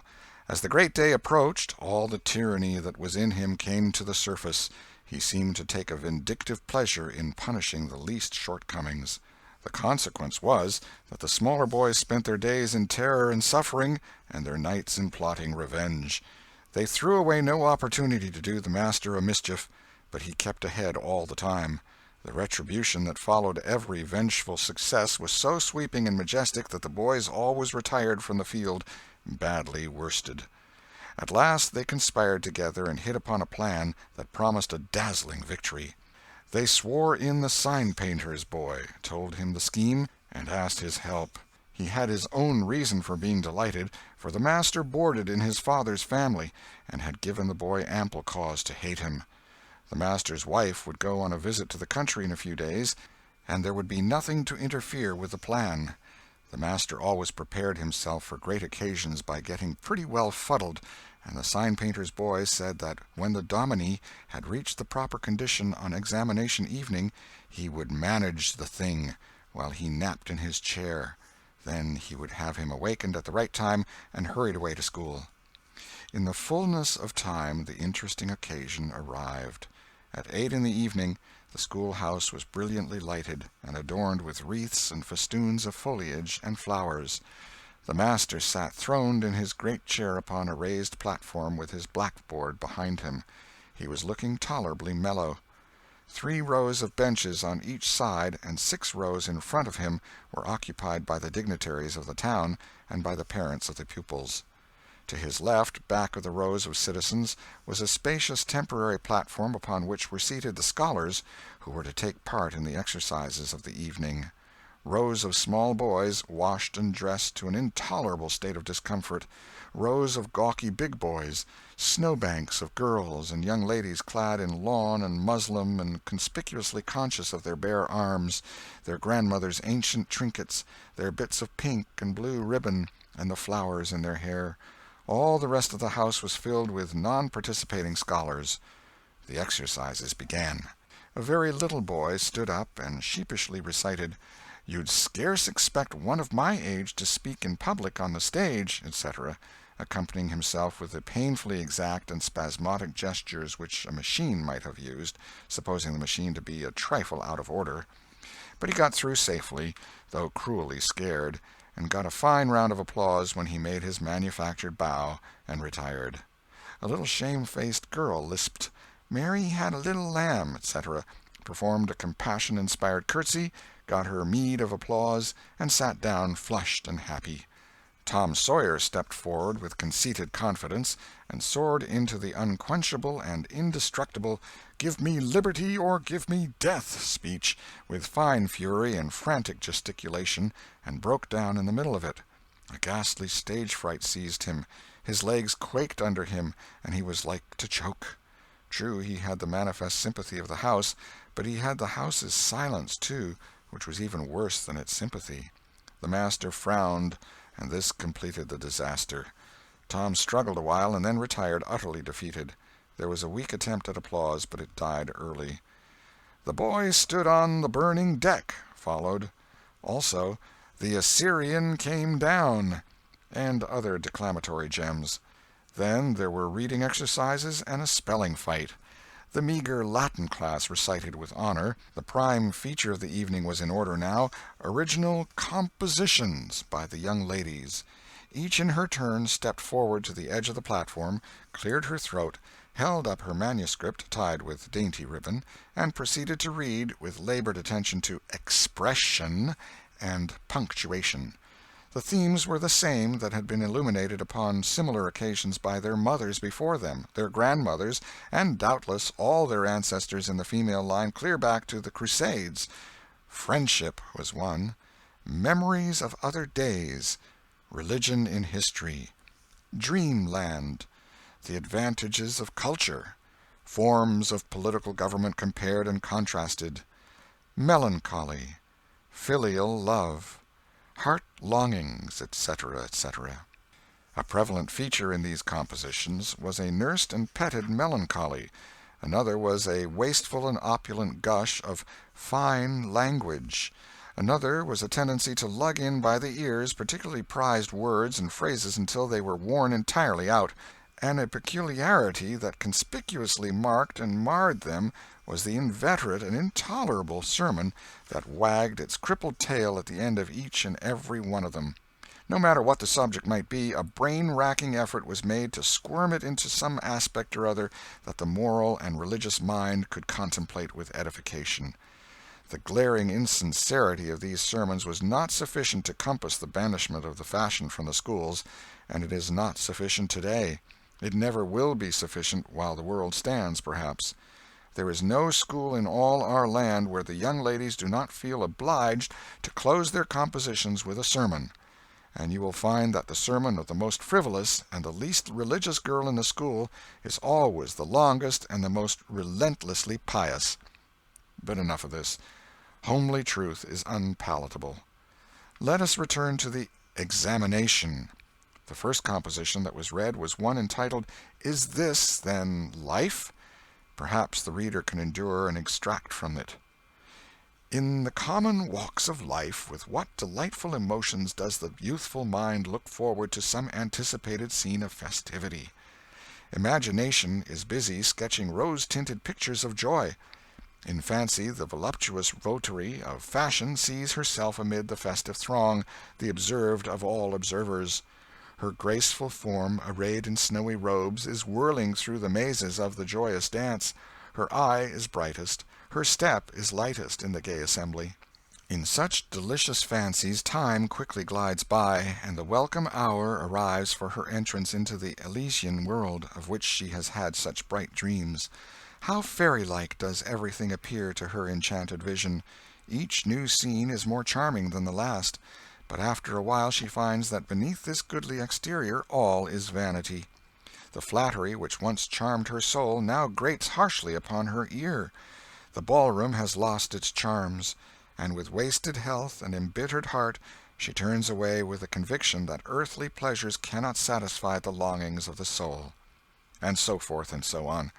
There was a buzz of gratification from time to time during the reading, accompanied by whispered ejaculations of "How sweet!" "How eloquent!" "So true!" etc., and after the thing had closed with a peculiarly afflicting sermon, the applause was enthusiastic. Then arose a slight, melancholy girl, whose face had the interesting paleness that comes of pills and indigestion, and read a poem. 2 stanzas of it will do. A Missouri Maiden's Farewell to Alabama. Alabama, good-bye, I love thee well, but yet for a while do I leave thee now. Sad, yes, sad thoughts of thee my heart does swell, and burning recollections throng my brow, for I have wandered through thy flowery woods, have roamed and read near Tallapoosa's stream, have listened to Talissee's warring floods, and wooed on Coosa's side Aurora's beam. Yet shame I not to bear an o'erfull heart, nor blush to turn behind my tearful eyes.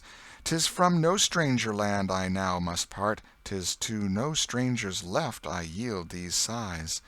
Welcome and home were mine within this state, whose vales I leave, whose spires fade fast from me, and cold must be mine eyes, and heart, and tet, when, dear Alabama, they turn cold on thee. There were very few there who knew what tet meant, but the poem was very satisfactory nevertheless. Next appeared a dark-complexioned, black-eyed, black-haired young lady, who paused an impressive moment, assumed a tragic expression, and began to read in a measured, solemn tone. A Vision. Dark and tempestuous was night. Around the throne on high not a single star quivered, but the deep intonations of the heavy thunder constantly vibrated upon the ear, whilst the terrific lightning revelled in angry mood through the cloudy chambers of heaven, seeming to scorn the power exerted over its terror by the illustrious Franklin. Even the boisterous winds unanimously came forth from their mystic homes, and blustered about as if to enhance by their aid the wildness of the scene. At such a time, so dark, so dreary, for human sympathy my very spirit sighed, but instead thereof, "My dearest friend, my counselor, my comforter and guide, my joy in grief, my second bliss in joy," came to my side. She moved like one of those bright beings pictured in the sunny walks of fancy's Eden by the romantic and young, a queen of beauty, unadorned save by her own transcendent loveliness. So soft was her step, it failed to make even a sound, and but for the magical thrill imparted by her genial touch, as other unobtrusive beauties, she would have glided away unperceived, unsought. A strange sadness rested upon her features, like icy tears upon the robe of December, as she pointed to the contending elements without, and bade me contemplate the two beings presented. This nightmare occupied some 10 pages of manuscript, and wound up with a sermon so destructive of all hope to non-Presbyterians that it took the first prize. This composition was considered to be the very finest effort of the evening. The mayor of the village, in delivering the prize to the author of it, made a warm speech in which he said that it was by far the most eloquent thing he had ever listened to, and that Daniel Webster himself might well be proud of it. It may be remarked in passing that the number of compositions in which the word beauteous was overfondled, and human experience referred to as life's pages, was up to the usual average. Now the master, mellow almost to the verge of geniality, put his chair aside, turned his back to the audience, and began to draw a map of America on the blackboard to exercise the geography class upon. But he made a sad business of it with his unsteady hand, and a smothered titter rippled over the house. He knew what the matter was, and set himself to right it. He sponged out lines and remade them, but he only distorted them more than ever, and the tittering was more pronounced. He threw his entire attention upon his work now, as if determined not to be put down by the mirth. He felt that all eyes were fastened upon him.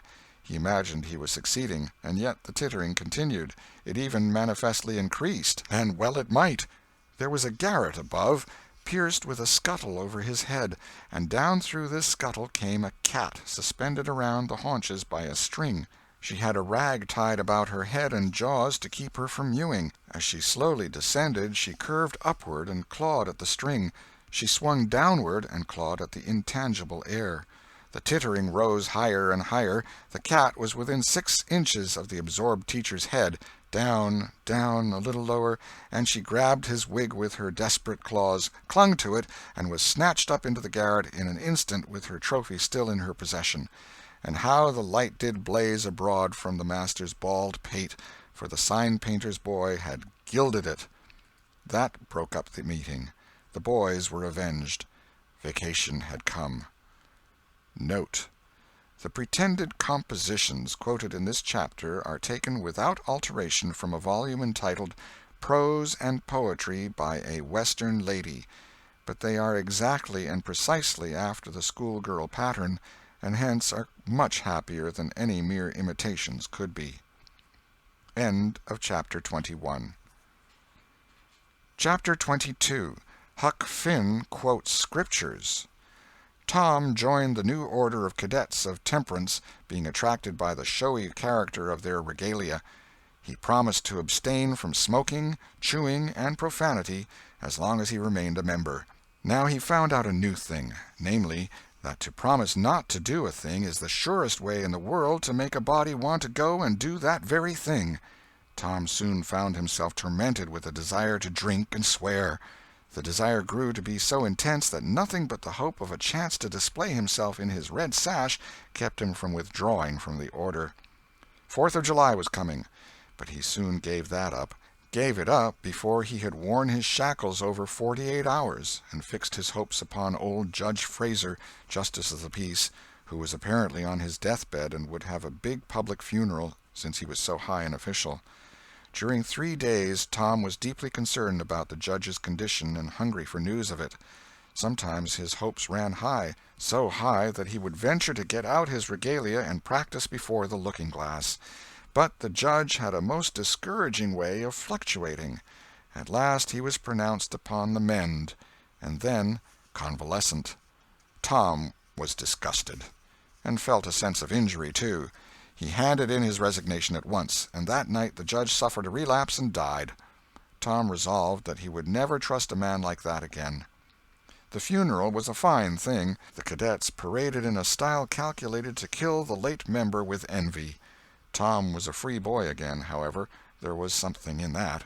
He could drink and swear now, but found to his surprise that he did not want to. The simple fact that he could took the desire away and the charm of it. Tom presently wondered to find that his coveted vacation was beginning to hang a little heavily on his hands.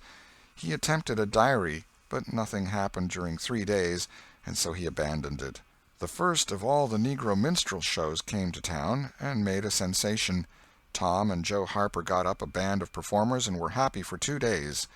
Even the glorious Fourth was in some sense a failure, for it rained hard, there was no procession in consequence, and the greatest man in the world, as Tom supposed, Mr. Benton, an actual United States Senator, proved an overwhelming disappointment, for he was not 25 feet high, nor even anywhere in the neighborhood of it. A circus came. The boys played circus for 3 days afterward in tents made of rag carpeting. Admission, 3 pins for boys, 2 for girls, and then circusing was abandoned. A phrenologist and a mesmerizer came, and went again, and left the village duller and drearier than ever. There were some boys' and girls' parties, but they were so few and so delightful that they only made the aching voids between ache the harder. Becky Thatcher was gone to her Constantinople home to stay with her parents during vacation, so there was no bright side to life anywhere. The dreadful secret of the murder was a chronic misery. It was a very cancer for permanency and pain. Then came the measles. During 2 long weeks Tom lay a prisoner, dead to the world and its happenings. He was very ill. He was interested in nothing. When he got upon his feet at last and moved feebly downtown, a melancholy change had come over everything and every creature. There had been a revival, and everybody had got religion, not only the adults but even the boys and girls. Tom went about, hoping against hope for the sight of one blessed sinful face, but disappointment crossed him everywhere. He found Joe Harper studying a Testament, and turned sadly away from the depressing spectacle. He sought Ben Rogers, and found him visiting the poor with a basket of tracts. He hunted up Jim Hollis, who called his attention to the precious blessing of his late measles as a warning.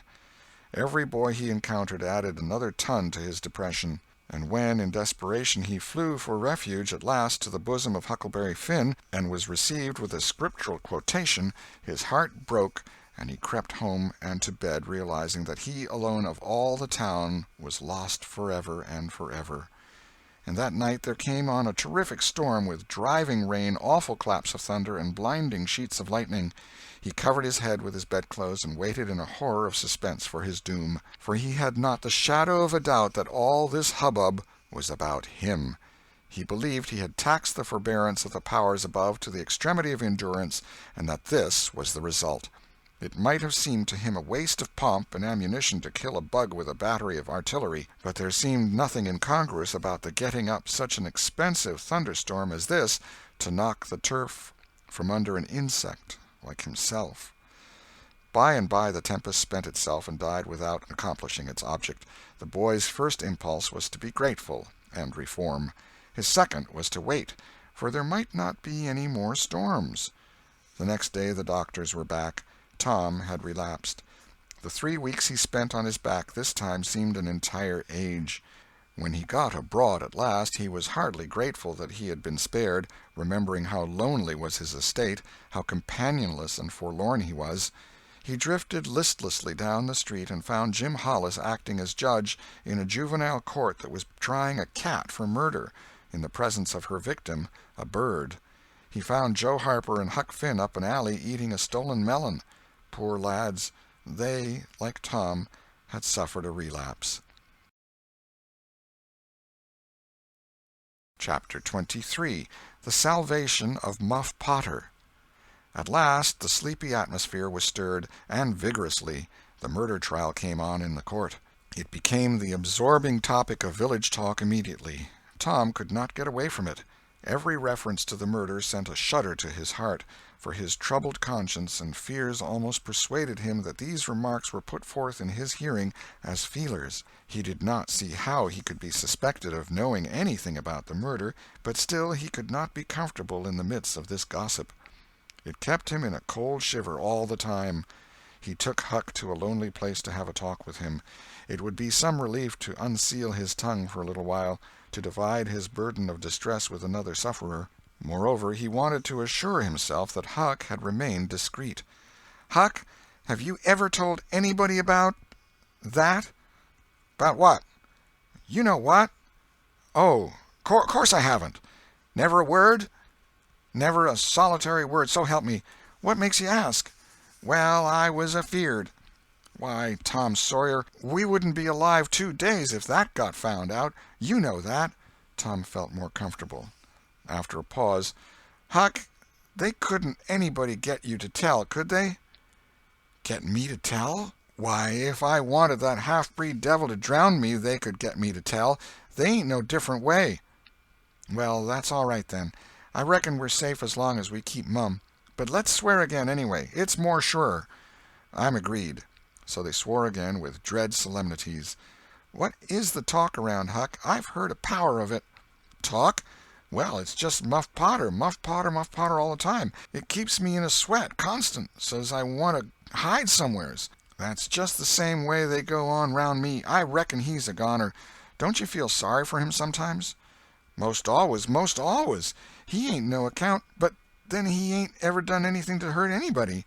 Just fishes a little, to get money to get drunk on, and loafs around considerable." "But, Lord, we all do that.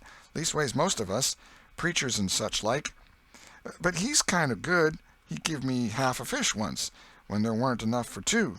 And lots of times he's kind of stood by me when I was out of luck." "Well, he's mended kites for me, Huck, and knitted hooks onto my line. I wish we could get him out of there." "My, we couldn't get him out, Tom, and besides, 'twouldn't do any good. They'd catch him again." "Yes, so they would. But I hate to hear 'em abuse him so like the dickens when he never done that." "I do too, Tom. Lord, I hear 'em say he's the bloodiest looking villain in this country, and they wonder he wasn't ever hung before." "Yes, they talk like that all the time. I've heard 'em say that if he was to get free they'd lynch him." "And they'd do it, too." The boys had a long talk, but it brought them little comfort. As the twilight drew on, they found themselves hanging about the neighborhood of the little isolated jail, perhaps with an undefined hope that something would happen that might clear away their difficulties. But nothing happened. There seemed to be no angels or fairies interested in this luckless captive. The boys did as they had often done before, went to the cell grating and gave Potter some tobacco and matches. He was on the ground floor, and there were no guards. His gratitude for their gifts had always smote their conscience before. It cut deeper than ever this time. They felt cowardly and treacherous to the last degree when Potter said, "You've been mighty good to me, boys, better'n anybody else in this town, and I don't forget it, I don't. Often I says to myself, says I used to mend all the boys' kites and things and show 'em where the good fishing places was, and befriend 'em what I could, and now they've all forgot old Muff when he's in trouble, but Tom don't and Huck don't. They don't forget him, says I, and I don't forget them. Well, boys, I done an awful thing. Drunk and crazy at the time, that's the only way I count for it, and now I got to swing for it, and it's right. Right, and best, too, I reckon. I hope so, anyway. Well, we won't talk about that. I don't want to make you feel bad. You've befriended me.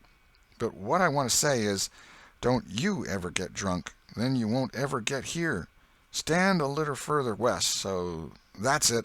It's a prime comfort to see faces that's friendly when a body's in such a muck of trouble, and there don't none come here but yourn. Good friendly faces. Good friendly faces. Get up on one another's backs and let me touch 'em. That's it. Shake hands. Yourn'll come through the bars, but mine's too big. Little hands and weak, and they've helped Muff Potter a power, and they'd help him more if they could." Tom went home miserable, and his dreams that night were full of horrors.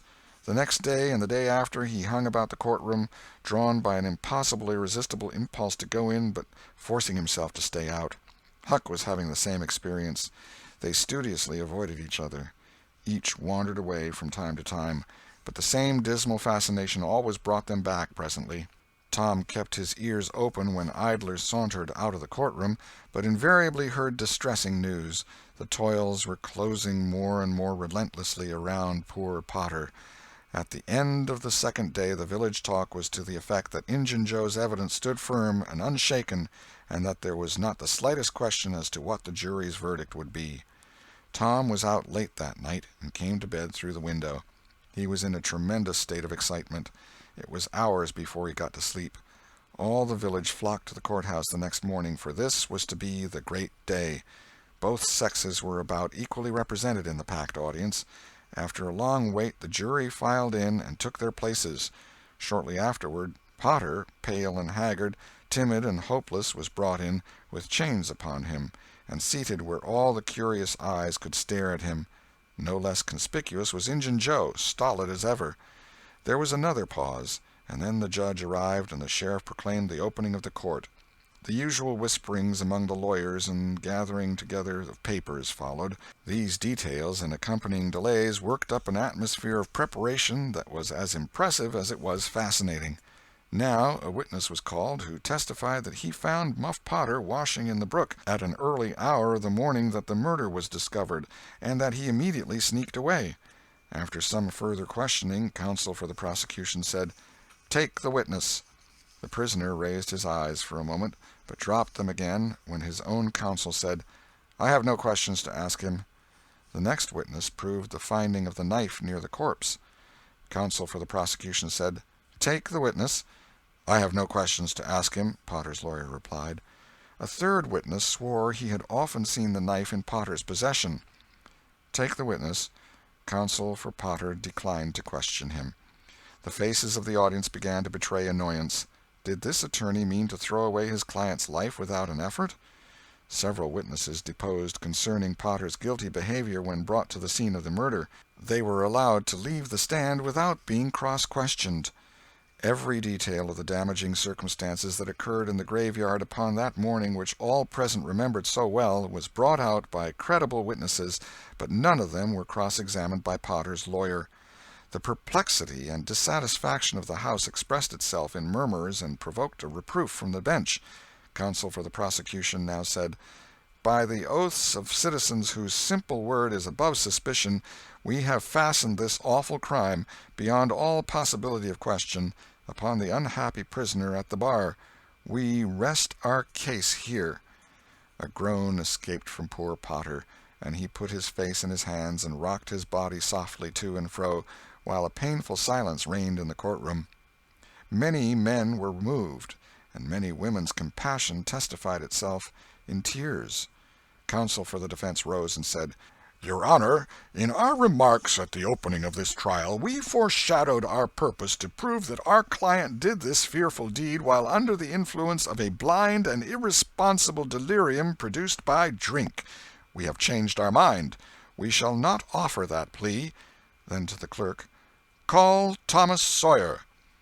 A puzzled amazement awoke in every face in the house, not even excepting Potter's. Every eye fastened itself with wondering interest upon Tom as he rose and took his place upon the stand. The boy looked wild enough, for he was badly scared. The oath was administered. "Thomas Sawyer, where were you on the 17th of June about the hour of midnight?" Tom glanced at Injun Joe's iron face, and his tongue failed him. The audience listened breathless, but the words refused to come. After a few moments, however, the boy got a little of his strength back, and managed to put enough of it into his voice to make part of the house hear.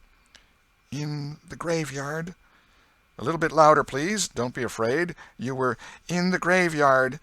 A contemptuous smile flitted across Injun Joe's face. "Were you anywhere near Horse William's grave?" "Yes, sir." "Speak up, just a trifle louder. How near were you?" "Near as I am to you." "Were you hidden or not?" "I was hid." "Where?"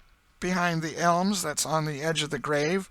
Injun Joe gave a barely perceptible start. "Anyone with you?" "Yes, sir. I went there with—" Wait a moment. Never mind mentioning your companion's name. We will produce him at the proper time. Did you carry anything there with you?" Tom hesitated and looked confused. "Speak out, my boy. Don't be diffident. The truth is always respectable. What did you take there?" "Only a dead cat." There was a ripple of mirth which the court checked. "We will produce the skeleton of that cat. Now, my boy, tell us everything that occurred. Tell it in your own way. Don't skip anything, and don't be afraid." Tom began, hesitatingly at first, but as he warmed to his subject his words flowed more and more easily. In a little while every sound ceased but his own voice. Every eye fixed itself upon him. With parted lips and bated breath the audience hung upon his words, taking no note of time, wrapped in the ghastly fascination of the tale. The strain upon pent emotion reached its climax when the boy said, "And as the doctor fetched the board around and Muff Potter fell, Injun Joe jumped with a knife and—" Crash! Quick as lightning the half-breed sprang for a window, tore his way through all opposers, and was gone.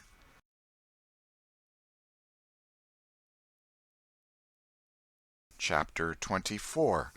Splendid Days and Fearsome Nights.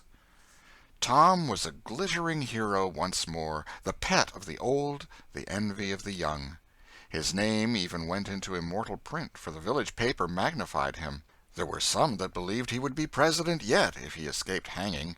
As usual, the fickle, unreasoning world took Muff Potter to its bosom, and fondled him as lavishly as it had abused him before. But that sort of conduct is to the world's credit, therefore it is not well to find fault with it. Tom's days were days of splendor and exaltation to him, but his nights were seasons of horror. Injun Joe infested all his dreams, and always with doom in his eye. Hardly any temptation could persuade the boy to stir abroad after nightfall. Poor Huck was in the same state of wretchedness and terror, for Tom had told the whole story to the lawyer the night before the great day of the trial, and Huck was sore afraid that his share in the business might leak out yet, notwithstanding Injun Joe's flight had saved him the suffering of testifying in court.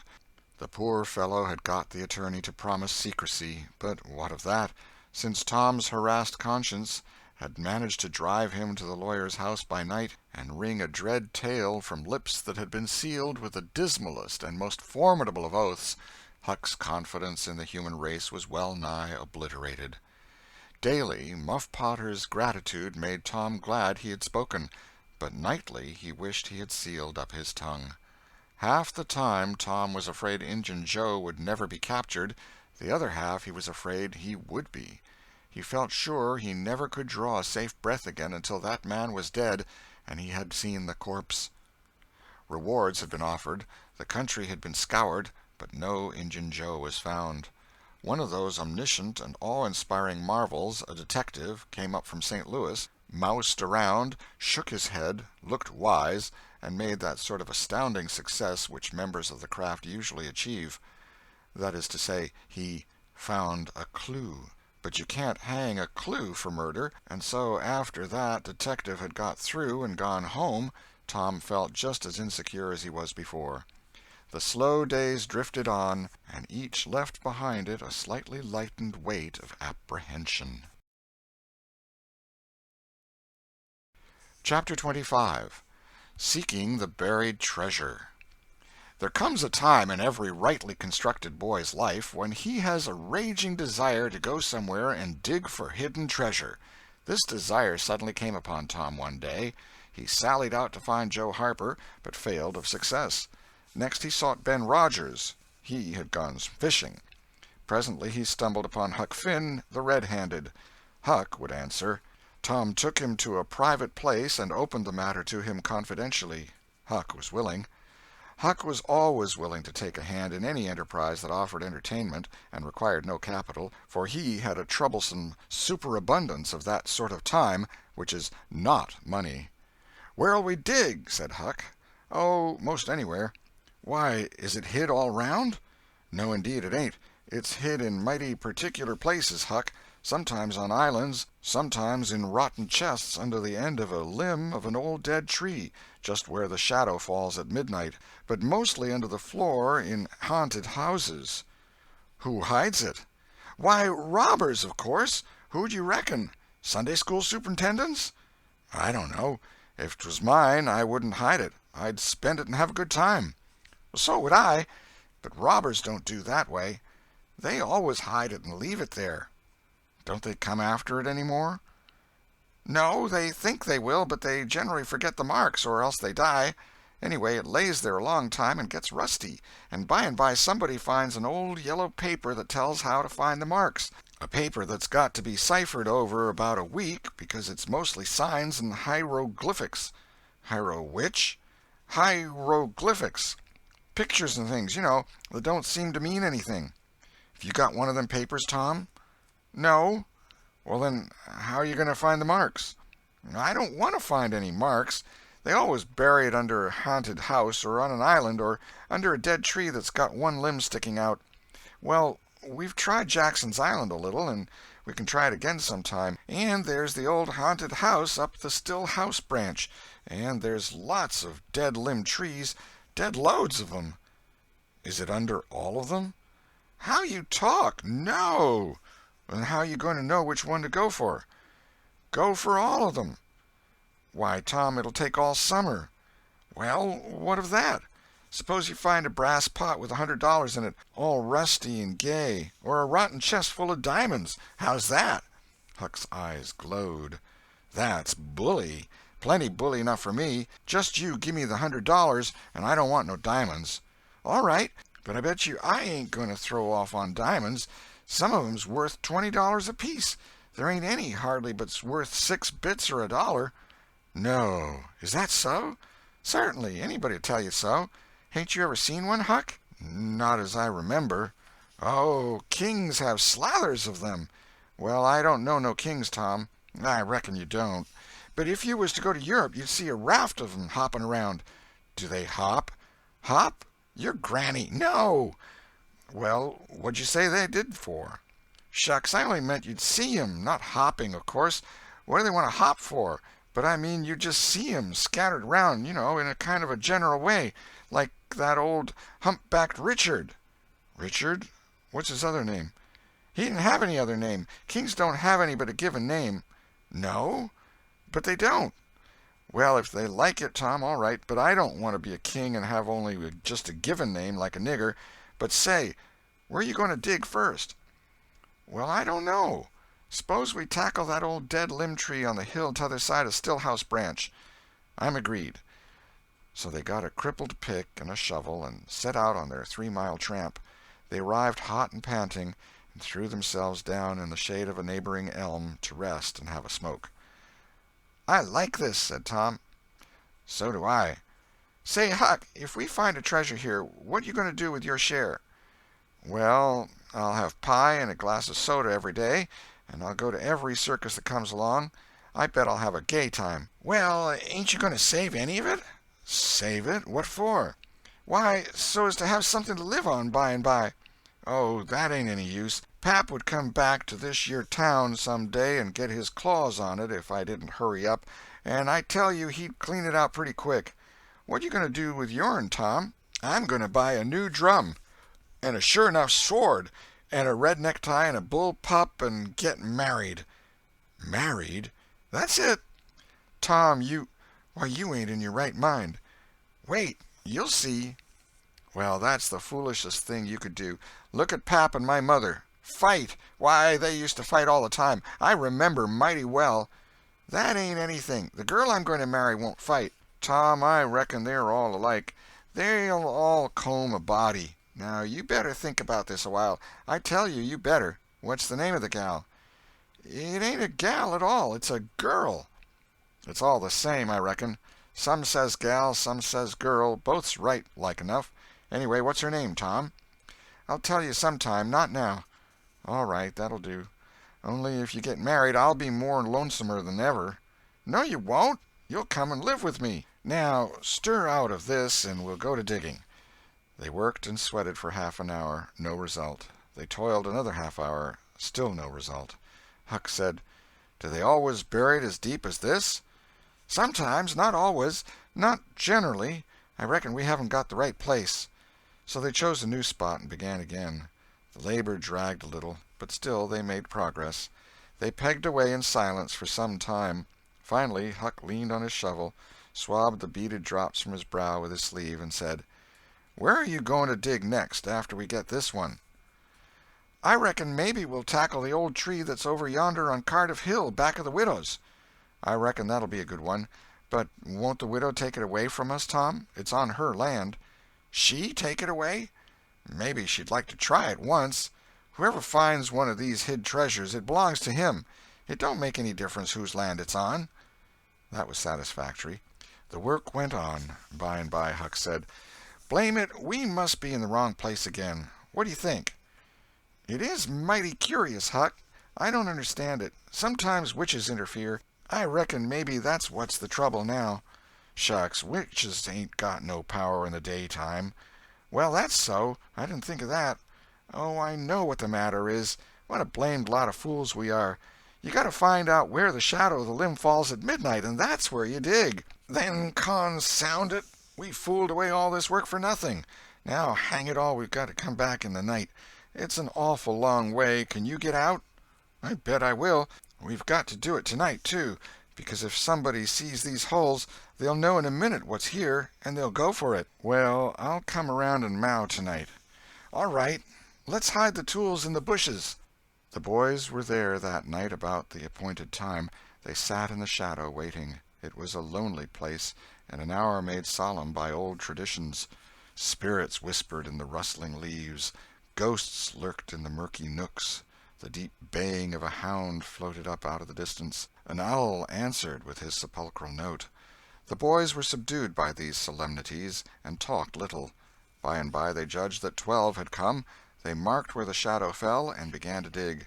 Their hopes commenced to rise. Their interest grew stronger, and their industry kept pace with it.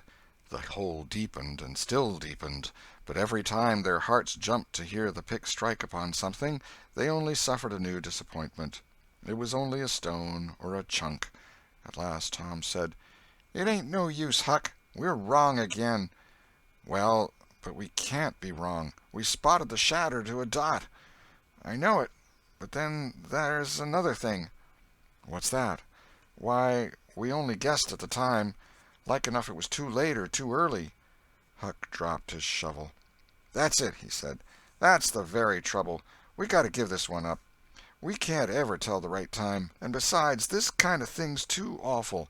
Here this time of night with witches and ghosts a-fluttering around so. I feel as if something's behind me all the time, and I'm afeard to turn around because maybe there's others in front a-waiting for a chance. I've been creeping all over ever since I got here." "Well, I've been pretty much so too, Huck. They most always put in a dead man when they bury a treasure under a tree, to look out for it." "Lordy!" "Yes, they do. I've always heard that."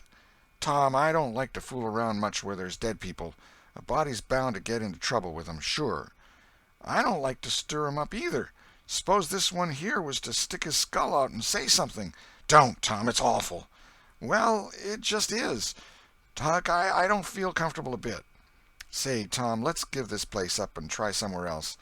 "All right, I reckon we better." "What'll it be?"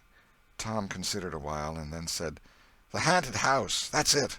"Blame it, I don't like haunted houses, Tom. Why, they're a dern sight worse'n dead people. Dead people might talk, maybe, but they don't come sliding around in a shroud when you ain't noticing, and peep over your shoulder all of a sudden and grit their teeth the way a ghost does. I couldn't stand such a thing as that, Tom. Nobody could." "Yes, but, Huck, ghosts don't travel around only at night. They won't hinder us from digging there in the daytime." "Well, that's so. But you know mighty well people don't go about that haunted house in the day nor the night." "Well, that's mostly because they don't like to go where a man's been murdered, anyway. But nothing's ever been seen around that house except in the night. Just some blue lights slipping by the windows. No regular ghosts." "Well, where you see one of them blue lights flickering around, Tom, you can bet there's a ghost mighty close behind it. It stands to reason, because you know that they don't anybody but ghosts use 'em." "Yes, that's so. But anyway, they don't come around in the daytime, so what's the use of our being afeard?" "Well, all right, we'll tackle the haunted house if you say so, but I reckon it's taking chances."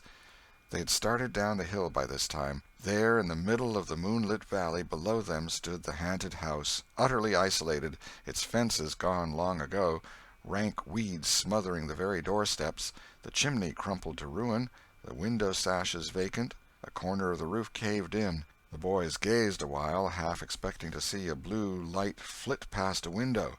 Then, talking in a low tone, as befitted the time and the circumstances, they struck far off to the right, to give the haunted house a wide berth, and took their way homeward through the woods that adorned the rearward side of Cardiff Hill. Chapter 26. Real robbers seize the box of gold. About noon the next day the boys arrived at the dead tree. They had come for their tools. Tom was impatient to go to the haunted house. Huck was measurably so, also, but suddenly said, "Looky here, Tom, do you know what day it is?"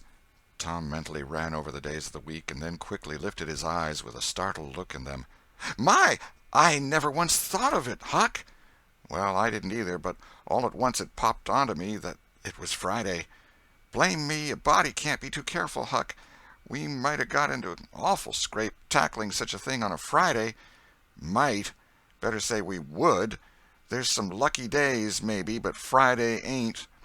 "Any fool knows that. I don't reckon you was the first that found it out, Huck."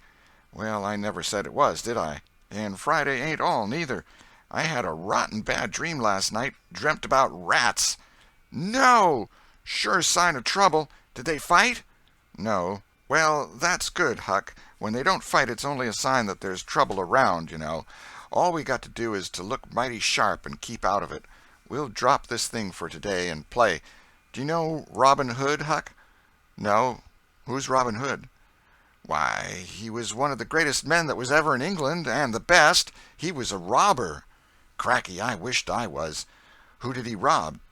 "Only sheriffs and bishops and rich people and kings and such like. But he never bothered the poor. He loved 'em. He always divided up with 'em perfectly square." "Well, he must have been a brick." "I bet you he was, Huck. Oh, he was the noblest man that ever was. They ain't any such men now, I can tell you. He could lick any man in England with one hand tied behind him, and he could take his yew-bow and plug a 10-cent piece every time, a mile and a half." "What's a yew-bow?" "I don't know.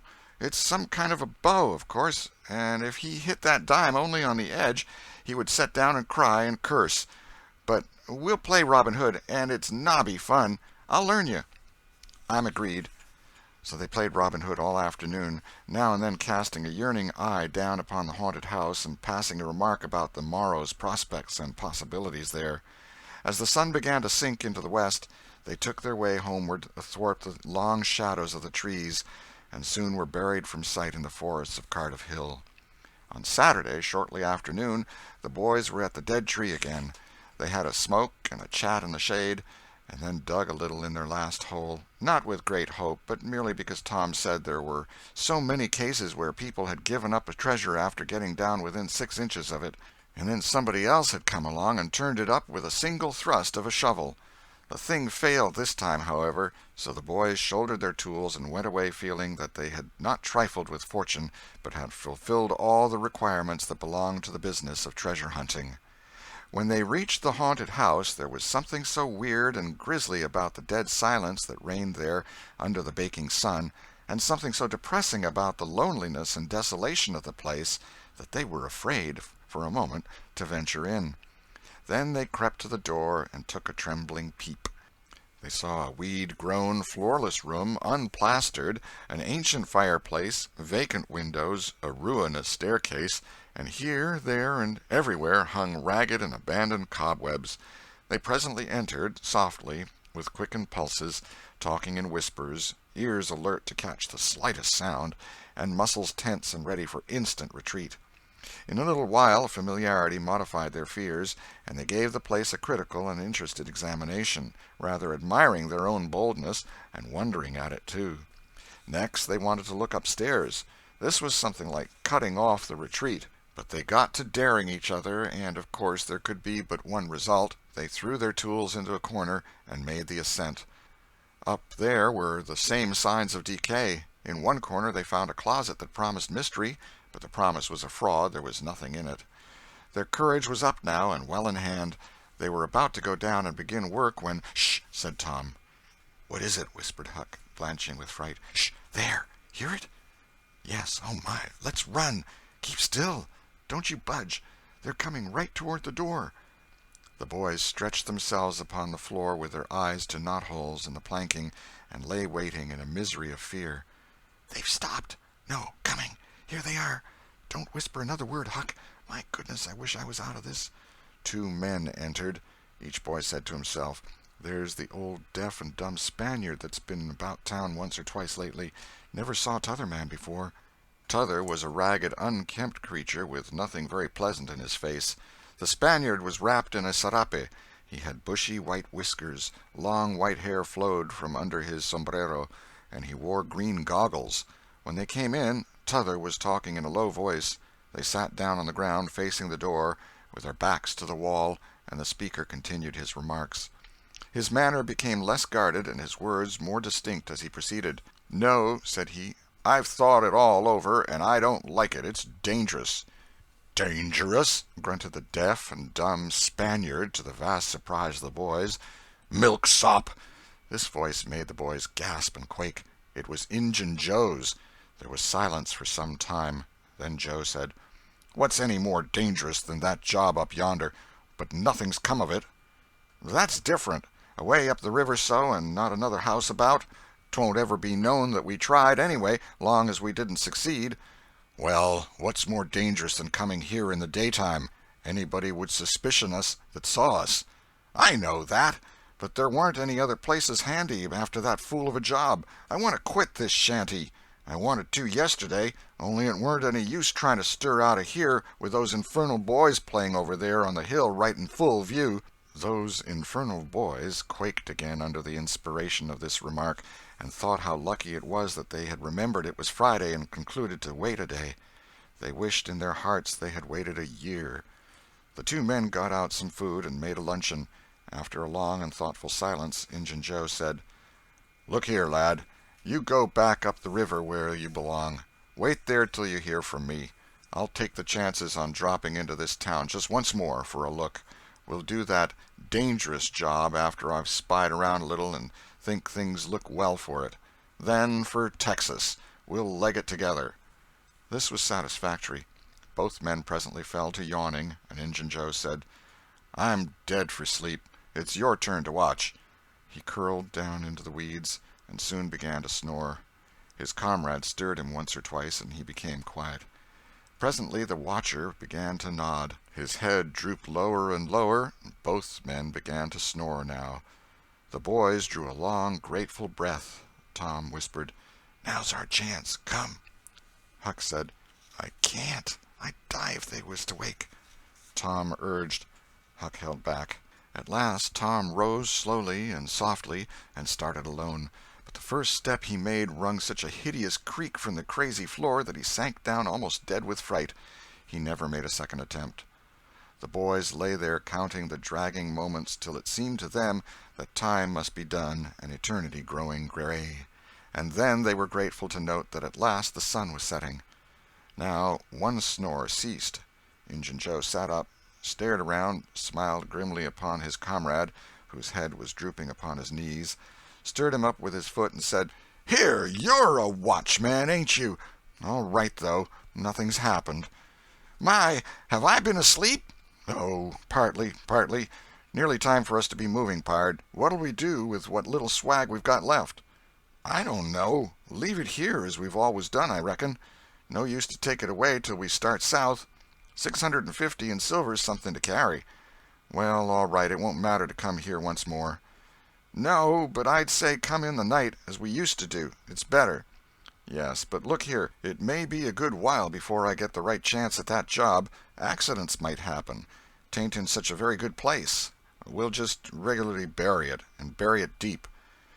"Good idea," said the comrade, who walked across the room, knelt down, raised one of the rearward hearthstones, and took out a bag that jingled pleasantly. He subtracted from it $20 or $30 for himself, and as much for Injun Joe, and passed the bag to the latter, who was on his knees in the corner now, digging with his bowie knife. The boys forgot all their fears, all their miseries in an instant. With gloating eyes they watched every movement. Luck! The splendor of it was beyond all imagination. $600 was money enough to make half a dozen boys rich. Here was treasure hunting under the happiest auspices. There would not be any bothersome uncertainty as to where to dig. They nudged each other every moment, eloquent nudges and easily understood, for they simply meant, "Oh, but ain't you glad now we're here?" Joe's knife struck upon something. "Hello," he said. "What is it?" said his comrade. "Half-rotten plank. No, it's a box, I believe.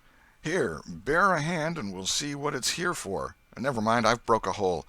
He reached his hand in and drew it out. "Man, it's money!" The two men examined the handful of coins. They were gold. The boys above were as excited as themselves, and as delighted. Joe's comrade said, "We'll make quick work of this. There's an old rusty pick over amongst the weeds in the corner the other side of the fireplace. I saw it a minute ago." He ran and brought the boys' pick and shovel. Injun Joe took the pick, looked it over critically, shook his head, muttered something to himself, and then began to use it. The box was soon unearthed. It was not very large. It was iron-bound, and had been very strong before the slow years had injured it. The men contemplated the treasure a while in blissful silence. "Pard, there's thousands of dollars here," said Injun Joe.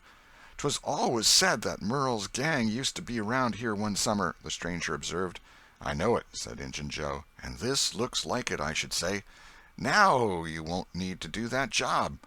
The half-breed frowned. Said he, "You don't know me. Least you don't know all about that thing. 'Tain't robbery altogether, it's revenge." And a wicked light flamed in his eyes. "I'll need your help in it. When it's finished, then Texas.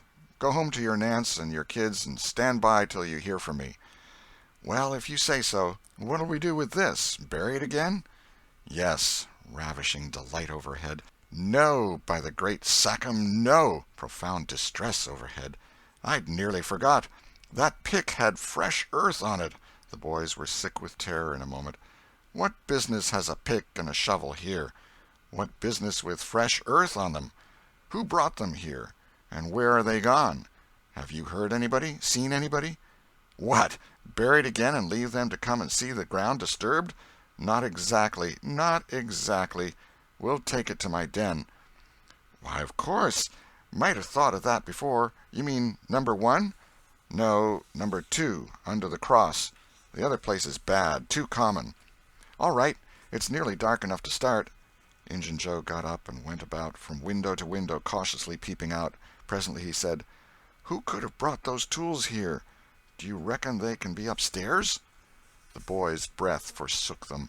Injun Joe put his hand on his knife, halted a moment, undecided, and then turned toward the stairway. The boys thought of the closet, but their strength was gone. The steps came creaking up the stairs. The intolerable distress of the situation woke the stricken resolution of the lads. They were about to spring for the closet when there was a crash of rotten timbers and Joe landed on the ground amid debris of the ruined stairway.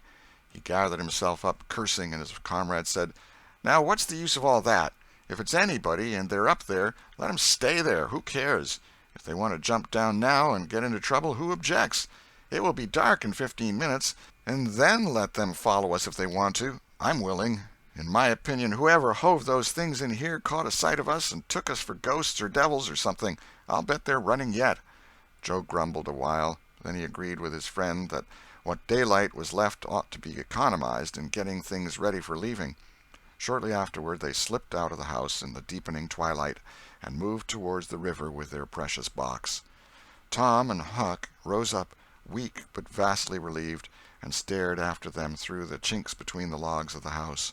Follow? Not they. They were content to reach ground again without broken necks and take the townward track over the hill. They did not talk much. They were too much absorbed in hating themselves, hating the ill luck that made them take the spade and the pick there. But for that, Injun Joe never would have suspected. He would have hidden the silver with the gold to wait there till his revenge was satisfied, and then he would have had the misfortune to find that money turn up missing. Bitter, bitter luck that the tools were ever brought there. They resolved to keep a lookout for that Spaniard when he should come to town spying out for chances to do his revengeful job, and follow him to Number 2, wherever that might be. Then a ghastly thought occurred to Tom. Revenge? What if he means us, Huck? "Oh, don't," said Huck, nearly fainting. They talked it all over, and as they entered town they agreed to believe that he might possibly mean somebody else, at least that he might at least mean nobody but Tom, since only Tom had testified. Very, very small comfort it was to Tom to be alone in danger. Company would be palpable improvement, he thought.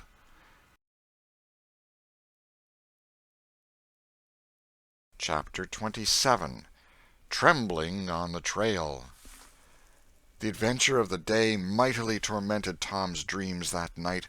4 times he had his hands on that rich treasure, and 4 times it wasted to nothingness in his fingers, as sleep forsook him, and wakefulness brought back the hard reality of his misfortune. As he lay in the early morning recalling the incidents of his great adventure, he noticed that they seemed curiously subdued and far away, somewhat as if they had happened in another world, or in a time long gone by. Then it occurred to him that the great adventure itself must be a dream.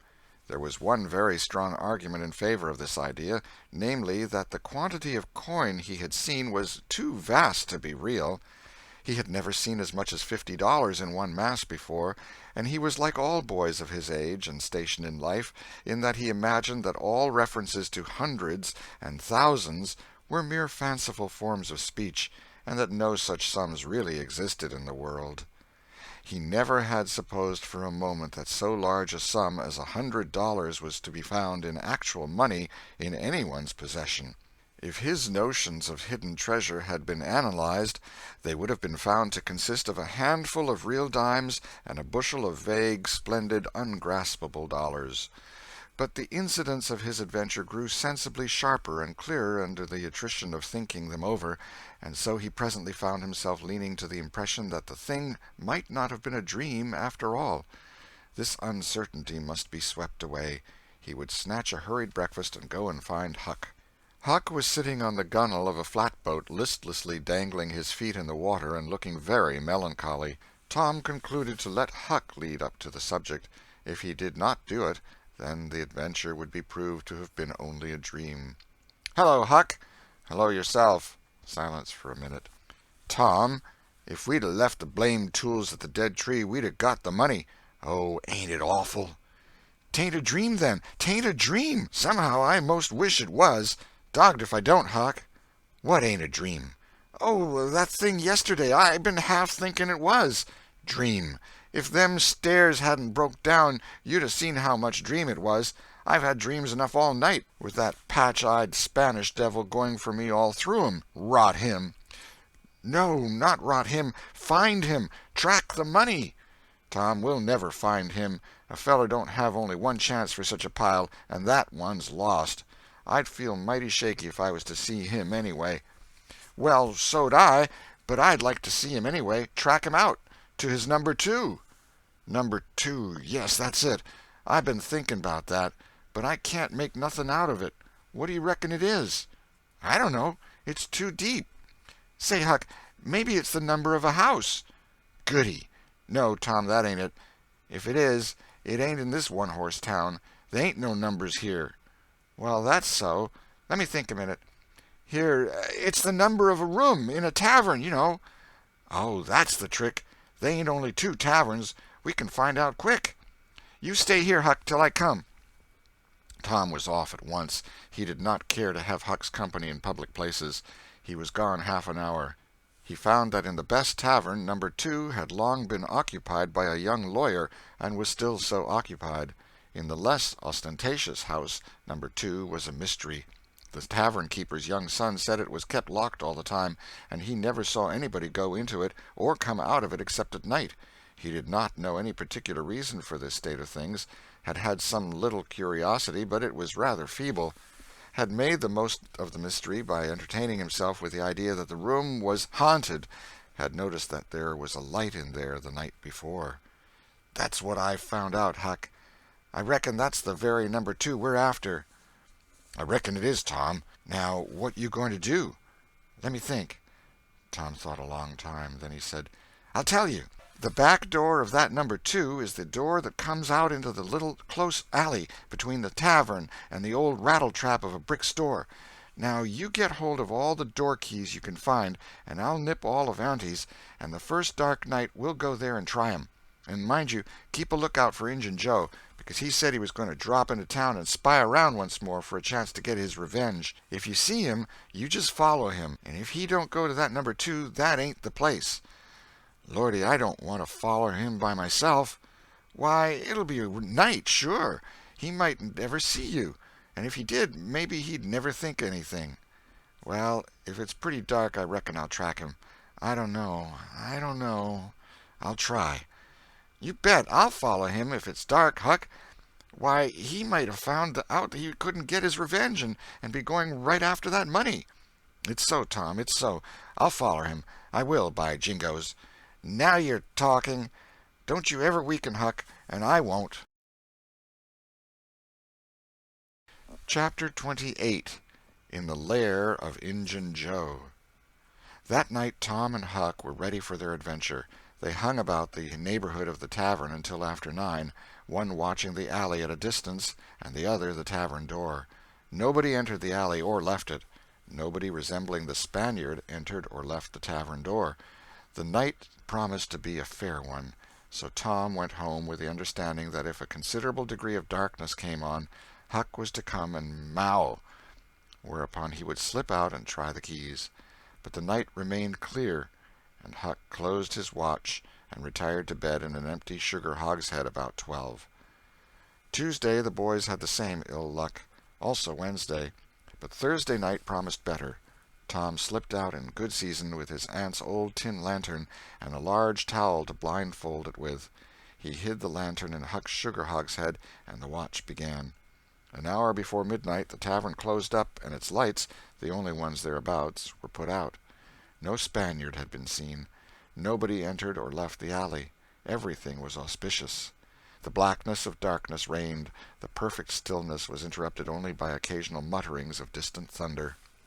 Tom got his lantern, lit it in the hogshead, wrapped it closely in the towel, and the 2 adventurers crept in the gloom toward the tavern. Huck stood sentry, and Tom felt his way into the alley. Then there was a season of waiting anxiety that weighed upon Huck's spirits like a mountain. He began to wish he could see a flash from the lantern. It would frighten him, but it would at least tell him that Tom was alive yet. It seemed hours since Tom had disappeared. Surely he must have fainted. Maybe he was dead. Maybe his heart had burst under terror and excitement. In his uneasiness, Huck found himself drawing closer and closer to the alley, fearing all sorts of dreadful things and momentarily expecting some catastrophe to happen that would take away his breath. There was not much to take away, for he seemed only able to inhale it by thimblefuls, and his heart would soon wear itself out, the way it was beating. Suddenly there was a flash of light, and Tom came tearing by him. "Run!" said he. "Run for your life!" He needn't have repeated it. Once was enough. Huck was making 30 or 40 miles an hour before the repetition was uttered. The boys never stopped till they reached the shed of a deserted slaughterhouse at the lower end of the village. Just as they got within its shelter the storm burst and the rain poured down. As soon as Tom got his breath he said, "Huck, it was awful. I tried 2 of the keys, just as soft as I could, but they seemed to make such a power of a racket that I couldn't hardly get my breath, I was so scared. They wouldn't turn in the lock, either. Well, without noticing what I was doing, I took hold of the knob, and open comes the door. It warn't locked. I hopped in and shook off the towel, and great Caesar's ghost!" What you see, Tom?" "Huck, I most stepped onto Injun Joe's hand." "No!" "Yes, he was laying there sound asleep on the floor, with his old patch on his eye and his arms spread out." "Lordy, what'd you do? Did he wake up?" "No, never budged. Drunk, I reckon. I just grabbed that towel and started." "I'd never thought of the towel, I bet." "Well, I would. My aunt would make me mighty sick if I lost it." "Say, Tom, did you see that box?" "Huck, I didn't wait to look around. I didn't see the box. I didn't see the cross. I didn't see anything but a bottle and a tin cup on the floor by Injun Joe. Yes, and I saw 2 barrels and lots more bottles in the room. Don't you see, now, what's the matter with that haunted room?" "How?" "Why, it's haunted with whiskey. Maybe all the temperance taverns have got a haunted room, hey, Huck?" "Well, I reckon maybe that's so. Who'd have thought such a thing? But say, Tom, now's a mighty good time to get that box if Injun Joe's drunk." "It is that. You try it." Huck shuddered. "Well, no, I reckon not." "And I reckon not, Huck. Only 1 bottle alongside of Injun Joe ain't enough. If there'd been 3 he'd be drunk enough, and I'd do it." There was a long pause for reflection, and then Tom said, "Looky here, Huck, let's not try that thing any more till we know Injun Joe's not in there. It's too scary. Now, if we watch every night, we'll be dead sure to see him go out, sometime or other, and then we'll snatch that box quicker'n lightning." "Well, I'm agreed.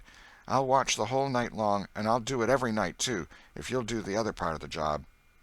"All right, I will. All you got to do is to trot up Hooper Street a block and mow, and if I'm asleep, you throw some gravel at the window, and that'll fetch me." "Agreed, and good as wheat." "Now, Huck, the storm's over, and I'll go home. It'll begin to be daylight in a couple hours. You go back and watch that long, will you?" "I said I would, Tom, and I will. I'll haunt that tavern every night for a year. I'll sleep all day, and I'll stand watch all night." "That's all right. Now, where are you going to sleep?" "In Ben Rogers' hayloft. He lets me, and so does his pap's nigger man, Uncle Jake. I tote water for Uncle Jake whenever he wants me to, and any time I ask him he gives me a little something to eat if he can spare it. That's a mighty good nigger, Tom. He likes me, because I don't ever act as if I was above him. Sometimes I set right down and eat with him, but you needn't tell that. A body's got to do things when he's awful hungry he wouldn't want to do as a steady thing. Well, if I don't want you in the daytime, I'll let you sleep. I won't come bothering round. Any time you see something's up in the night, just skip right around and meow." Chapter 29. Huck Saves the Widow. The first thing Tom heard on Friday morning was a glad piece of news. Judge Thatcher's family had come back to town the night before. Both Injun Joe and the treasure sank into secondary importance for a moment, and Becky took the chief place in the boy's interest. He saw her, and they had an exhausting good time playing High Spy and Gully Keeper with a crowd of their schoolmates. The day was completed and crowned in a peculiarly satisfactory way. Becky teased her mother to appoint the next day for the long-promised and long-delayed picnic, and she consented. The child's delight was boundless, and Tom's not more moderate. The invitations were sent out before sunset, and straightway the young folks of the village were thrown into a fever of preparation and pleasurable anticipation. Tom's excitement enabled him to keep awake until a pretty late hour, and he had good hopes of hearing Huck's mow and of having his treasure to astonish Becky and the picnickers with next day. But he was disappointed. No signal came that night. Morning came eventually, and by 10 or 11 o'clock a giddy and rollicking company were gathered at Judge Thatcher's, and everything was ready for a start. It was not the custom for elderly people to mar picnics with their presence. The children were considered safe enough under the wings of a few young ladies of 18 and a few young gentlemen of 23 or thereabouts. The old steam ferry-boat was chartered for the occasion. Presently the gay throng filed up the main street laden with provision baskets. Sid was sick and had to miss the fun. Mary remained at home to entertain him. The last thing Mrs. Thatcher said to Becky was, "You'll not get back till late. Perhaps you'd better stay all night with some of the girls that live near the ferry landing, child." "Then I'll stay with Susie Harper, Mama." "Very well. And mind and behave yourself, and don't be any trouble." Presently, as they tripped along, Tom said to Becky, "Say, I'll tell you what we'll do. Instead of going to Joe Harper's, we'll climb right up the hill and stop at the Widow Douglas's. She'll have ice cream. She has it most every day. Dead loads of it. And she'll be awful glad to have us." "Oh, that will be fun." Then Becky reflected a moment and said, "But what will Mama say?" "Well, how she'll ever know." The girl turned the idea over in her mind and said reluctantly, "I reckon it's wrong, but—" "But shucks, your mother won't know, and so what's the harm? All she wants is that you'll be safe, and I bet you she'd have said go there if she'd have thought about it. I know she would." The Widow Douglas's splendid hospitality was a tempting bait. It and Tom's persuasions presently carried the day, so it was decided to say nothing to anybody about the night's program. Presently it occurred to Tom that maybe Huck might come in this very night and give the signal. The thought took a deal of the spirit out of his anticipation. Still, he could not bear to give up the fun at Widow Douglas's. And why should he give it up, he reasoned. The signal did not come the night before, so why should it be any more likely to come tonight? The sure fun of the evening outweighed the uncertain treasure, and, boylike, he determined to yield to the stronger inclination and not allow himself to think of the box of money another time that day. 3 miles below town the ferry-boat stopped at the mouth of the woody hollow and tied up. The crowd swarmed ashore, and soon the forest distances and craggy heights echoed far and near with shoutings and laughter. All the different ways of getting hot and tired were gone through with, and by the rovers straggled back to camp fortified with responsible appetites, and then the destruction of the good things began. After the feast there was a refreshing season of rest and chat in the shade of spreading oaks. By and by somebody shouted, "Who's ready for the cave?" Everybody was. Bundles of candles were procured, and straightway there was a general scamper up the hill. The mouth of the cave was up the hillside, an opening shaped like a letter A. Its massive oaken door stood unbarred. Within was a small chamber, chilly as an ice-house, and walled by nature with solid limestone that was dewy with a cold sweat. It was romantic and mysterious to stand here in the deep gloom and look out upon the green valley shining in the sun. But the impressiveness of the situation quickly wore off, and the romping began again. The moment a candle was lighted there was a general rush upon the owner of it.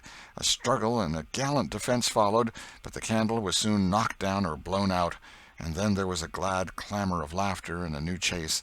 But all things have an end. By and by the procession went filing down the steep descent of the main avenue, the flickering rank of lights dimly revealing the lofty walls of rock almost to their point of junction 60 feet overhead. This main avenue was not more than 8 or 10 feet wide. Every few steps other lofty and still narrower crevices branched from it on either hand, for McDougal's cave was but a vast labyrinth of crooked aisles that ran into each other and out again and led nowhere. It was said that one might wander days and nights together through its intricate tangle of rifts and chasms and never find the end of the cave, and that he might go down and still down into the earth, and it was just the same, labyrinth underneath labyrinth, and no end to any of them. No man knew the cave. That was an impossible thing. Most of the young men knew a portion of it, and it was not customary to venture much beyond this known portion. Tom Sawyer knew as much of the cave as anyone. The procession moved along the main avenue some 3/4 of a mile, then groups and couples began to slip aside into branch avenues, fly along the dismal corridors, and take each other by surprise at points where the corridors joined again. Parties were able to elude each other for the space of half an hour without going beyond the known ground. By and by one group after another came straggling back to the mouth of the cave, panting, hilarious, smeared from head to foot with tallow drippings, daubed with clay, and entirely delighted with the success of the day. Then they were astonished to find that they had been taking no note of time, and that night was about at hand. The clanging bell had been calling for half an hour. However, this sort of close to the day's adventures was romantic and therefore satisfactory. When the ferry-boat with her wild freight pushed into the stream, nobody cared sixpence for the wasted time but the captain of the craft.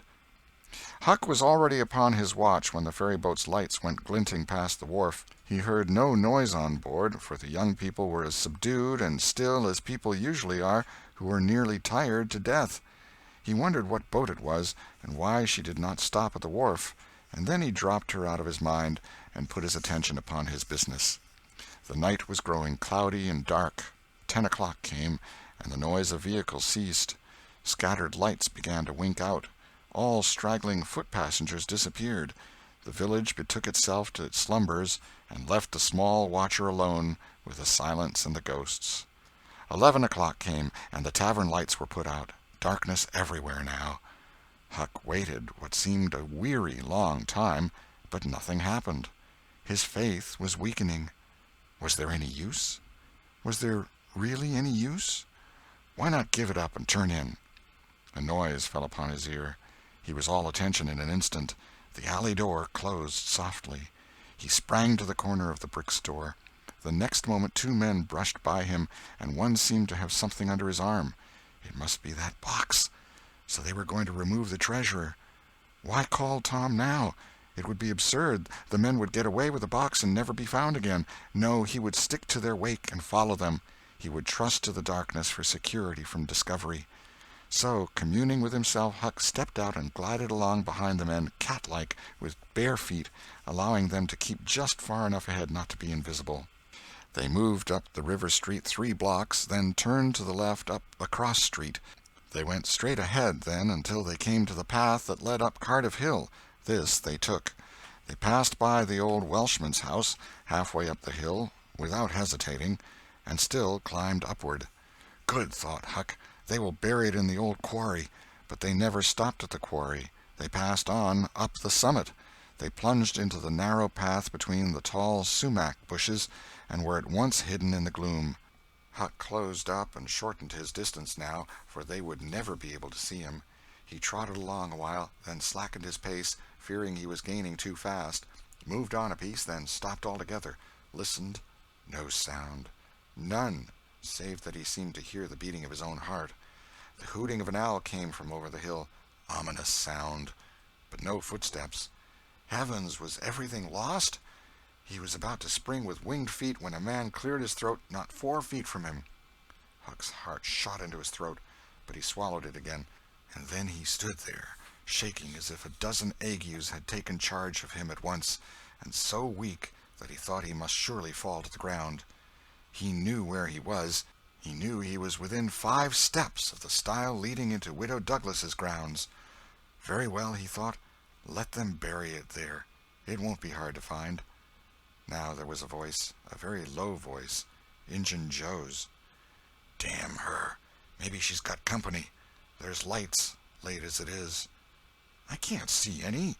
This was that stranger's voice, the stranger of the haunted house. A deadly chill went to Huck's heart. This, then, was the revenge job. His thought was to fly.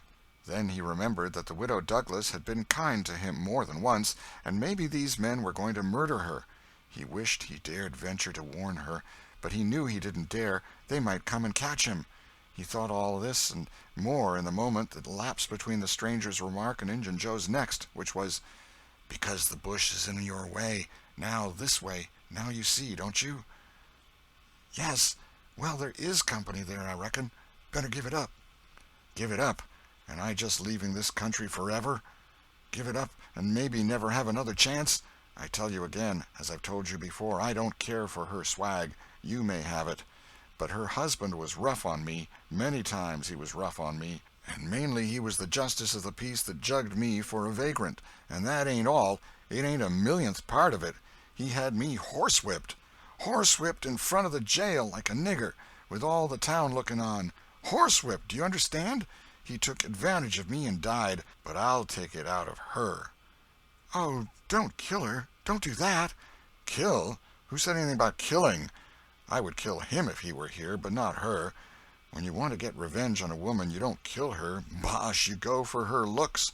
You slit her nostrils. You notch her ears like a sow." "By God, that's—" "Keep your opinion to yourself. It will be safest for you. I'll tie her to the bed. If she bleeds to death, is that my fault? I'll not cry if she does. My friend, you'll help in this thing, for my sake. That's why you're here. I mightn't be able alone. If you flinch, I'll kill you. Do you understand that? And if I have to kill you, I'll kill her, and then I reckon nobody'll ever know much about who done this business." "Well, if it's got to be done, let's get at it. The quicker the better. I'm all in a shiver." "Do it now? And company there? Look here, I'll get suspicious of you first thing you know. No, we'll wait till the lights are out. There's no hurry." Huck felt that a silence was going to ensue, a thing still more awful than any amount of murderous talk, so he held his breath and stepped gingerly back, planted his foot carefully and firmly, after balancing, one-legged, in a precarious way, and almost toppling over, first on one side and then on the other. He took another step back with the same elaboration and the same risks, then another and another, and a twig snapped under his foot. His breath stopped and he listened. There was no sound. The stillness was perfect. His gratitude was measureless. Now he turned in his tracks, between the walls of sumac bushes, turned himself as carefully as if he were a ship, and then stepped quickly but cautiously along. When he emerged at the quarry he felt secure, and so he picked up his nimble heels and flew. Down, down he sped till he reached the Welshman's. He banged at the door, and presently the heads of the old man and his two stalwart sons were thrust from windows. "What's the row there? Who's banging? What do you want?" "Let me in, quick! I'll tell everything." "Why, who are you?" "Huckleberry Finn! Quick, let me in!" "Huckleberry Finn, indeed! It ain't a name to open many doors, I judge. But let him in, lads, and let's see what's the trouble." "Please don't ever tell I told you," were Huck's first words when he got in. "Please don't. I'd be killed, sure. But the widow's been good friends to me sometimes, and I want to tell. I will tell if you'll promise you won't ever say it was me." "By George, he has got something to tell, or he wouldn't act so," exclaimed the old man. "Out with it, and nobody here'll ever tell, lad." 3 minutes later the old man and his sons, well armed, were up the hill and just entering the sumac path on tiptoe, their weapons in their hands. Huck accompanied them no farther. He hid behind a great boulder and fell to listening. There was a lagging, anxious silence, and then all of a sudden there was an explosion of firearms and a cry. Huck waited for no particulars. He sprang away and sped down the hill as fast as his legs could carry him. Chapter 30. Tom and Becky in the Cave. As the earliest suspicion of dawn appeared on Sunday morning, Huck came groping up the hill and rapped gently at the old Welshman's door. The inmates were asleep, but it was a sleep that was set on a hair-trigger on account of the exciting episode of the night. A call came from a window. "Who's there?" Huck's scared voice answered in a low tone. "Please let me in. It's only Huck Finn." "It's a name that can open this door night or day, lad, and welcome." These were strange words to the vagabond boy's ears, and the pleasantest he had ever heard. He could not recollect that the closing word had ever been applied in his case before. The door was quickly unlocked, and he entered. Huck was given a seat, and the old man and his brace of tall sons speedily dressed themselves. "Now, my boy, I hope you're good and hungry, because breakfast will be ready as soon as the sun's up, and we'll have a piping hot one, too. Make yourself easy about that. I and the boys hoped you'd turn up and stop here last night." "I was awful scared," said Huck, "and I run. I took out when the pistols went off, and I didn't stop for 3 miles. I've come now because I wanted to know about it, you know, and I come before daylight because I didn't want to run across them devils, even if they was dead." "Well, poor chap, you do look as if you'd had a hard night of it, but there's a bed here for you when you've had your breakfast. No, they ain't dead, lad. We were sorry enough for that. You see, we knew right where to put our hands on them, by your description, so we crept along on tiptoe till we got within 15 feet of them, dark as a cellar that sumac path was, and just then I found I was going to sneeze. It was the meanest kind of luck. I tried to keep it back, but no use. 'Twas bound to come, and it did come. I was in the lead with my pistol raised, and when the sneeze started, those scoundrels a rustling to get out of the path, I sung out, 'Fire, boys!' and blazed away at the place where the rustling was. So did the boys, but they were off in a jiffy, those villains, and we after them down through the woods. I judge we never touched them. They fired a shot apiece as they started, but their bullets whizzed by and didn't do us any harm. As soon as we lost the sound of their feet, we quit chasing, and went down and stirred up the constables. They got a posse together and went off to guard the river bank, and as soon as it is light the sheriff and a gang are going to beat up the woods. My boys will be with them presently.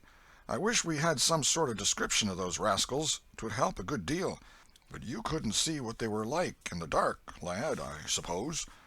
"Oh, yes, I saw them downtown and followed them." "Splendid. Describe them. Describe them, my boy." "One's the old deaf and dumb Spaniard that's been round here once or twice, and t'other's a mean-looking, ragged—" "That's enough, lad. We know the men. Happened on them in the woods back of the widow's one day, and they slunk away. Off with you, boys, and tell the sheriff. Get your breakfast tomorrow morning." The Welshman's sons departed at once. As they were leaving the room, Huck sprang up and exclaimed, Oh, please don't tell anybody it was me that blowed on them. Oh, please." "All right if you say it, Huck, but you ought to have the credit of what you did." "Oh, no, no, please don't tell." When the young men were gone, the old Welshman said, "They won't tell, and I won't. But why don't you want it known?"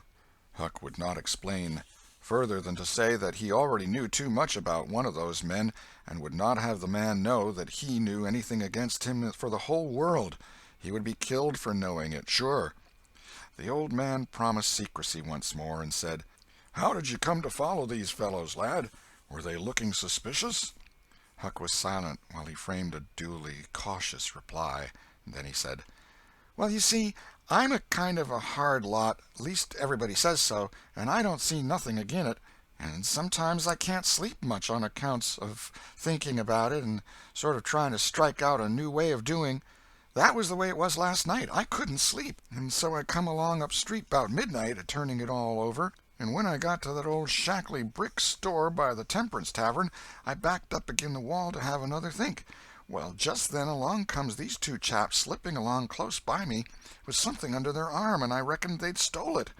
One was a-smoking, and t'other one wanted a light, so they stopped right before me, and the cigars lit up their faces, and I see that the big one was the deaf and dumb Spaniard, by his white whiskers and the patch on his eye, and t'other one was a rusty, ragged-looking devil."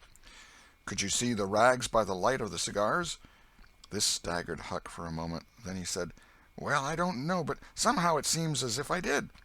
Then they went on. "And you—" "Follered them, yes. That was it. I wanted to see what was up. They sneaked along so. I dogged 'em to the widder's stile, and stood in the dark and heard the ragged one beg for the widder, and the Spaniard swear he'd spile her looks, just as I told you, and your two—" "What? The deaf and dumb man said all that?"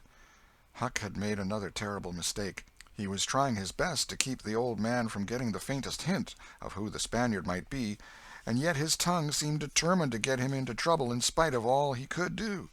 He made several efforts to creep out of his scrape, but the old man's eye was upon him, and he made blunder after blunder. Presently the Welshman said, "My boy, don't be afraid of me. I wouldn't hurt a hair of your head for all the world. No, I'd protect you. I'd protect you. This Spaniard is not deaf and dumb.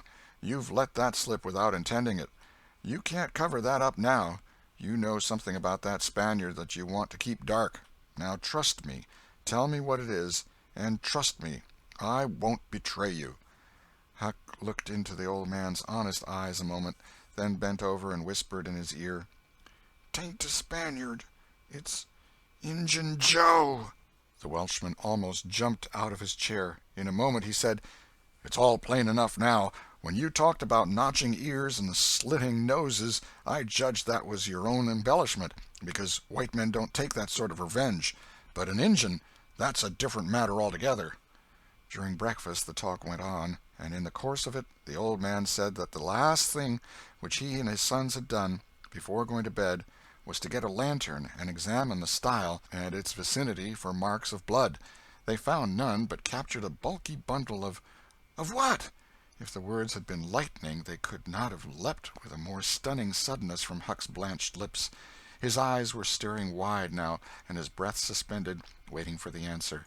The Welshman started, stared in return 3 seconds, 5 seconds, 10, then replied, "Of burglars' tools. Why, what's the matter with you?"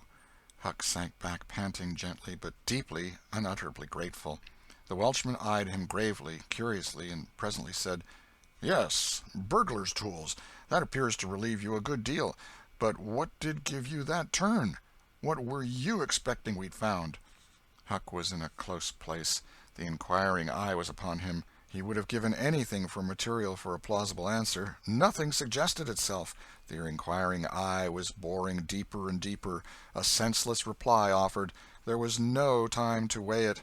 So, at a venture, he uttered it, feebly. "Sunday school books, maybe?"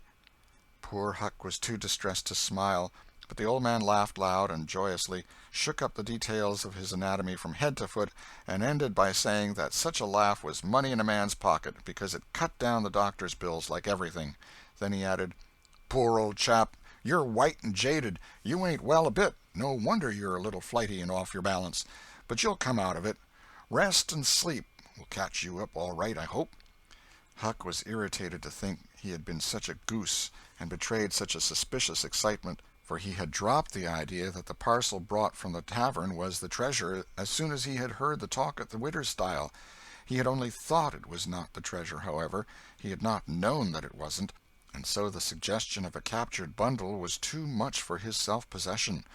But on the whole he felt glad the little episode had happened, for now he knew beyond all question that that bundle was not the bundle, and so his mind was at rest and exceedingly comfortable.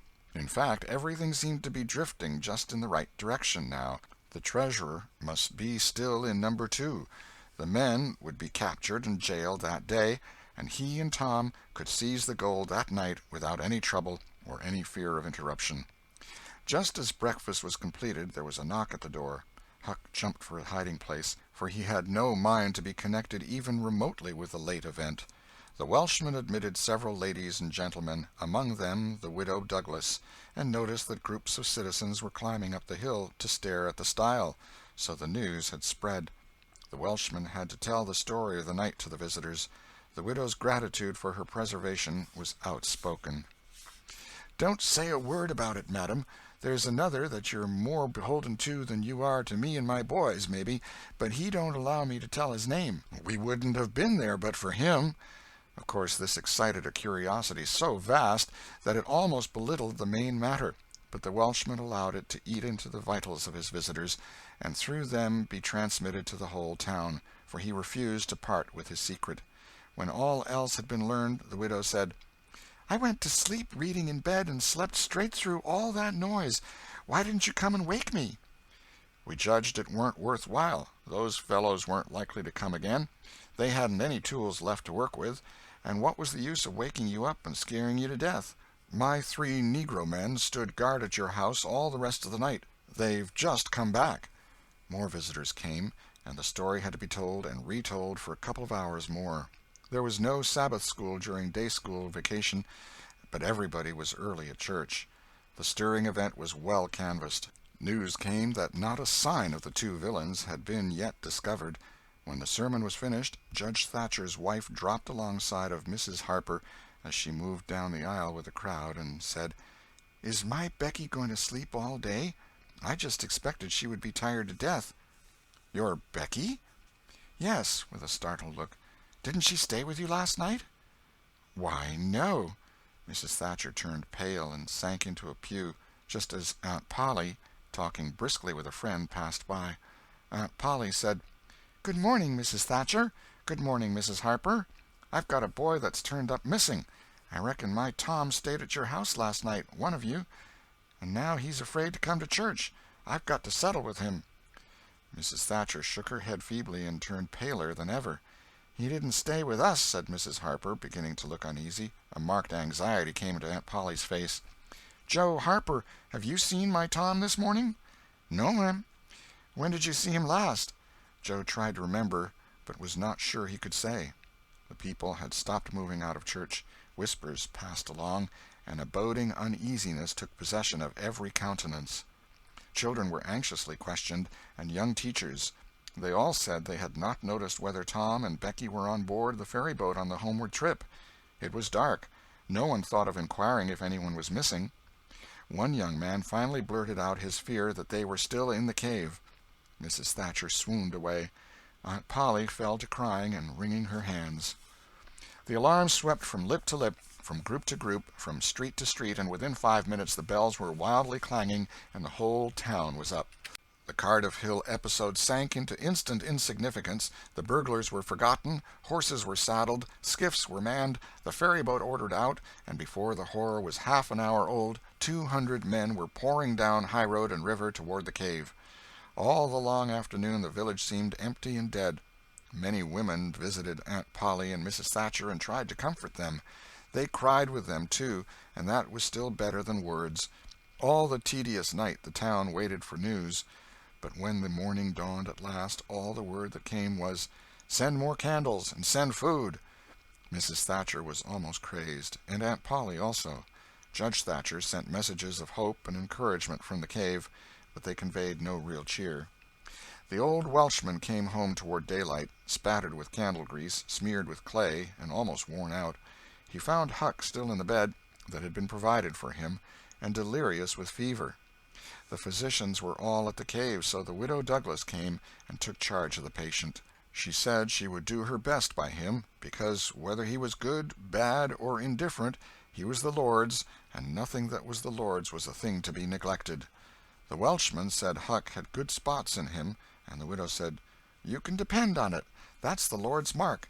He don't leave it off. He never does.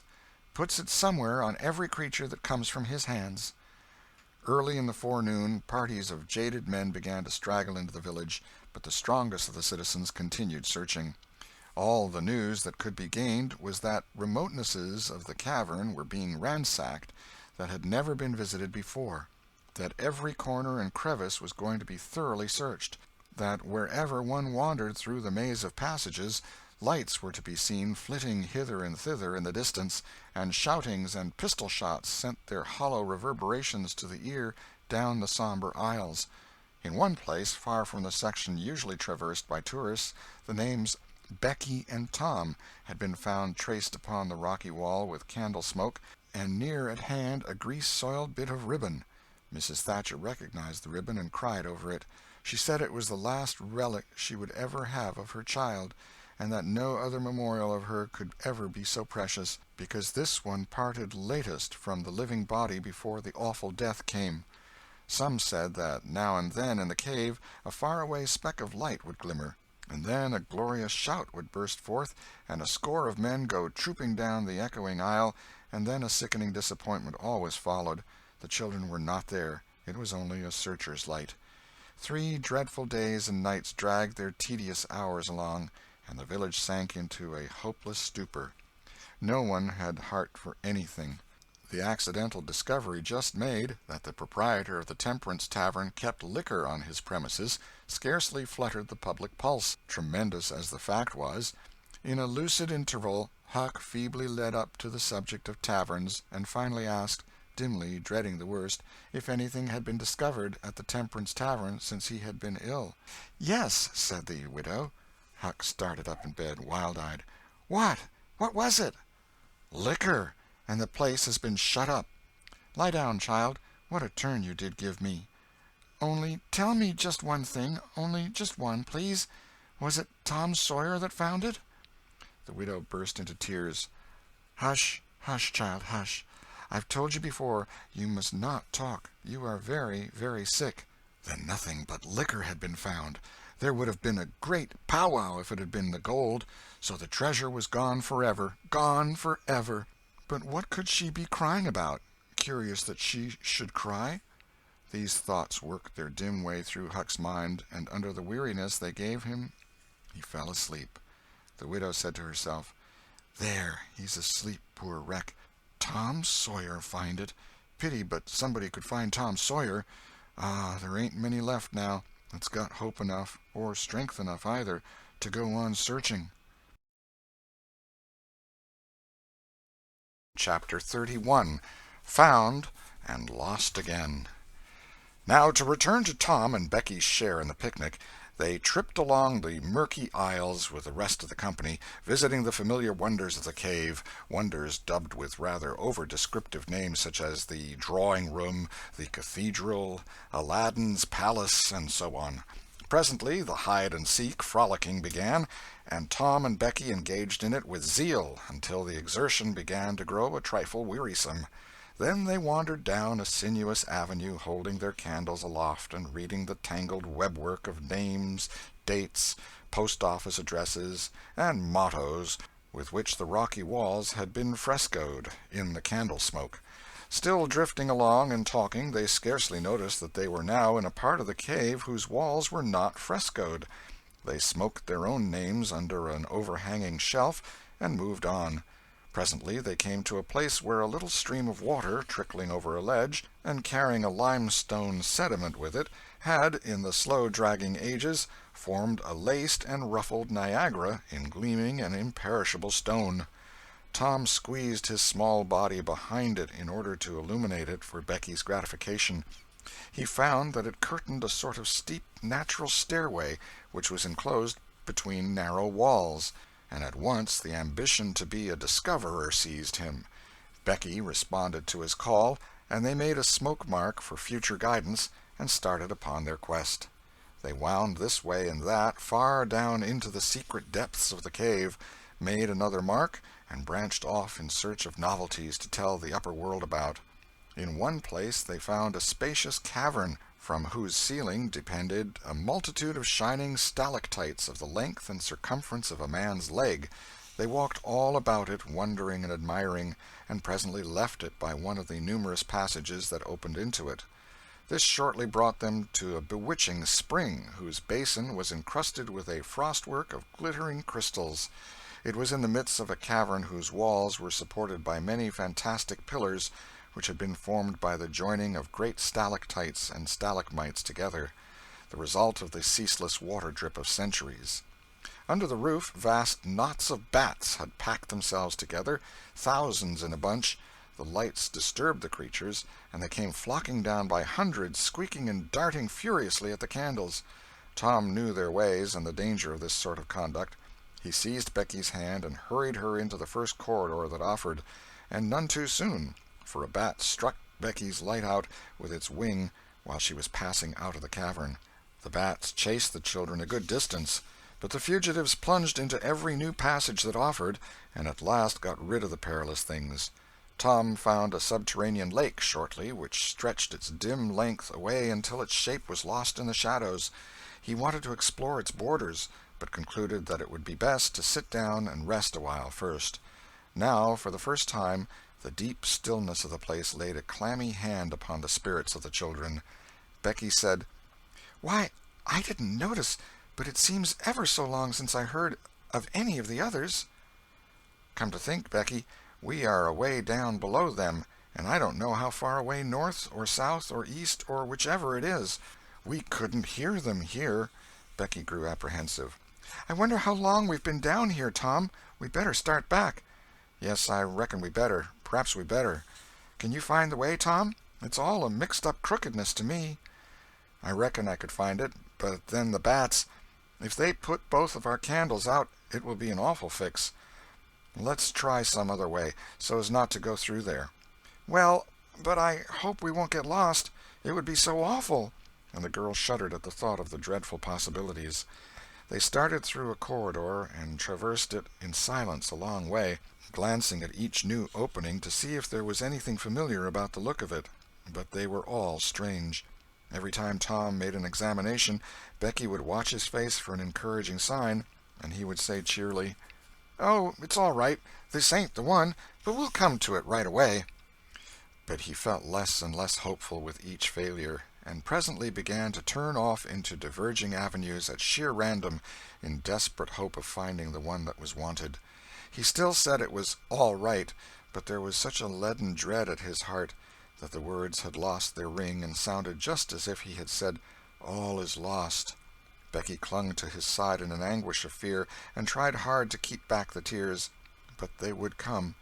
At last she said, "Oh, Tom, never mind the bats. Let's go back that way. We seem to get worse and worse off all the time." Tom stopped. "Listen," said he. Profound silence. Silence so deep that even their breathings were conspicuous in the hush. Tom shouted. The call went echoing down the empty aisles and died out in the distance in a faint sound that resembled a ripple of mocking laughter.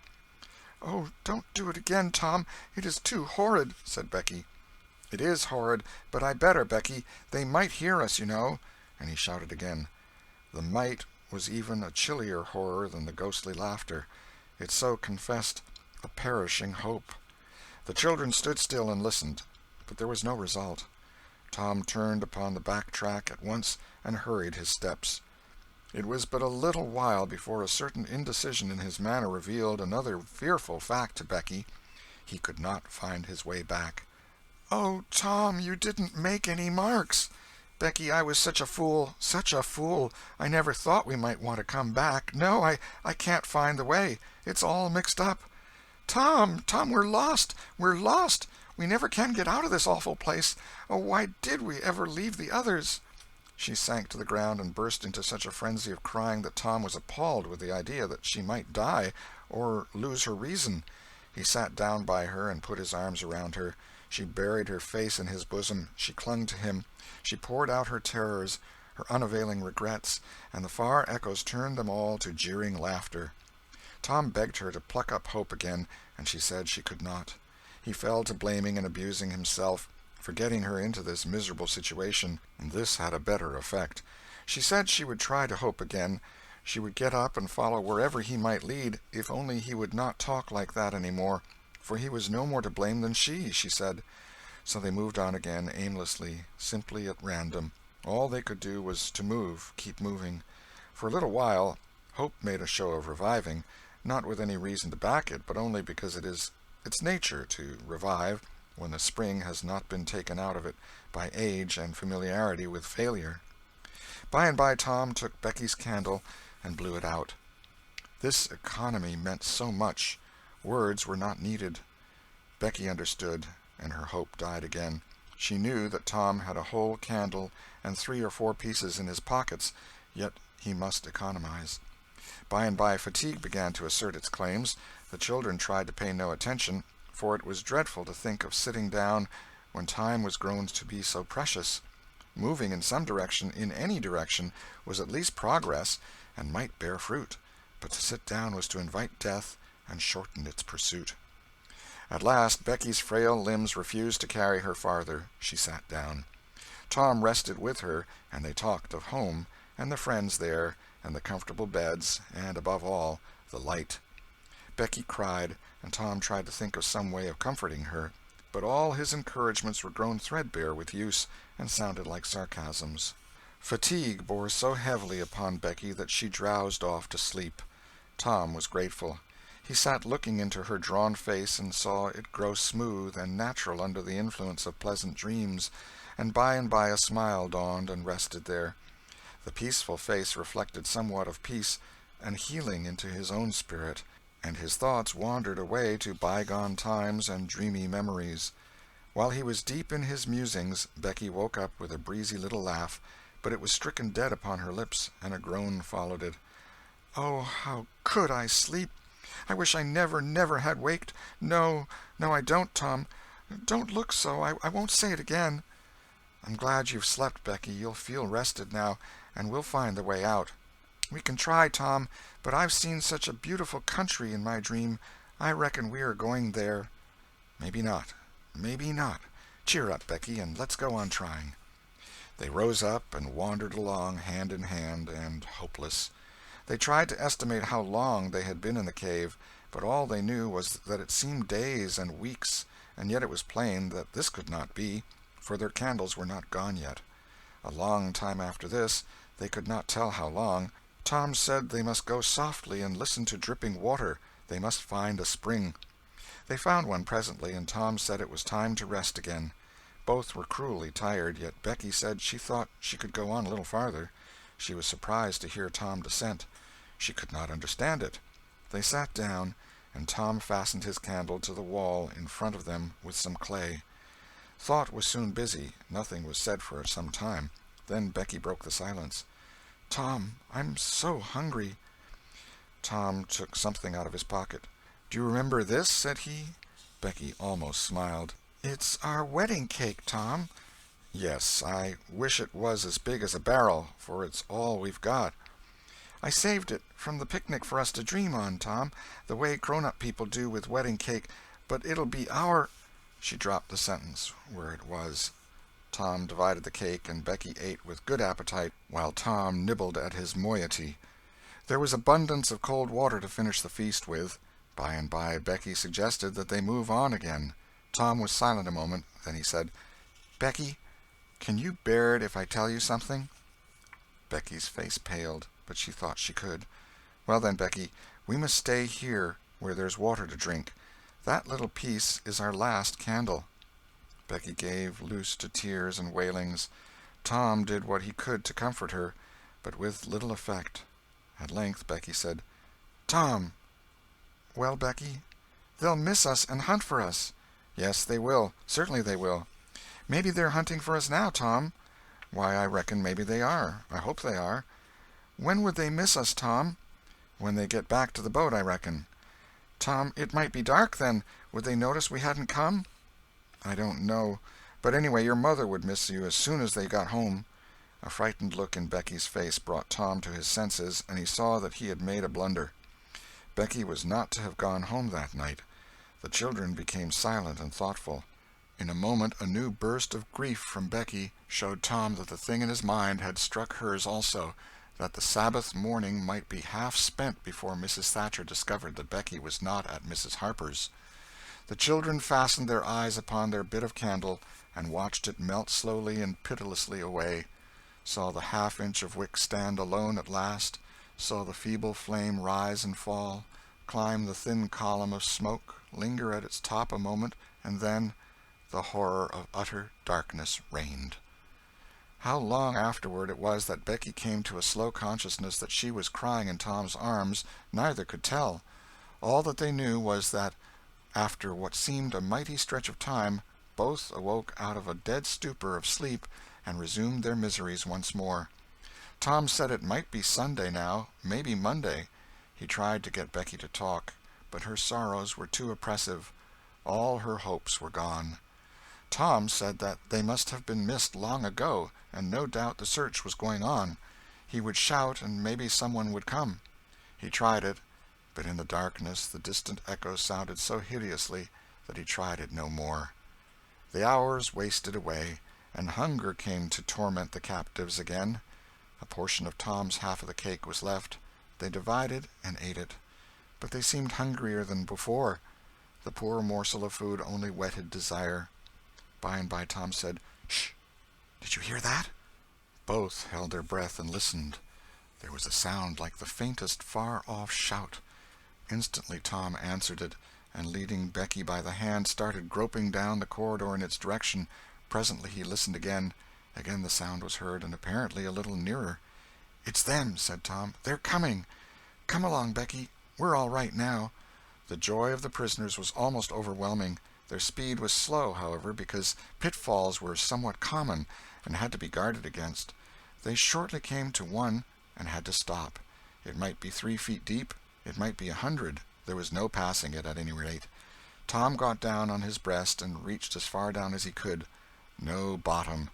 They must stay there and wait until the searchers came. They listened. Evidently the distant shoutings were growing more distant. A moment or two more, and they had gone altogether. The heart-sinking misery of it. Tom whooped until he was hoarse, but it was of no use. He talked hopefully to Becky, but an age of anxious waiting passed, and no sounds came again. The children groped their way back to the spring. The weary time dragged on. They slept again, and awoke famished and woe-stricken. Tom believed it must be Tuesday by this time. Now an idea struck him. There were some side passages near at hand. It would be better to explore some of these than bear the weight of the heavy time in idleness. He took a kite-line from his pocket, tied it to a projection, and he and Becky started, Tom in the lead, unwinding the line as he groped along. At the end of 20 paces the corridor ended in a jumping-off place.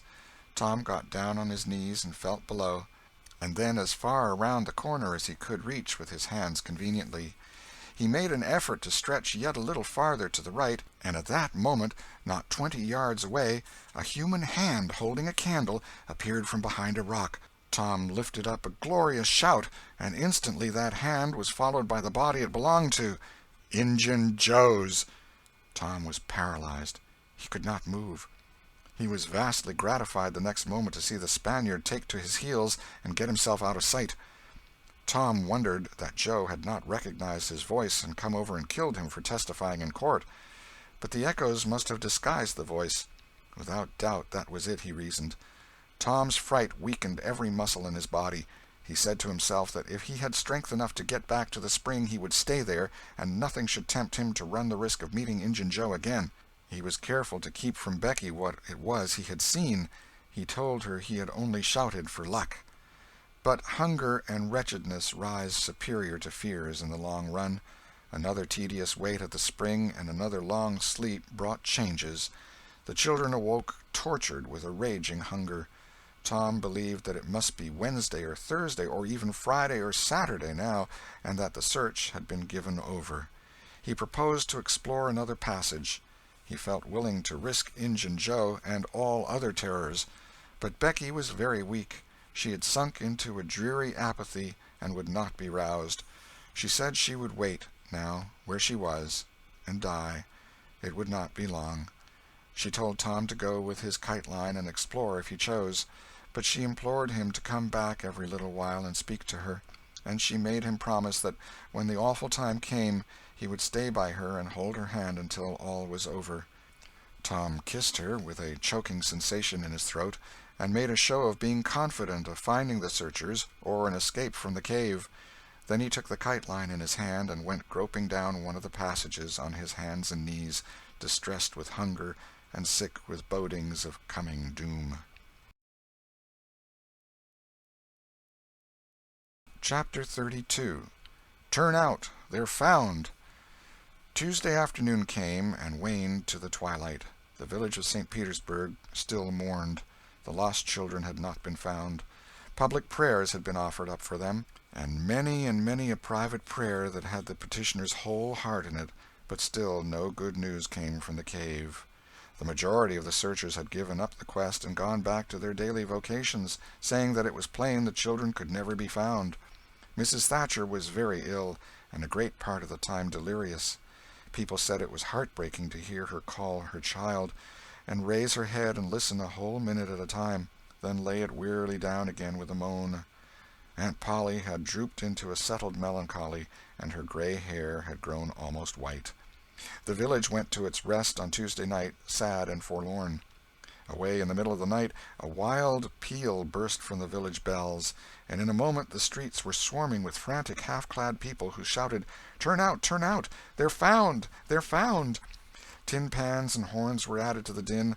The population massed itself and moved toward the river, met the children coming in an open carriage drawn by shouting citizens, thronged around it, joined its homeward march, and swept magnificently up the main street roaring "Huzzah!" after huzzah. The village was illuminated. Nobody went to bed again. It was the greatest night the little town had ever seen. During the first half-hour a procession of villagers filed through Judge Thatcher's house, seized the saved ones and kissed them, squeezed Mrs. Thatcher's hand, tried to speak but couldn't, and drifted out, raining tears all over the place. Aunt Polly's happiness was complete, and Mrs. Thatcher's nearly so. It would be complete, however, as soon as the messenger dispatched with the great news to the cave should get the word to her husband.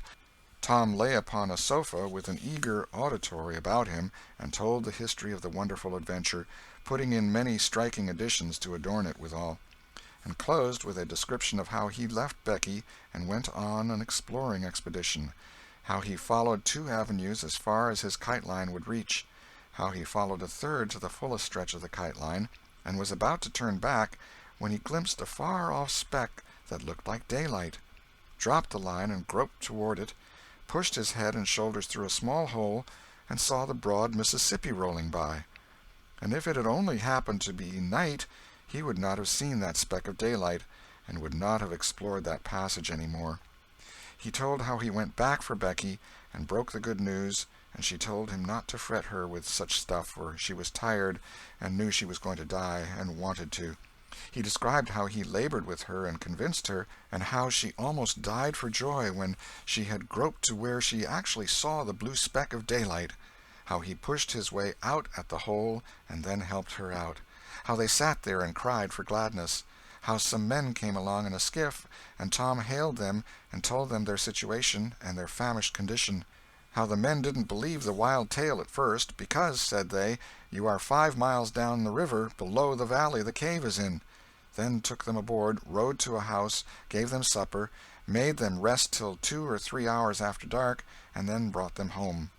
Before day dawn, Judge Thatcher and the handful of searchers with him were tracked out in the cave by the twine clues they had strung behind them, and informed of the great news. 3 days and nights of toil and hunger in the cave were not to be shaken off at once, as Tom and Becky soon discovered. They were bedridden all of Wednesday and Thursday, and seemed to grow more and more tired and worn all the time. Tom got about a little on Thursday, was downtown Friday, and nearly as whole as ever Saturday, But Becky did not leave her room until Sunday, and then she looked as if she had passed through a wasting illness. Tom learned of Huck's sickness and went to see him on Friday, but could not be admitted to the bedroom. Neither could he on Saturday or Sunday. He was admitted daily after that, but was warned to keep still about his adventure and introduce no exciting topic.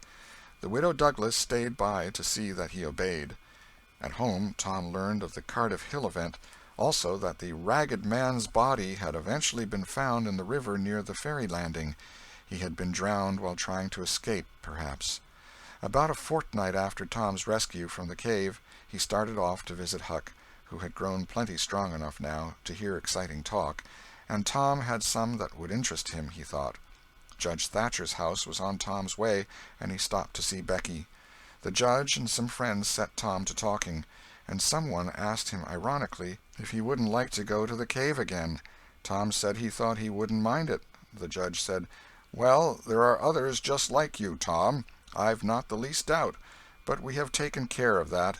Nobody will get lost in that cave any more." "Why?" "Because I had its big door sheathed with boiler iron 2 weeks ago, and triple locked, and I've got the keys." Tom turned as white as a sheet. "What's the matter, boy? Here, run somebody. Fetch a glass of water." The water was brought and thrown into Tom's face. "Ah, now you're all right. What was the matter with you, Tom?" "Oh, Judge, Injun Joe's in the cave."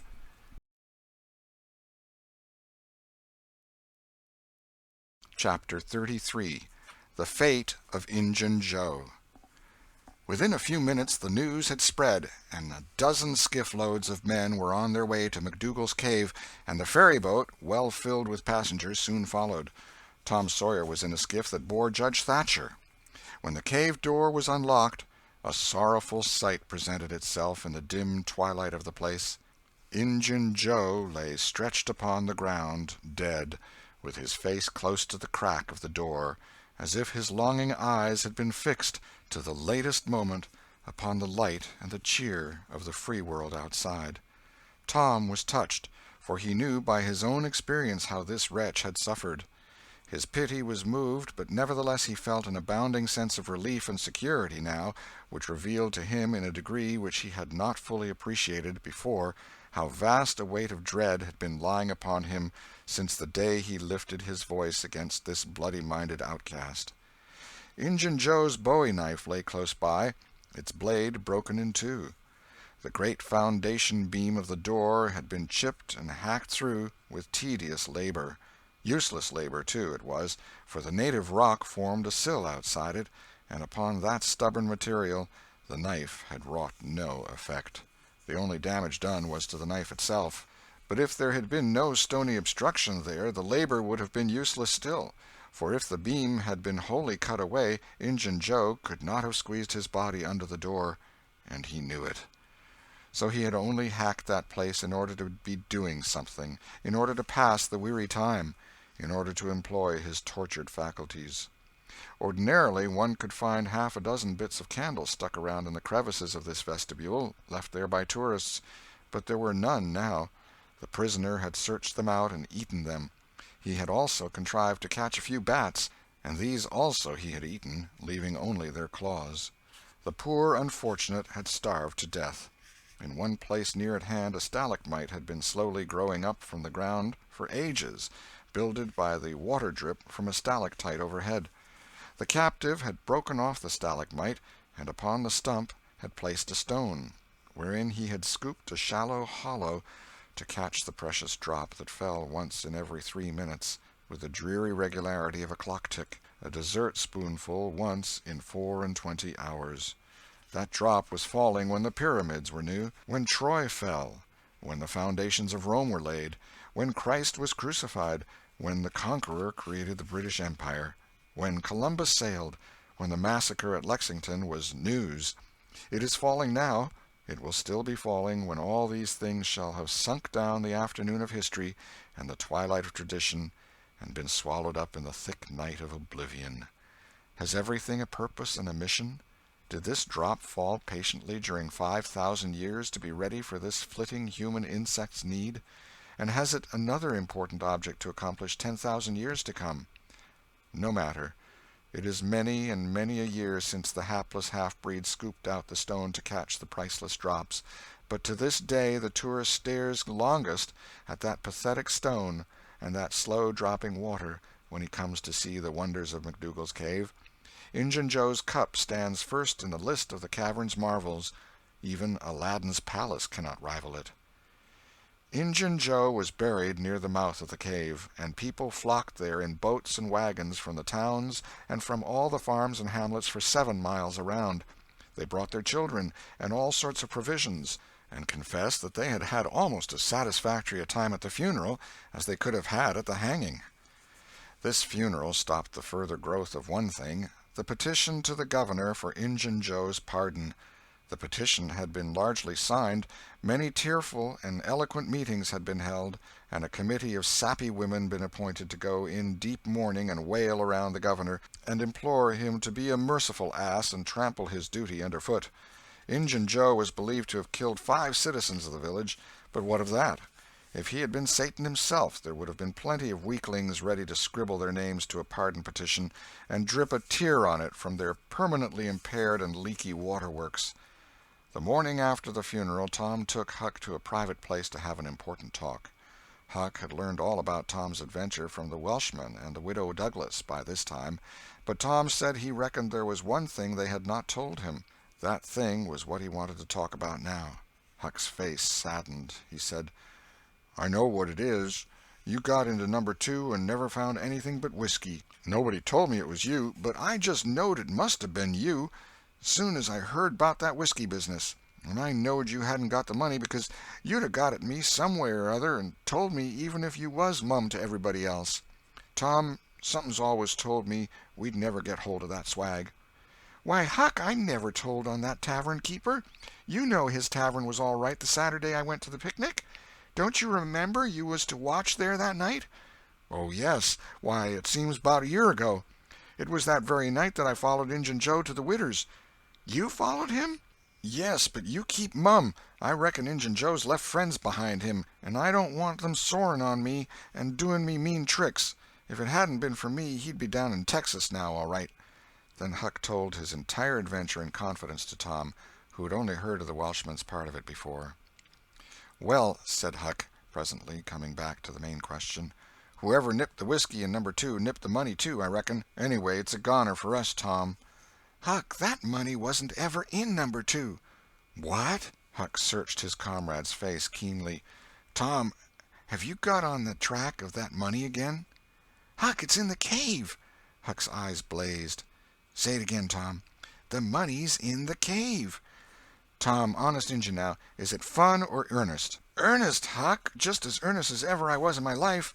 Will you go in there with me and help me get it out?" "I bet I will. I will if it's where we can blaze our way to it and not get lost." "Huck, we can do that without the least little bit of trouble in the world." "Good as wheat. What makes you think the money's—" "Huck, you just wait till we get in there. If we don't find it, I'll agree to give you my drum and everything I've got in the world. I will, by jings." "All right, it's a whiz. When do you say?" "Right now, if you say it. Are you strong enough?" "Is it far in the cave? I've been on my pins a little 3-4 days now, but I can't walk more'n a mile, Tom. Least I don't think I could." "It's about 5 mile into there the way anybody but me would go, Huck. But there's a mighty short cut that they don't anybody but me know about. Huck, I'll take you right to it in a skiff. I'll float the skiff down there, and I'll pull it back again all by myself. You needn't ever turn your hand over." "Let's start right off, Tom." "All right. We want some bread and meat and our pipes, and a little bag or two, and 2 or 3 kite strings, and some of these newfangled things they call lucifer matches. I tell you, many's the time I wished I had some when I was in there before." A trifle after noon the boys borrowed a small skiff from a citizen who was absent, and got under way at once. When they were several miles below Cave Hollow, Tom said, "Now, you see this bluff here looks all alike all the way down from the cave hollow? No houses, no wood yards, bushes all alike.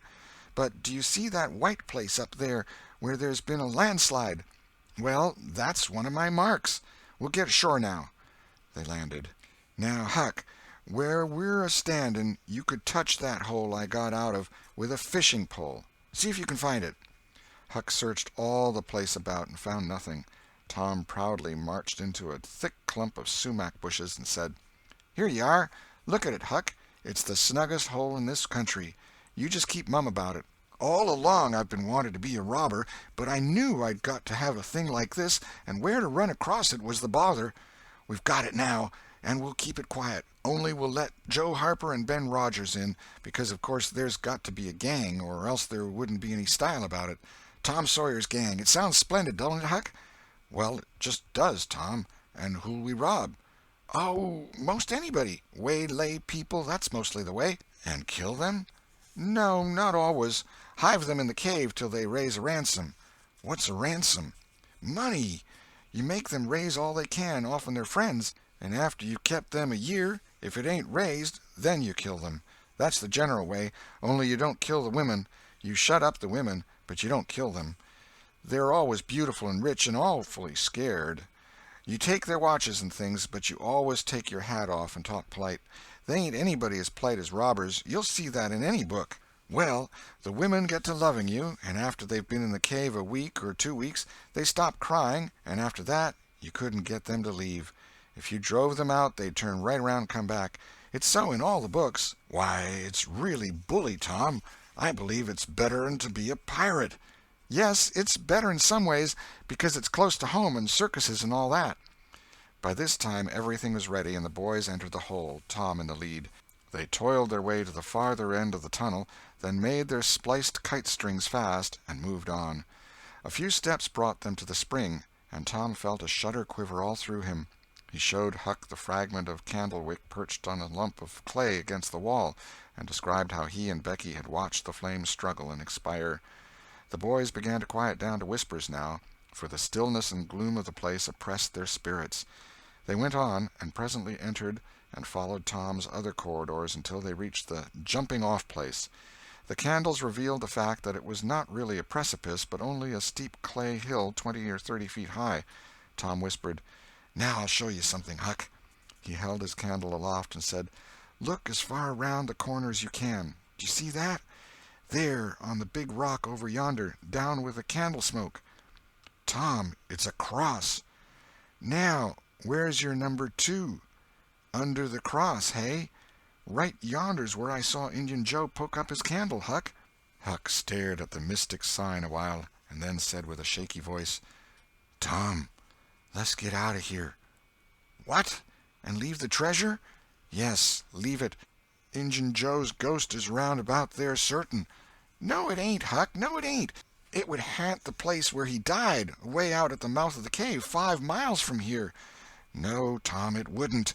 It would hang around the money. I know the ways of ghosts, and so do you." Tom began to fear that Huck was right.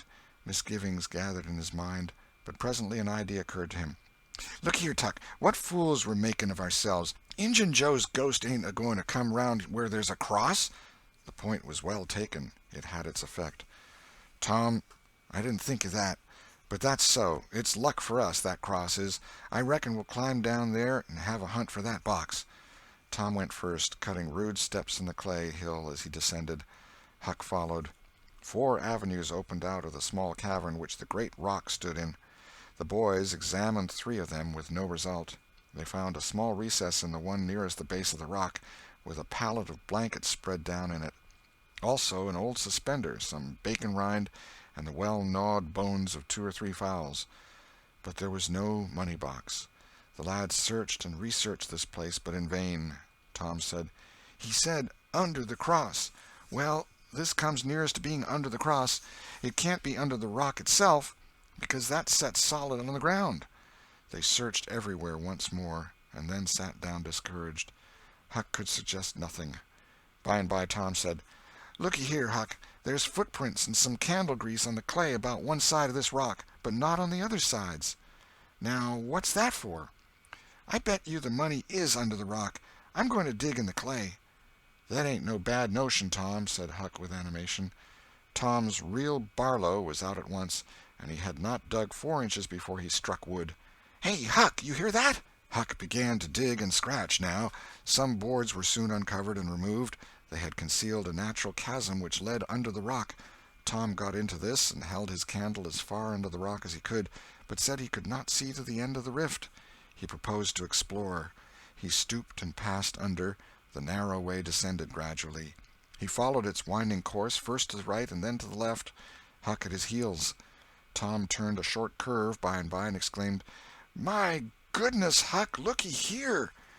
It was the treasure box, sure enough, occupying a snug little cavern, along with an empty powder keg, a couple of guns in leather cases, 2 or 3 pairs of old moccasins, a leather belt, and some other rubbish well soaked with the water drip.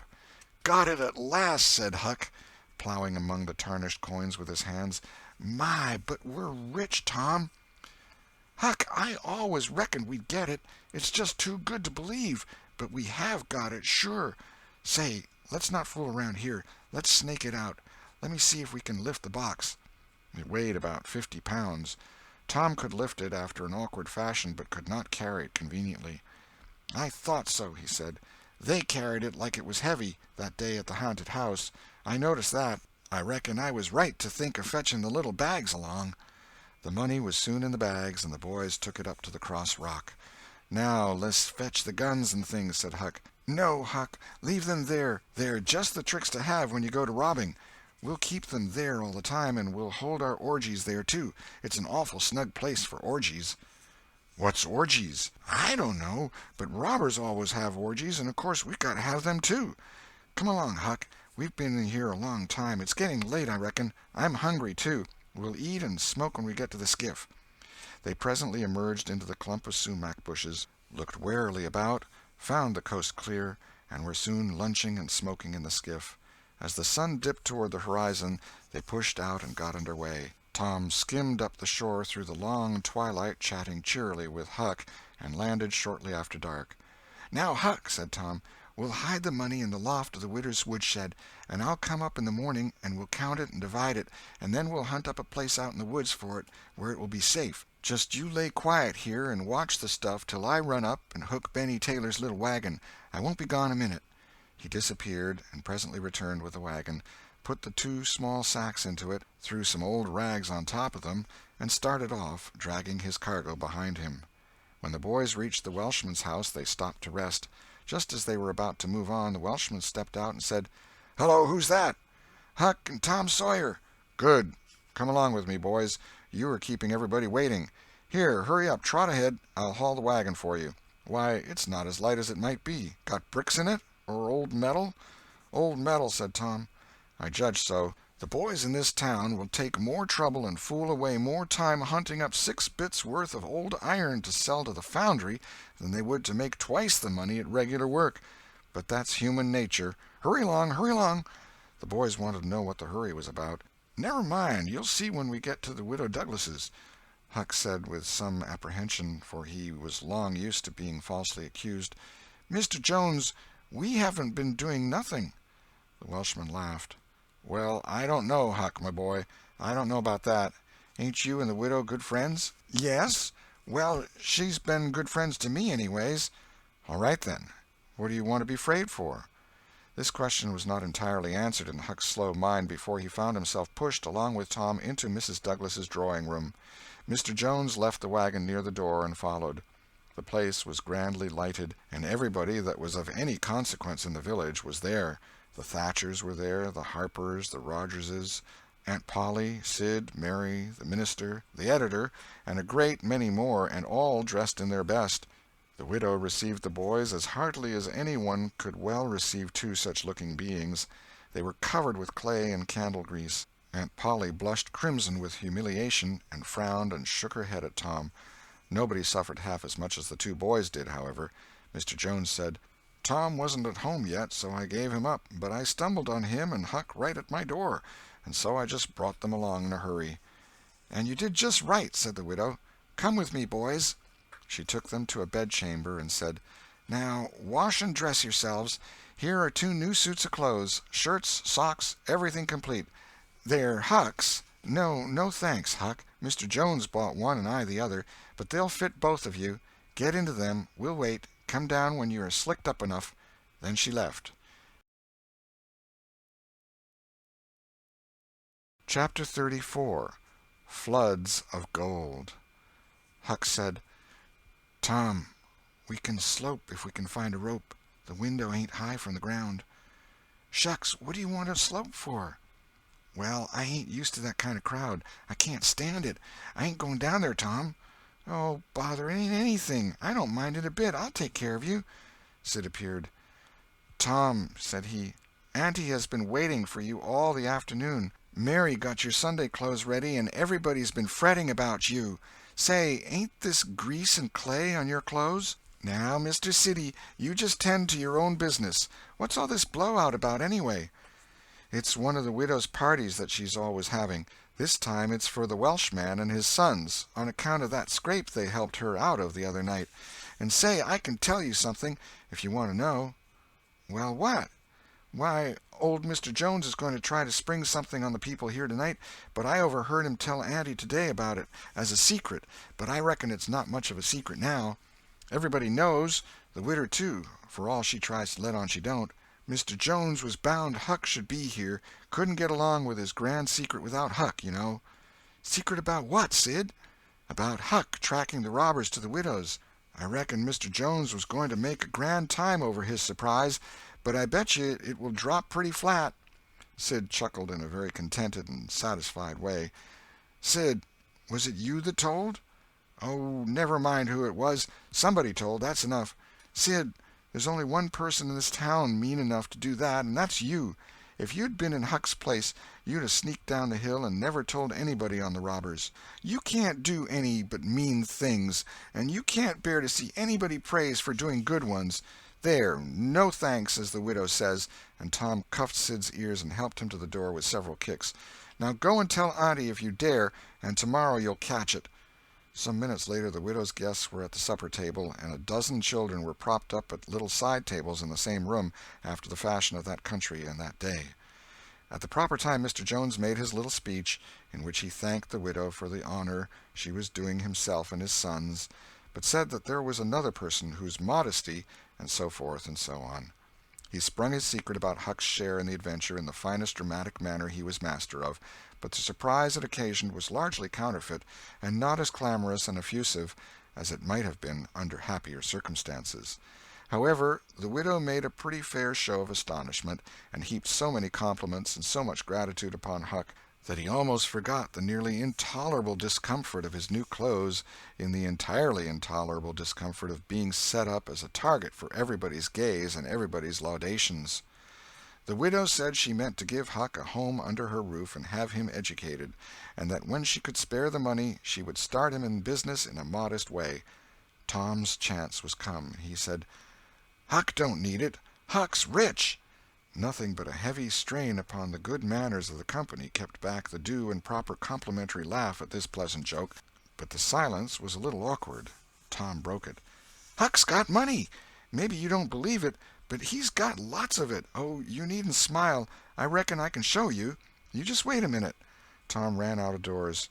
The company looked at each other with a perplexed interest, and inquiringly at Huck, who was tongue-tied.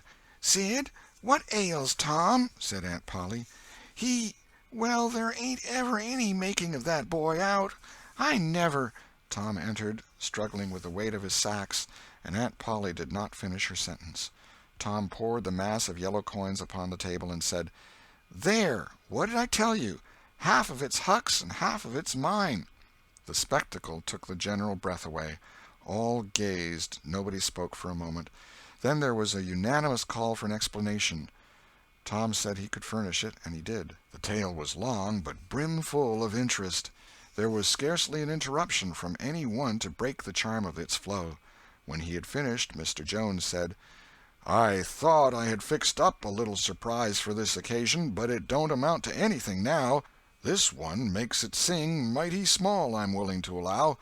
The money was counted. The sum amounted to a little over $12,000. It was more than anyone present had ever seen at one time before, though several persons were there who were worth considerably more than that in property. Chapter 35. Respectable Huck Joins the Gang. The reader may rest satisfied that Tom's and Huck's windfall made a mighty stir in the poor little village of St. Petersburg. So vast a sum, all in actual cash, seemed next to incredible.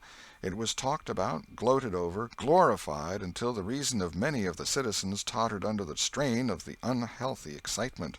Every haunted house in St. Petersburg and the neighboring villages was dissected plank by plank and its foundations dug up and ransacked for hidden treasure, and not by boys, but men, pretty grave, unromantic men, too, some of them. Wherever Tom and Huck appeared they were courted, admired, stared at. The boys were not able to remember that their remarks had possessed weight before, but now their sayings were treasured and repeated. Everything they did seemed somehow to be regarded as remarkable. They had evidently lost the power of doing and saying commonplace things. Moreover, their past history was raked up and discovered to bear marks of conspicuous originality. The village paper published biographical sketches of the boys. The Widow Douglas put Huck's money out at 6%, and Judge Thatcher did the same with Tom's at Aunt Polly's request.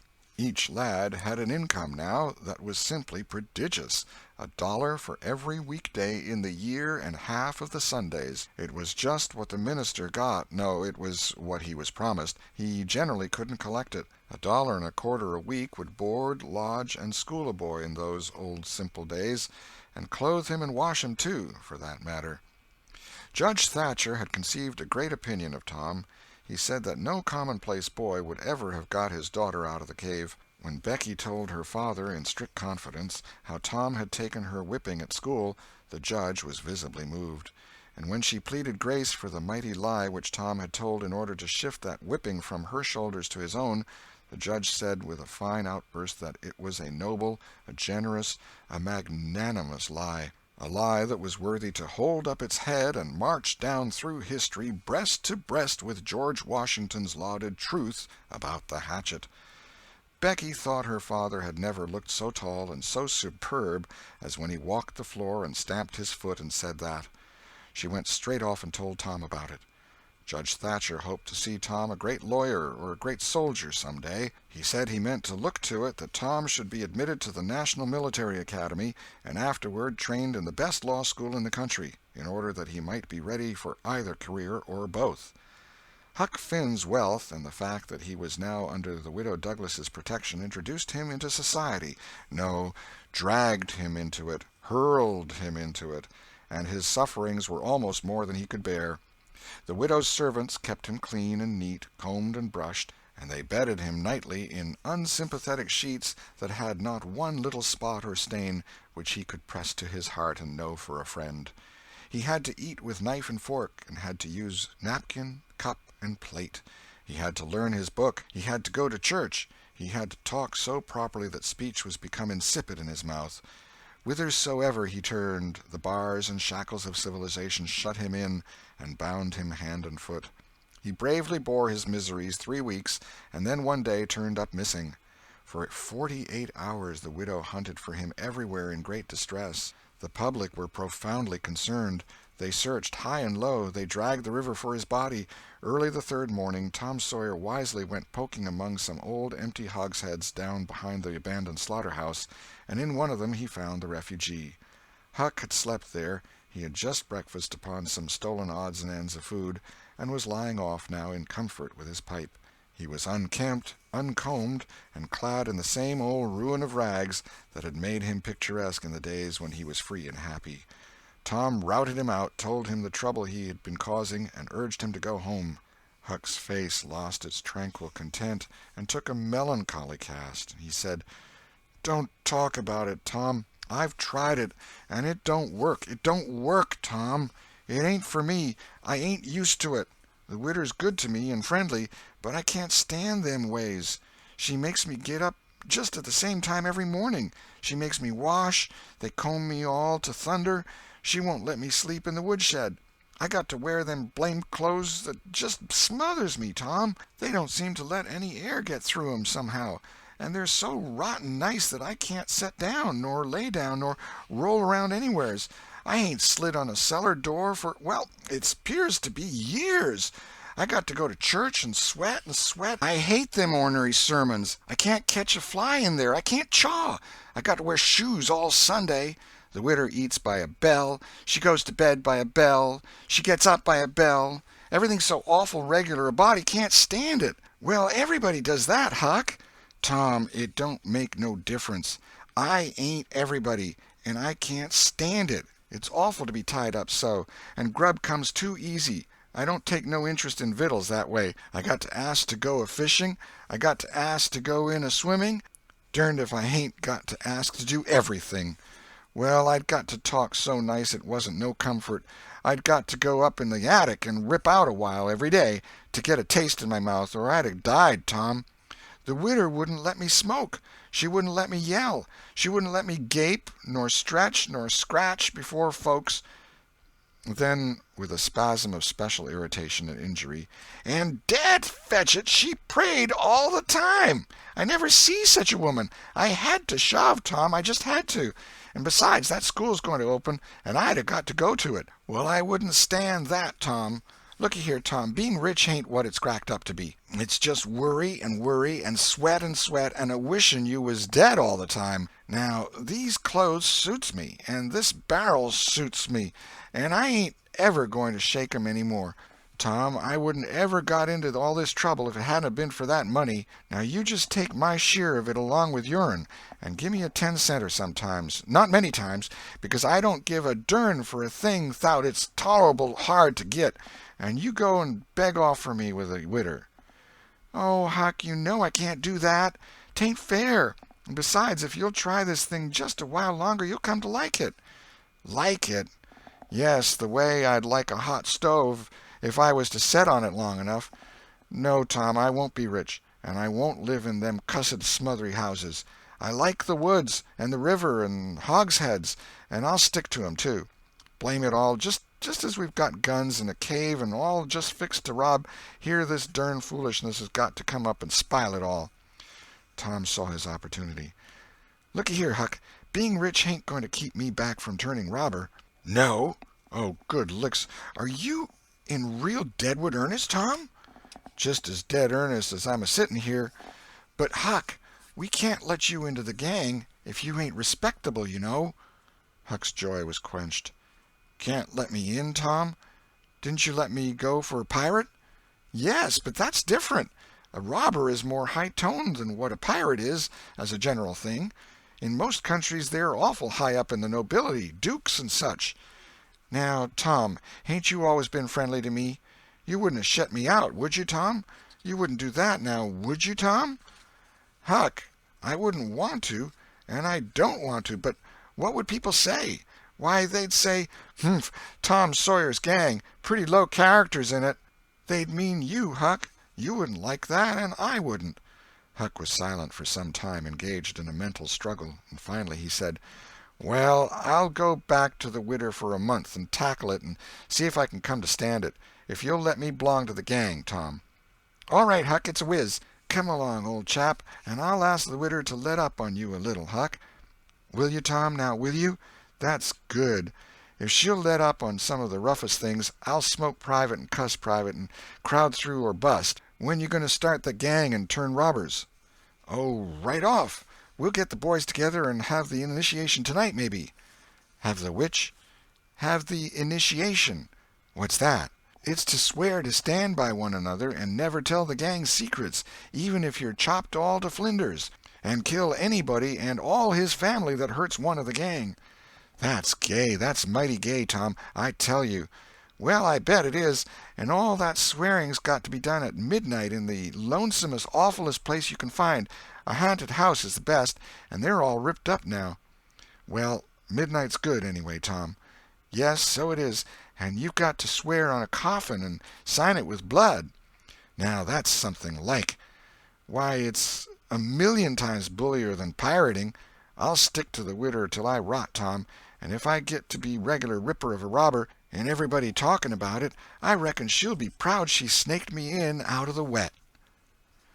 Conclusion. So endeth this chronicle. It being strictly a history of a boy, it must stop here.